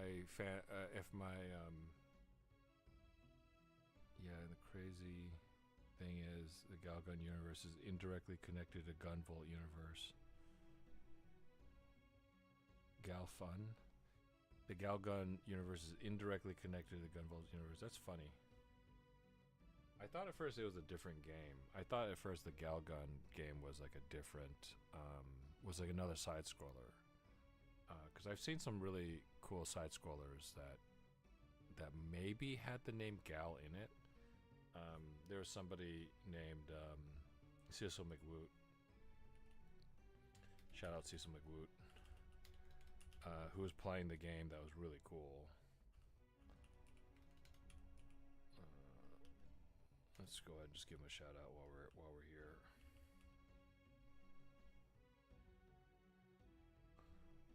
JRPG gamer, plays a ton of Tales games,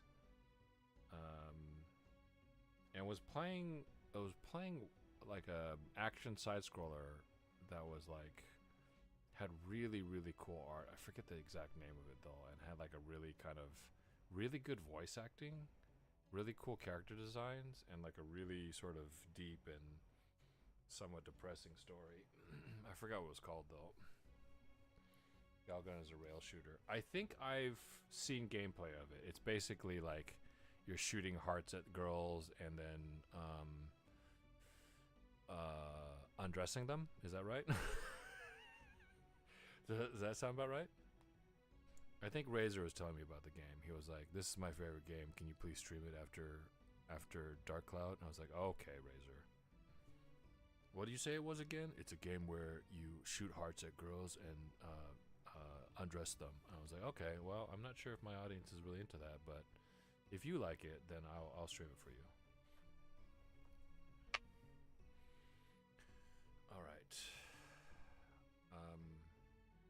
Let's try to do some dedicated. It's a wild one for sure. I think Keymailer has some of them. Let me take out my headphones.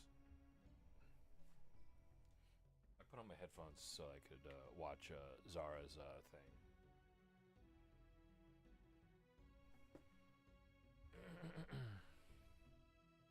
I think I might be able to request a key from Keymailer for that.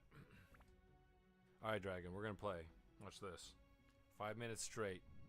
Straight gameplay. 5 minutes. Minimum. Maybe even 6. Due to a mysterious force on this floor, you get thirsty quicker.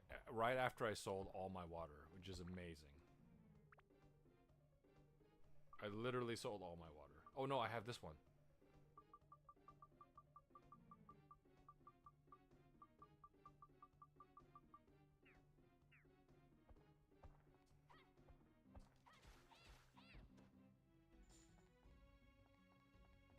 We get thirsty quicker. We need to hurry. Is he gonna explode in my face? So to speak.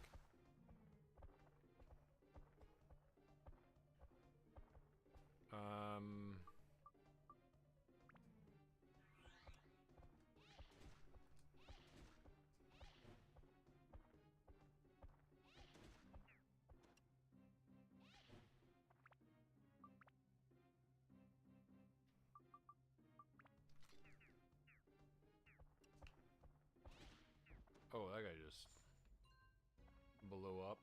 Oh, there's water here.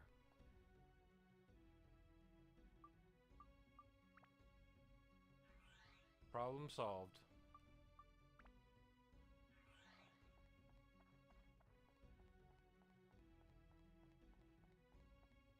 Oh, my Drance Feather broke.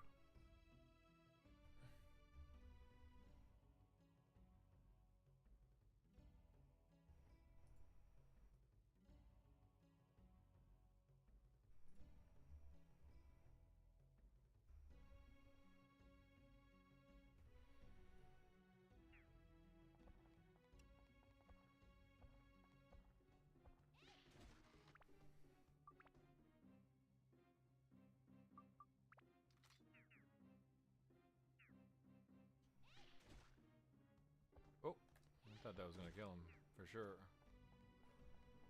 Okay, this is a door for her. What is that?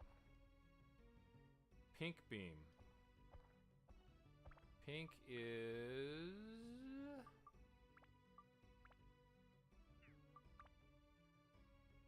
holy?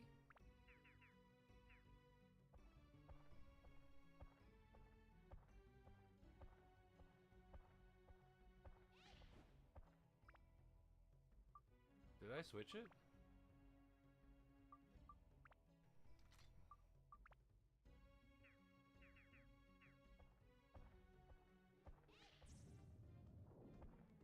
What the?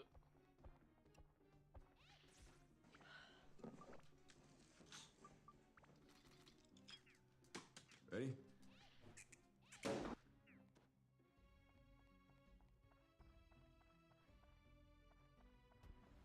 Oh, I didn't put my Drance Feather on. Now they're starting to run out.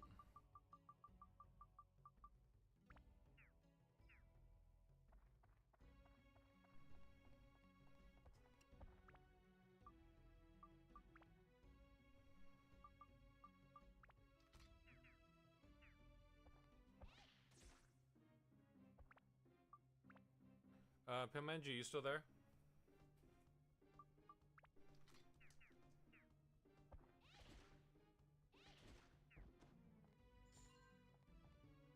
I wanted to ask you about a little bit more about that stalker like you were playing. Silverfish Project? Is it completely? Ooh, I'm super thirsty. Is it still in early access or is it complete?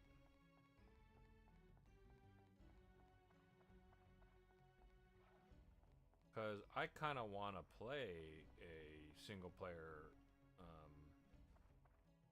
stalker like extraction type thing.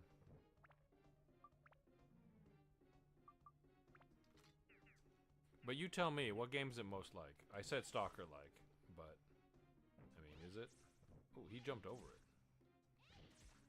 Oh, I killed him. All right.